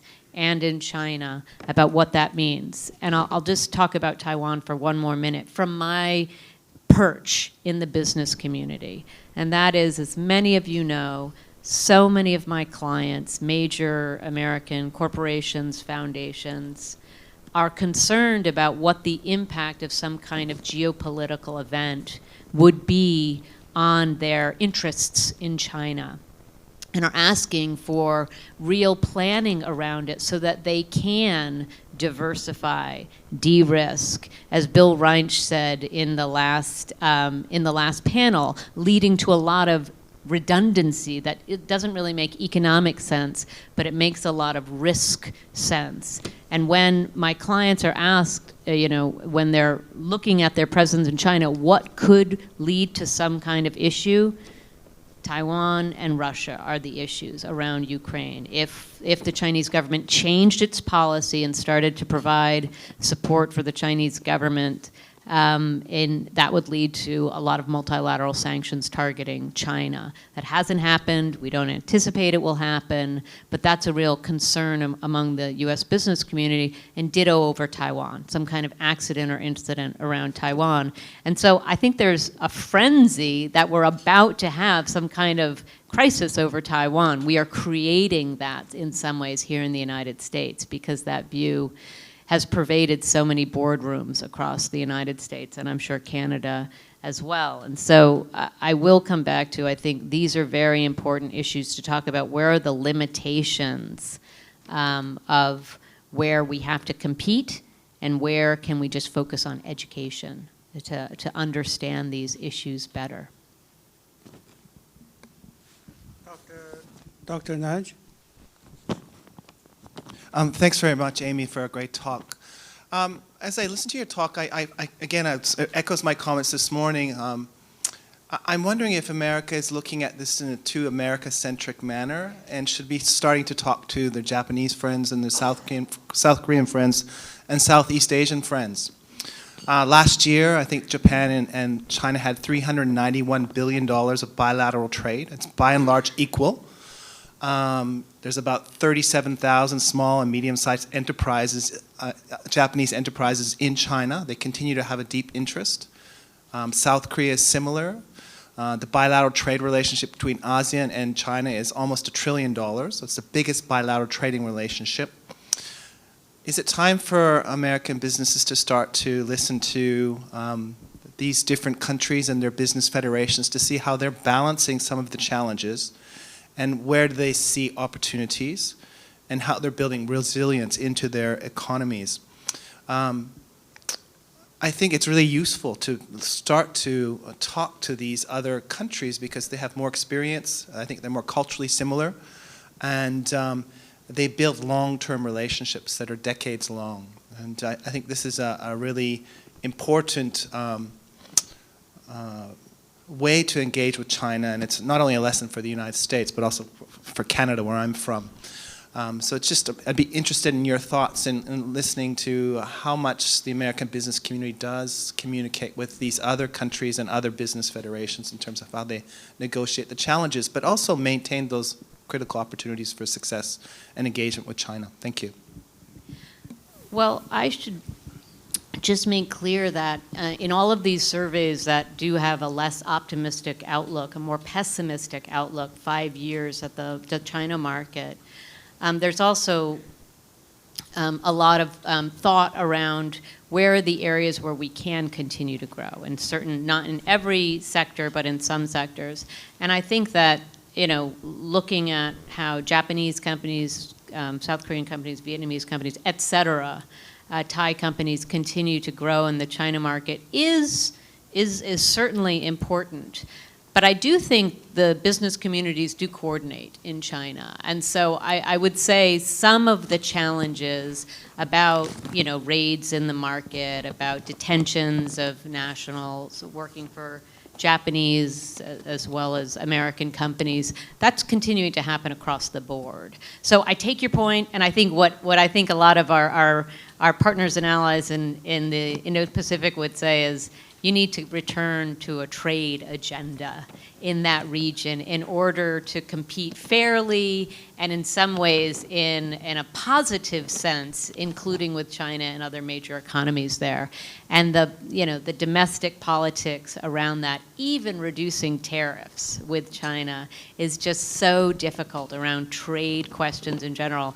It's a real constraint, I think, for us that our friends and allies in the region don't face. And so I think you're right. That's why they face fewer problems with their trading relationship. Not that some of the issues don't exist, but this is where we're tripping ourselves up, I think, here.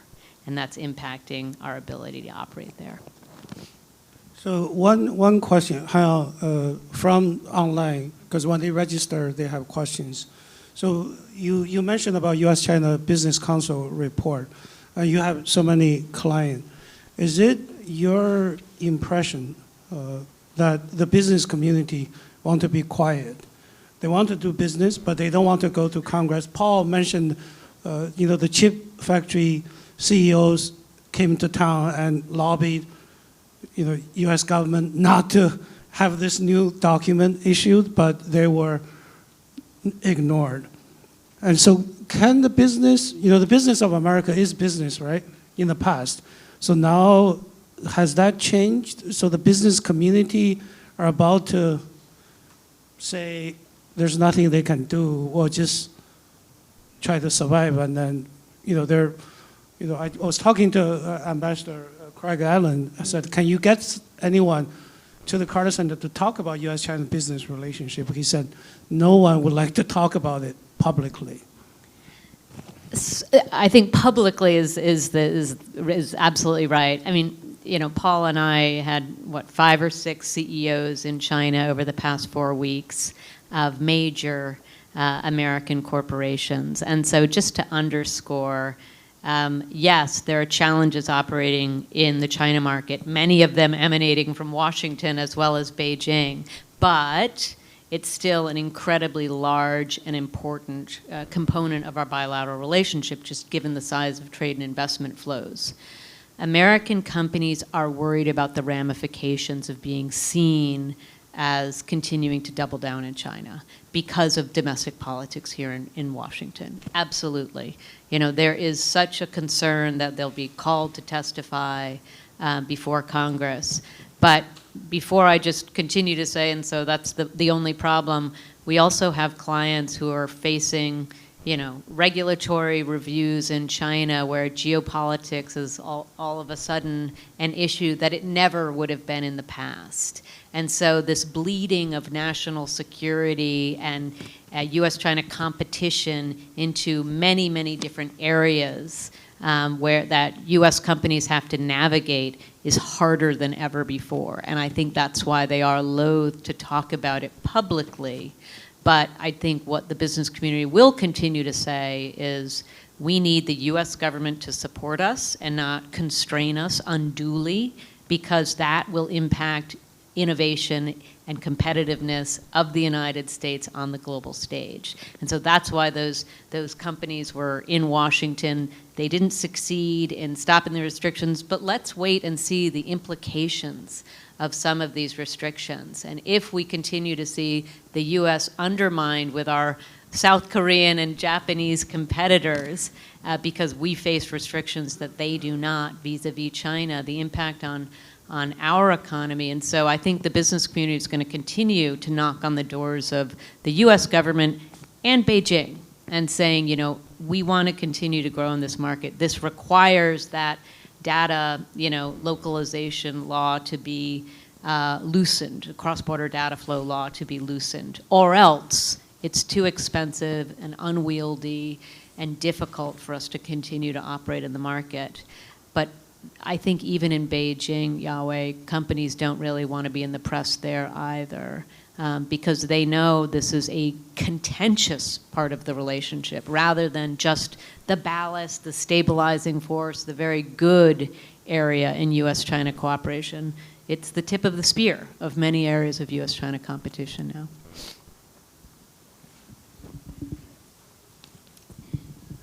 Thank you.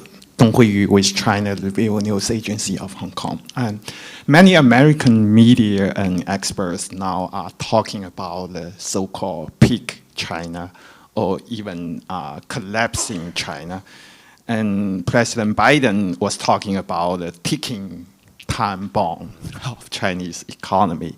How would you assess the situation of Chinese economy, and how would that impact on the U.S.-China relations? I believe that will impact on the kinds of strategy of competition or even cooperation. So how would that impact on the U.S.-China relations? Thank you.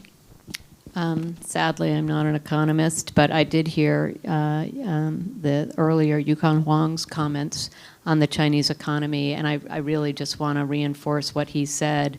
Unfortunately, many of the things that are a drag on China's economic growth are some of the policies that are dragging the private sector down. And so we continue to see that too. And what we're all waiting to see, as I think Yukon really accurately described what we've seen this year in the post-COVID restriction recovery and then it really stalling out. Now, of course, all the talk is China is about to release stimulus. When I was in Hong Kong and Beijing in May, there was such pessimism because the government was refusing to talk about stimulus. And then that changed, it started to change in June, but now it does seem like they're going to take some significant steps to try in the short term to help a rebounding growth. But the challenges aren't cyclical, they are structural. And so they are going to require some very, very difficult steps being taken by the Chinese government. And that will reinforce the interest among foreign investors to continue to be in China. The Chinese government rhetorically has said they're going to continue to open up because there's such a role for foreign investment in helping with this recovery. But we need to see more than just talk. We need to see some action on what that actually will mean. I think that actually wraps up our lunch speech. And shall we thank Amy for sharing her views with us, and Hong Kong is going to conclude the annual meeting of ICAS. Yeah, thank you, Dr. Liu, and thank you especially to Ms. Amy Salico for the wonderful speech and remark following that. So as Dr. Liu mentioned, Amy has gone through a career path from government, from business, policy, education, academia, which has been very well. That are the areas that we need to further understanding the better relationship between China and United States.